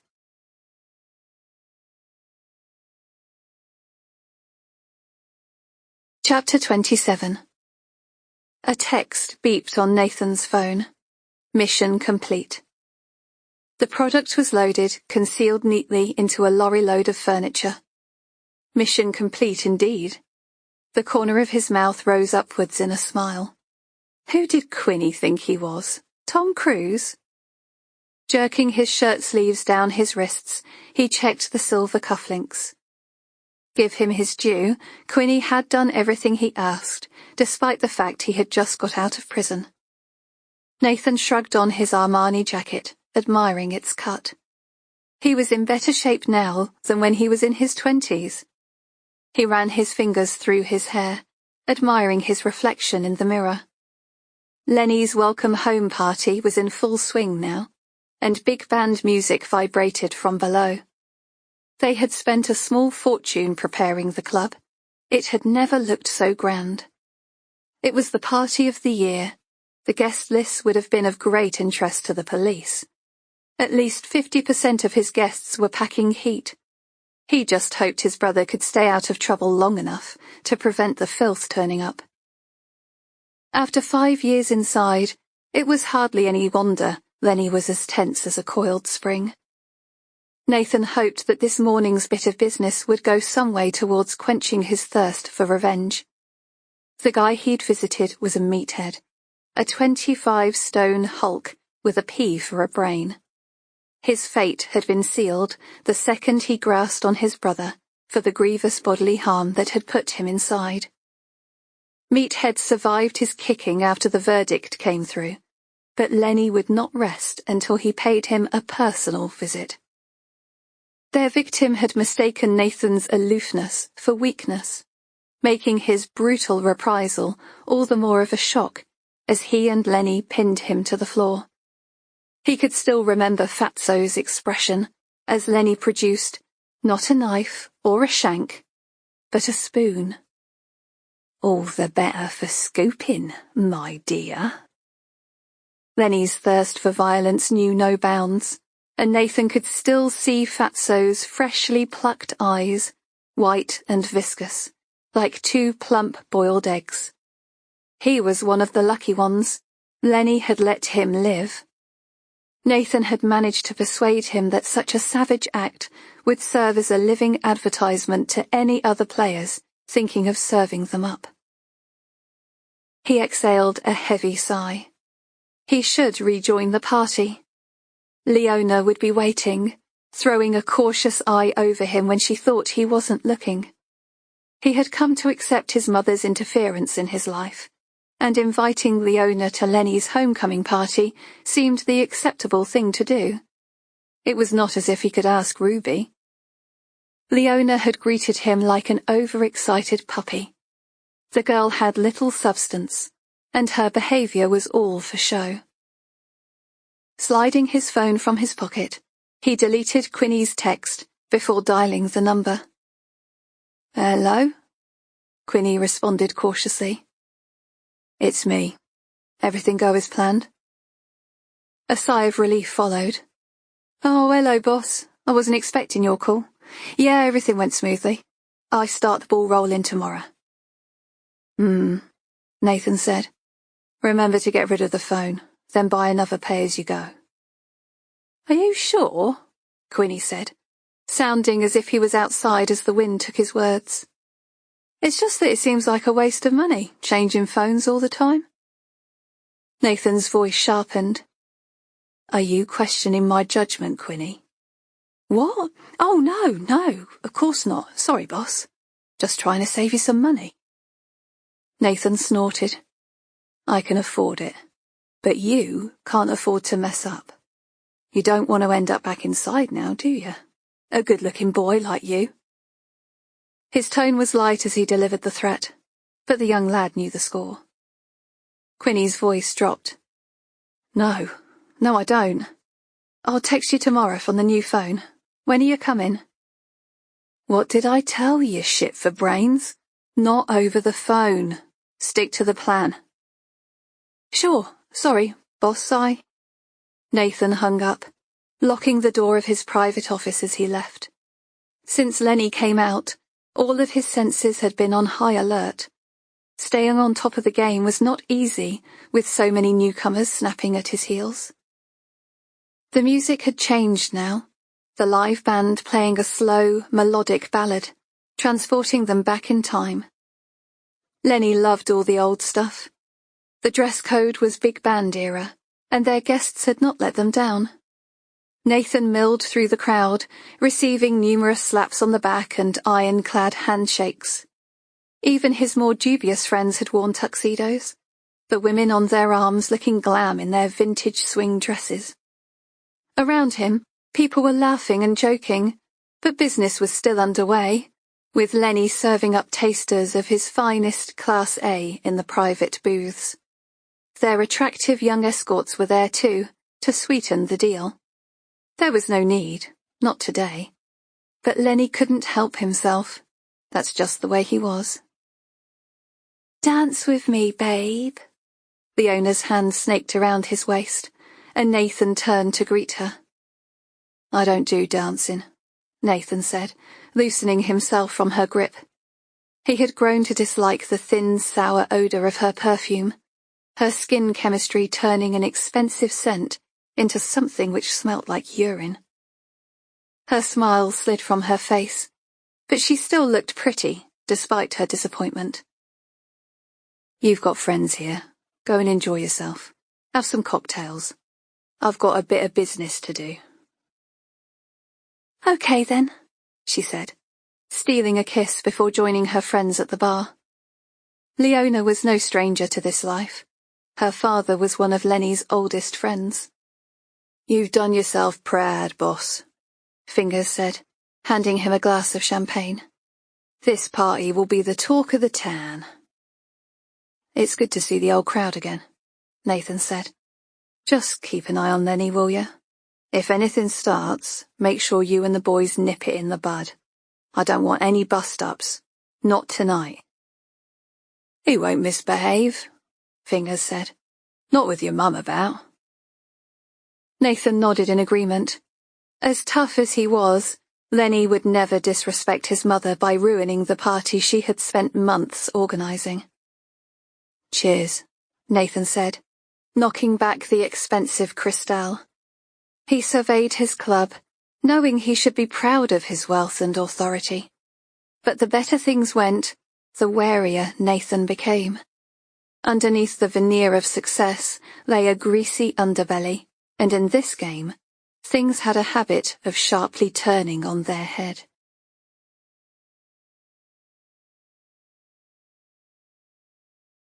Chapter 28. "What's that smell, bitch?" The pasty-looking teenager sniffed the air. Ruby didn't recognize him, but she knew his mates who were hanging around in the stairwell of her block of flats. He dug his hands down the front of his tracksuit bottoms, dragging them even further down his torso. "It's bacon, that's what, and it stinks." "Leave her alone, man, that's Ruby, she's all right, she is," the tallest of the three said. At 20 years old, Darren was a young man who was respected on the estate, and Ruby figured the gobby one was most likely trying to impress him. Darren's mother was a heroin addict, who shoplifted to fund her habit. Ruby had taken him under her wing a couple of years ago, when she helped him to get an apprenticeship in a hotel kitchen. It was all thanks to Nathan, of course, who pulled in a favor to give the kid a chance to become a trainee chef. His mother was still shooting up most nights, but at least now he had his own money and a little bit of hope. Ruby figured that spending his evenings in the stairwell with his mates was better than watching his mum get high. "Cheers, mate," she said to Darren, offering him a cigarette. They were currency around here, and it was wise to have a pack handy, just in case. "You've not seen anyone suspicious knocking around tonight, have you? It's just that I've been getting a bit of grief lately, and I think they know where I live. Anyone come this way that you don't know?" Darren took the cigarette and slid it behind his ear. "Nah, we ain't seen nobody. Just the usual dropouts." "You getting grief, miss? You should call the police," the youngest of the group sniggered. "Miss," Ruby said, stifling a laugh. "You're not in school now, although by the looks of it, it's way past your bedtime." She disappeared into the lift to the sounds of their laughter. Sure, they had their fair share of troublemakers on the estate, and gang culture was evident, but there were a lot of decent kids just trying to get by. Thoughts of Darren and his crew fell away as the lift ascended to her floor. She had been dreading going home all day, and had left only when Downs had kicked her out of the station at just gone 11. It seemed to take forever to get her key in the fob, and the first thing she did when she got into the living room was to reach her hand across the paint-blistered wall and turn on the light. The round paper lampshade cast the space in a gloomy yellow hue. She wondered what she was doing, staying in a dump like this. She still had the keys to Nathan's flat in her bag, and it took all of her willpower not to turn on her heel and go there. Gently closing the door, she scoped out her flat. Apart from an old-fashioned dresser, a second-hand sofa, and a 10-year-old TV, the living room was completely sparse. Her bedroom housed a small double bed and wardrobe, and the kitchen was no bigger than a cupboard, with basic amenities for cooking.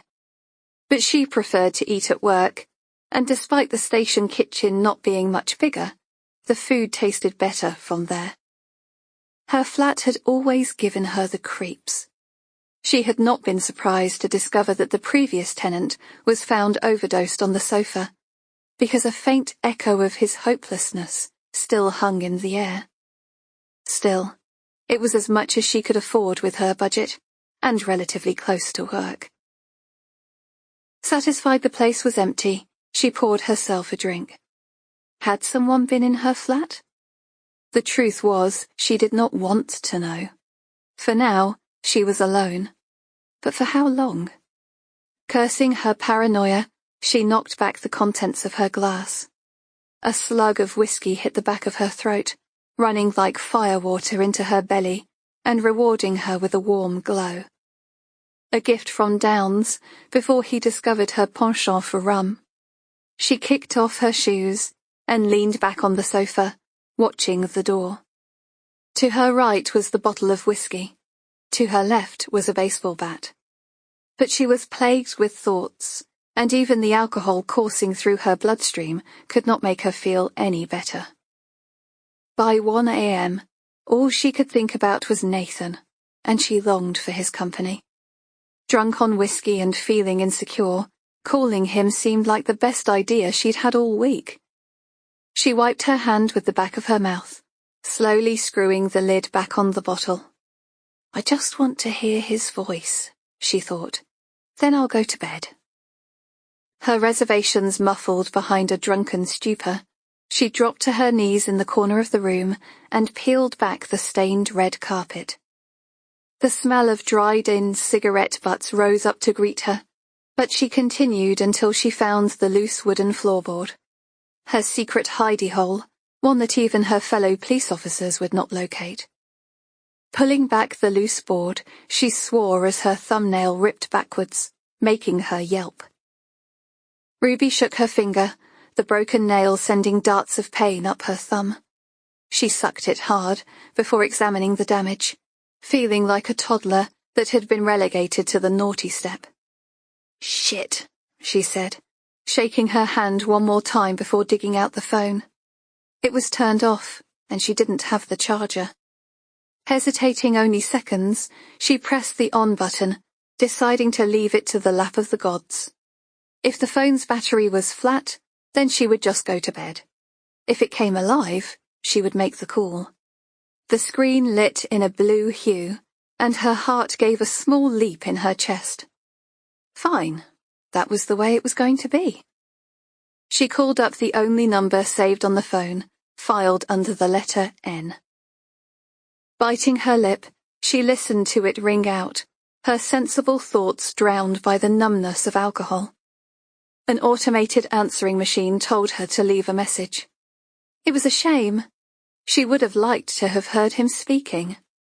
Inhaling a deep breath, she realized she had dialed before rehearsing what she was going to say. It's me.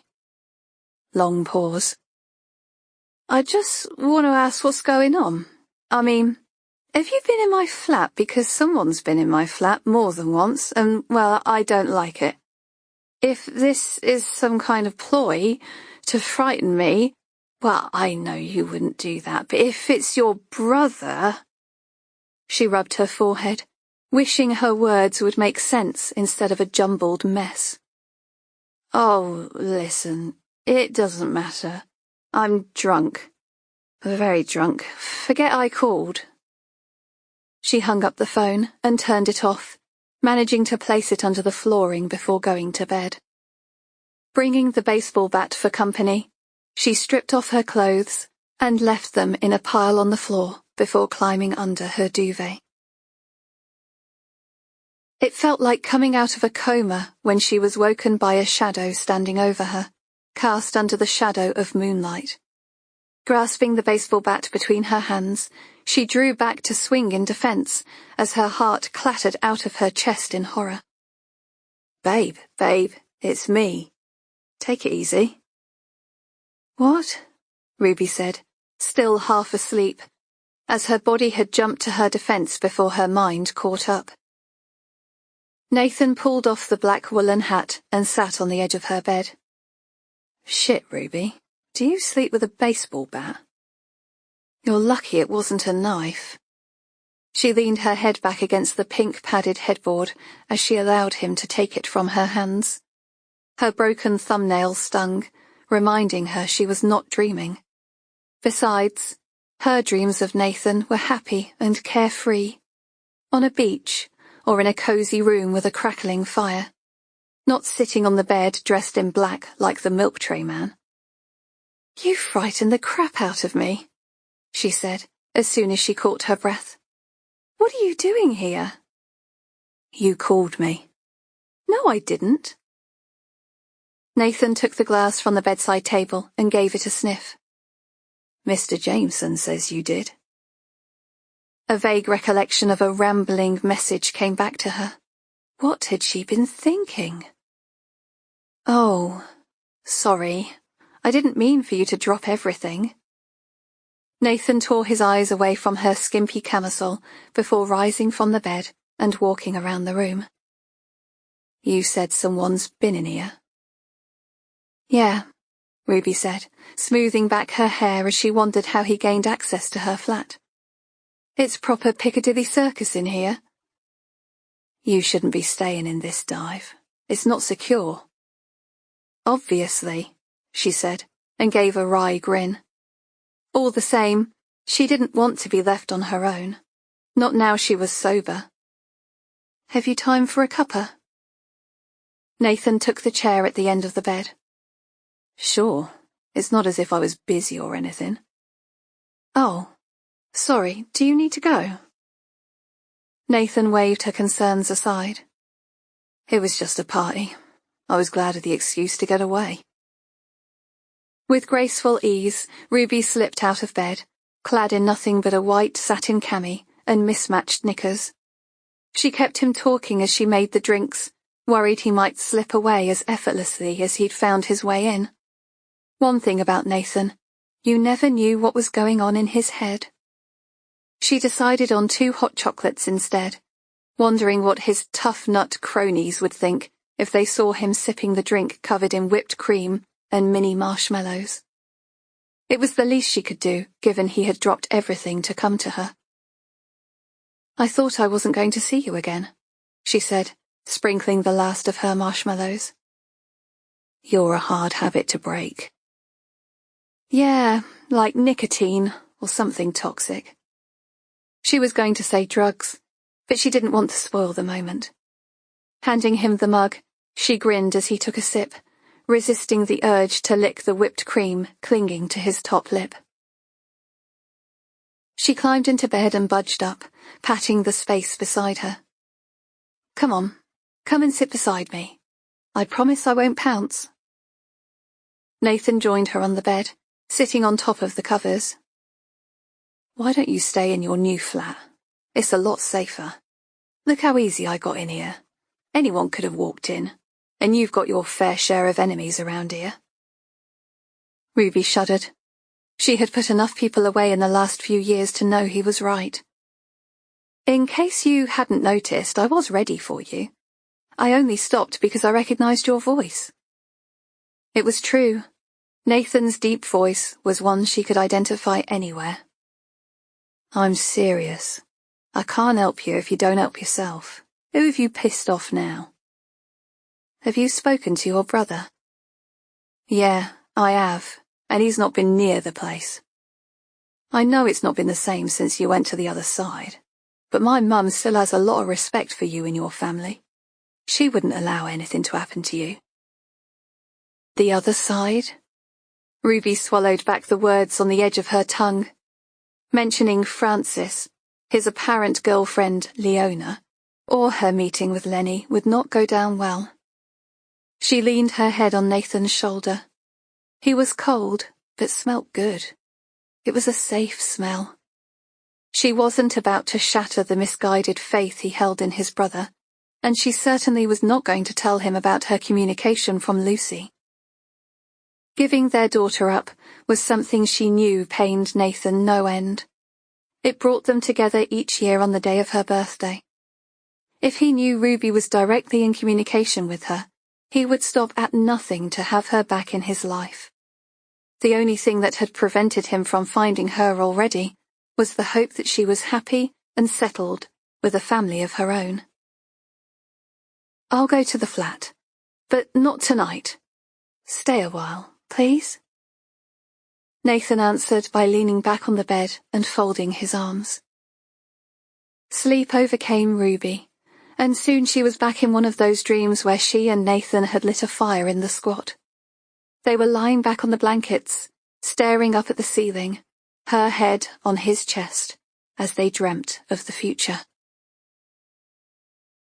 The shrill ring of the alarm pierced her brain into an abrupt awakening. She grasped the floor for the clock that was vibrating on its back as the key wound anti-clockwise, sounding the only ring that was loud enough to wake her. Slowly she began to piece together the happenings of the night before, and she leaned up on her elbows, casting her eyes around the room for signs of Nathan. Was he really here last night? She lifted the pillow to her face and breathed in his familiar, intoxicating smell. He must have fallen asleep for a while, then left at dawn. It didn't matter what time it was, he always woke with the sun. Her mouth felt like sandpaper, and she smacked her tongue against the roof of her mouth, awaking with her usual regret for putting her weakness on display. Why did she drink when it made her so needy? Rubbing the sleep from her eyes, she stepped out of bed and smiled at the empty cup on the table. She vaguely remembered making hot chocolate, and was pleased to see he had drunk it. She could cope with Nathan cutting himself out of her life, as long as she knew he was there if she needed him. It was selfish, but not something she was willing to give up just yet. A year without her lover had brought pain and loneliness she had never felt before, and as she picked up the empty bottle of whiskey and threw it in the bin, a small part of her vowed never to return there. But it was not something she had the luxury of dwelling on. As she stepped out from under her dripping showerhead, her phone rang to demand her presence at work.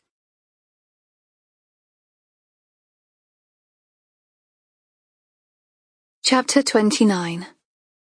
Monica winced as light flooded the room, cutting into her brain and stinging her eyes. She had lost all track of time, falling in and out of consciousness, gratefully accepting the blackness as respite from the terror she was unwilling to comprehend. She realized that at some point she had wet herself, but it was a calm acceptance as her grasp on reality weakened. Somewhere deep within, a voice was telling her to struggle free from her bindings, but every time she tried, a wave of nausea passed over her, and the thought of choking on her own vomit terrified her more than being left in the basement to await her fate.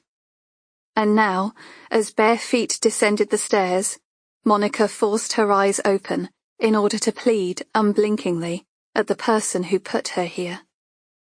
"Hello, Mother," Lucy said, brightly, as if she was meeting Monica in a coffee shop rather than having her tied to a chair in the basement of Lucy's home. "Did you have a nice sleep?" She was wearing a fluffy toweling robe, with blue and white striped pajamas underneath. There was something about her hair. Her fringe was crooked.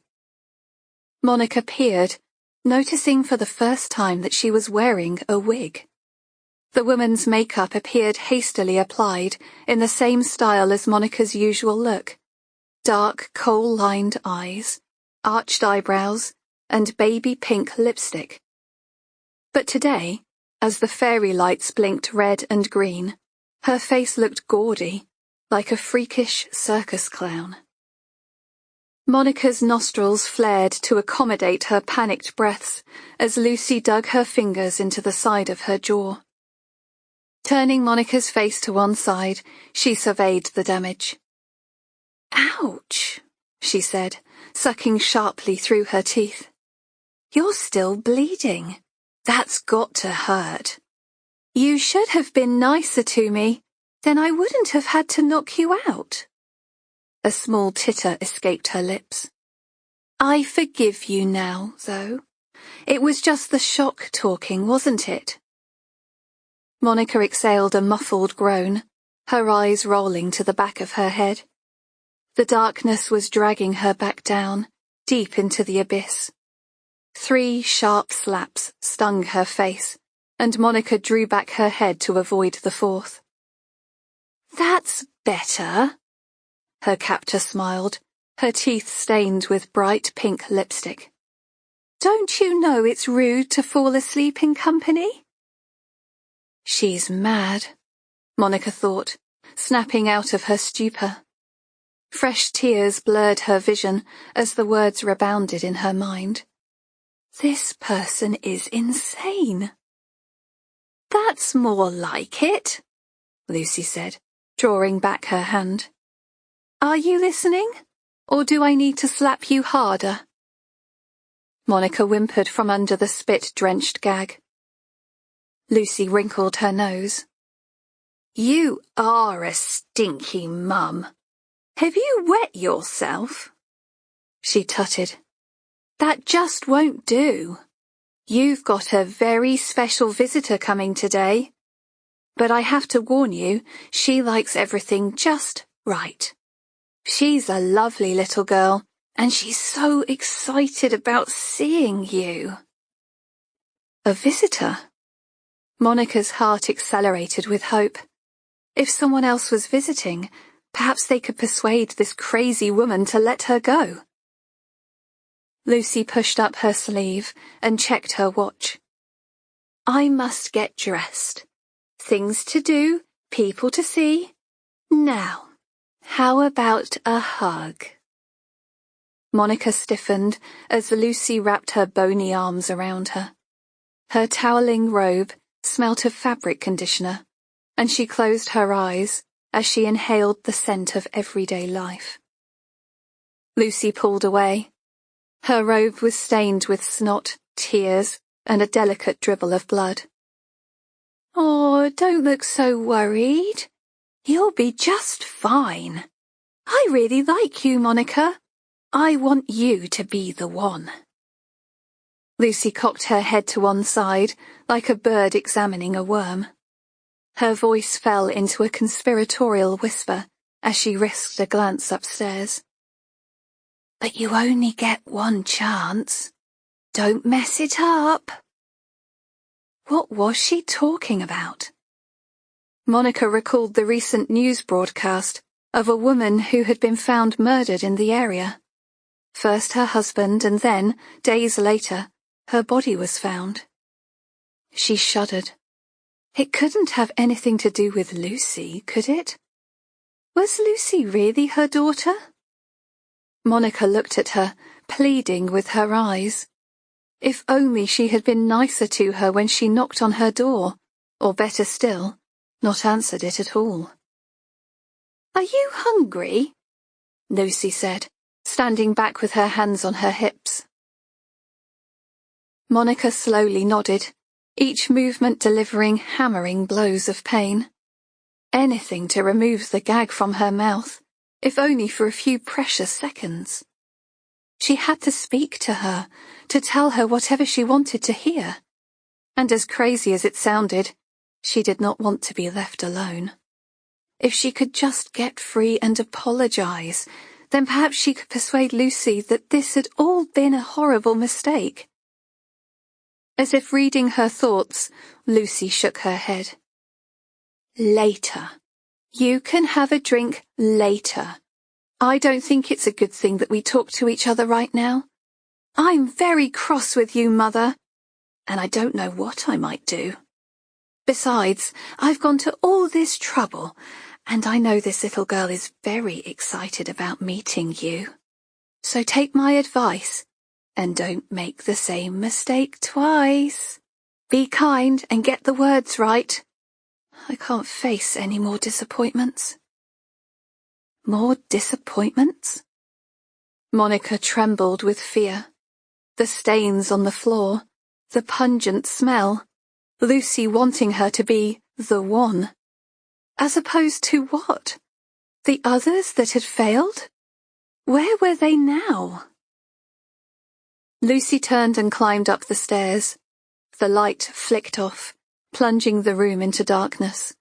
The silence punctuated only by the sounds of Monica's sobs.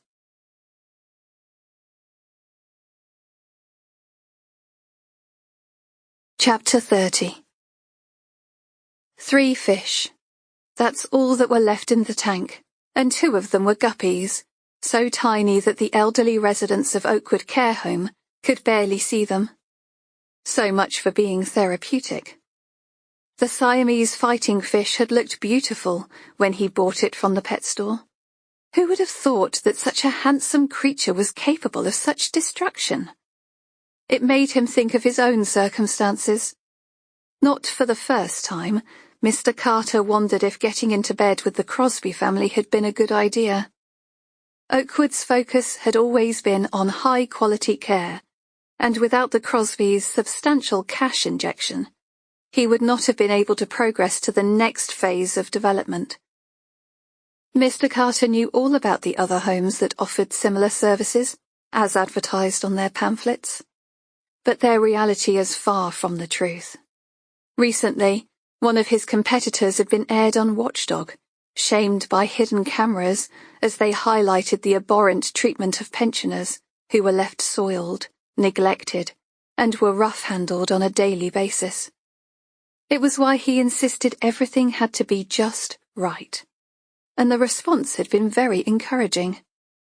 Funding the new wing was part of his dream, and having the capability to pay for decent staff who genuinely cared about their clients set them apart from other care homes in London that could barely afford to pay trustworthy, English-speaking workers. Of course, such things came with a price, and he had not been entirely comfortable with his new sleeping partner, but it was the lesser of two evils. The banks would have fleeced him, despite his early success. Carter shook Nathan Crosby warmly by the hand as he rose to leave. His meeting had made him sick with nerves, although the figures he had prepared were looking good, and Nathan was already getting a return on his investment. But their encounters made him nervous. Carter had always been a God-fearing man, and the closest he had come to breaking the law was eating a bar of shoplifted chocolate when he was 14. The handsome, well-dressed man before him did not look like a criminal, but neither did the bankers who should be doing their time in jail as far as he was concerned. Given a choice, he would take the Crosby family any day of the week. Since getting involved with them, Oakwood Care Home had come on in leaps and bounds. He had been too scared to ask Nathan about his interest in their client, Joy Preston. It seemed odd, given that Joy's daughter was a police sergeant with the Metropolitan Police. It had been made quite clear to him that Nathan Crosby's involvement was to be treated with the utmost discretion, and this was something Carter was more than happy to provide. "Discreet is my middle name," he had said, as they shook hands on their agreement. Curiously, also in the agreement it stated that Ruby Preston was to be charged just a fraction of the ongoing costs for her mother, and that her discovery of their arrangement would seriously jeopardize their future working relationship. Doing anything to upset the Crosby family was not on the agenda. It was not all that dissimilar to the hotel industry, of which Carter had been such a big part in his younger days. Relationships could be found in the strangest places. The meeting concluded, he opened the door of his office and saw Mr. Crosby out. Their most popular carer, Harmony, dealt with Joy, ensuring that she had something red upon her person at all times. A hair clip, a scarf. It didn't matter, as long as Nathan's wishes were upheld. Mr. Carter could not really understand what all the fuss was about, as it was inevitable that Joy would forget her old habits, given her dementia. But it seemed to make Ms. Preston happy to see these little touches, and it was only then, when he thought about it, that Mr. Carter realized that Nathan was going out of his way not just to make Joy comfortable, but to put her daughter at ease as well. It was something Mr. Carter had mentioned to his wife previously, as he tried to make sense of it all. His wife had informed him that it was a romantic gesture, made all the more romantic by the fact the woman in question was unaware. All the same, she warned him, romance would not come into it should the general public be made aware of his benefactor, so it was best to leave it at that. "How are you doing today?" Nathan asked, pulling up a chair as he sat across from Joy Preston. He hated care homes, although Oakwood was one of the better ones. It was flooded with light thanks to the floor-length windows which afforded views of the flourishing garden. Heat blasted from the radiators, and Nathan noticed that half the residents were asleep. Even Joy's eyes were drooping, and he shifted in his chair, feeling guilty for wanting to leave the woman who had saved his mother on more than one occasion. It had never been openly spoken about, but Joy's calming influence on his family's turbulent life was something they were all grateful for. Such debts would never be forgotten. Joy often mistook Nathan for his father. In the beginning his visits were short, because he could not bear to have such a flaw pointed out. Even hearing his father's name made his gut churn.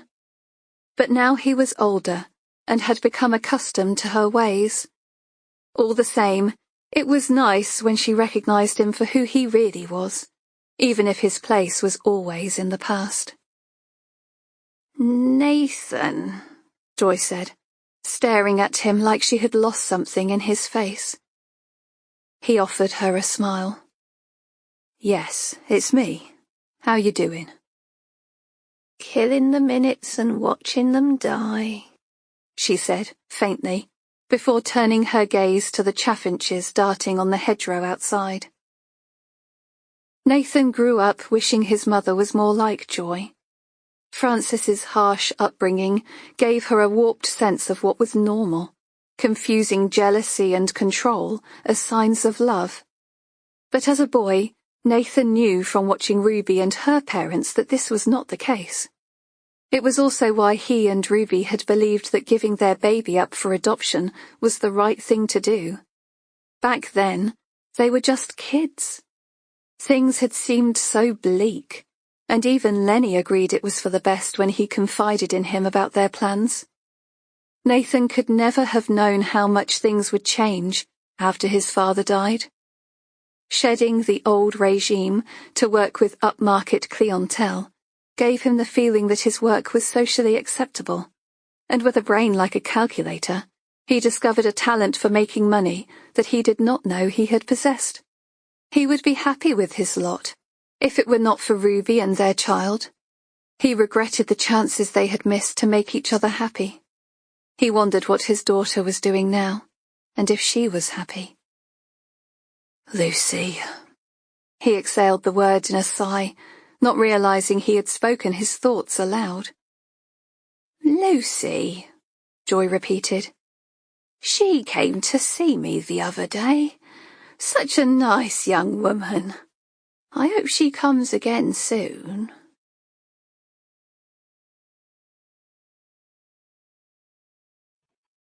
Chapter 31. Ruby's heart felt like it was going to pound its way out of her chest as she sidled into Worrow's office. Situated on the 4th floor, it was where all the higher-ranking officers kept a safe distance from their minions. The Ivory Towers, as Downs called it, with primrose-scented tissues and a newly installed air-conditioning system. She swiped a jelly baby from the glass bowl on Worrow's clutter-free desk, casting her eyes over the expensive leather chair and top-of-the-range computer. In comparison, Ruby's office looked like it had been furnished from the remnants of a warehouse closing down sale. She brought her focus to the task in hand, trying not to look as guilty as she felt. She couldn't believe that she was doing this, but what choice did she have? It was for the greater good, she told herself, and Downs would be a hypocrite to criticize her. Lenny must have known something was going down on his patch. The Crosbys' ability to spot a plainclothes police officer had always amazed her, but she had not been privy to the information he sought. It had to be something to do with a drugs deal and a possible police raid. As loath as she was to help him, she was left with little choice. Passing information on to Lenny might help her catch the murderer, or at the very least, find Lucy. But getting caught was not an option. Ruby shuffled the mouse on the desk, her eyes flitting to the open office door. The password request box popped up, but there was no way she was going to leave a digital footprint by typing in her own. She had noted Worrow's keystrokes plenty of times during the conversations when she logged on, and quickly typed in Miss Marple, the name of Worrow's pug. Bingo. She was in. Her breath accelerated as she looked up the briefing online, her eyes darting from the open door to the screen. Worrow was entitled to read the latest operational command, but it was not in Ruby's remit. And even if it was, she did not want a record made of her search. She quickly accessed the information she needed, scribbling down the date and time. She had been right. Intelligence stated that a furniture lorry was destined to enter the port of Harwich from Holland in 2 days' time, believed to be carrying Class A drugs. Ruby bit her lip. This was big. Much bigger than she anticipated. A shipment like this could be worth a small fortune, and here she was, about to pass on information, jeopardizing any possible raid. Footsteps echoed in the hall, eliciting a flurry of panic inside her. Trying to exit the programs all at once had caused an egg timer to pop up, and Ruby moaned under her breath as the footsteps approached. It was Warrow. She could tell by the tone of her pernickety voice. Hurry up, Ruby whispered, as the clip-clop of Warrow's sensible shoes echoed in the corridor. A red flush spread across Ruby's chest as she clicked out of each site in turn. The log-off screen flashed up, but it was too late to leave the office now. Ruby grabbed her scrap of paper and pen just as Warrow walked in. Ducking down behind a filing cabinet, she wondered what the hell she was going to say when she was found. A lost contact lens? A missing earring? She slid her reading glasses into her breast pocket. Lame excuses, but ones she was willing to use. But as Ruby's DCI entered the office, the phone on her desk rang. Ruby exhaled, saved by the bell. Warrow was too engaged with her telephone call to notice her presence. Her voice was hushed now, and Ruby peeped out to see her close the door. So much for open-door policy, Ruby thought. I've told you before, don't ring me at work, Warrow said, her back to Ruby as she leaned against her desk, pausing as the buzz of a raised voice was returned. I know. No, of course I don't want that. Warrow exhaled sharply as the voice on the line voiced their displeasure. I'm not answering my mobile because I'm busy. Warrow ran her fingers through her hair, clasping a handful at the top of her scalp. You'll have to sort this out on your own. Ruby kept her breath soft and shallow, terrified that her superior would find her when the conversation ended. Warrow took a deep breath, exhaling loudly. Because I value my job, that's why. Ruby's legs began to fizz with the onset of pins and needles, as her blood supply was compromised from her cramped position behind the cabinet. There won't be any disrepute. What you do in your own time is your business. As for the rest of it, I'm not being tetchy. No, you listen to me.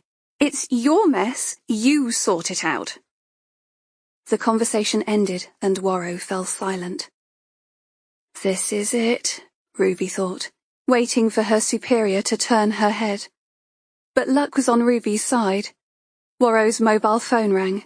It was a job call, and Warrow spoke for all of 2 seconds before hanging up and striding back out. Heaving a sigh of relief, Ruby straightened herself up. She had got more than she bargained for, in more ways than one. What was going on with Warrow to make her react that way? Ruby's fingers lingered over the phone keypad before dialing 1471. Noting down the phone number, she bit down on her bottom lip. It was one she recognized. Just what were they playing at, ringing Warrow for help? And how much trouble were they in if it would risk Warrow's job? Ruby would think about it later. Right now, she had to organize her meeting with Lenny. She descended the stairs, hating the sickly feeling of being on the wrong side of the law. She'd joined the police to protect people and to uphold order. There was never any intention for personal gain, even though she'd had plenty of opportunities to turn crooked and help the criminals she grew up with. Such endeavors would have given her a nice income, and she certainly would not have been the only one. But Ruby was not a dishonest person, and her team meant everything to her. She would have given up her life rather than turn bent like some of her predecessors. But now she was forced to make this deal with Lenny because she could not bear to have another life lost. It was a trade-off, sacrificing a considerable drugs find in order to take a killer off the street. There would be other drug busts. She was going to find Lucy, and she was going to take her in. At least she knew why Warrow had been so stressed lately. Ruby nibbled the skin around her thumbnail. For now she would hang tight and not make any rash decisions. The caller was yanking her chain, and brought with them a problem that Warrow was working hard to shake off. What did they mean, disrepute? And what had that got to do with risking Warrow's job? Standing in the stairwell, Ruby slid out her phone and sent a quick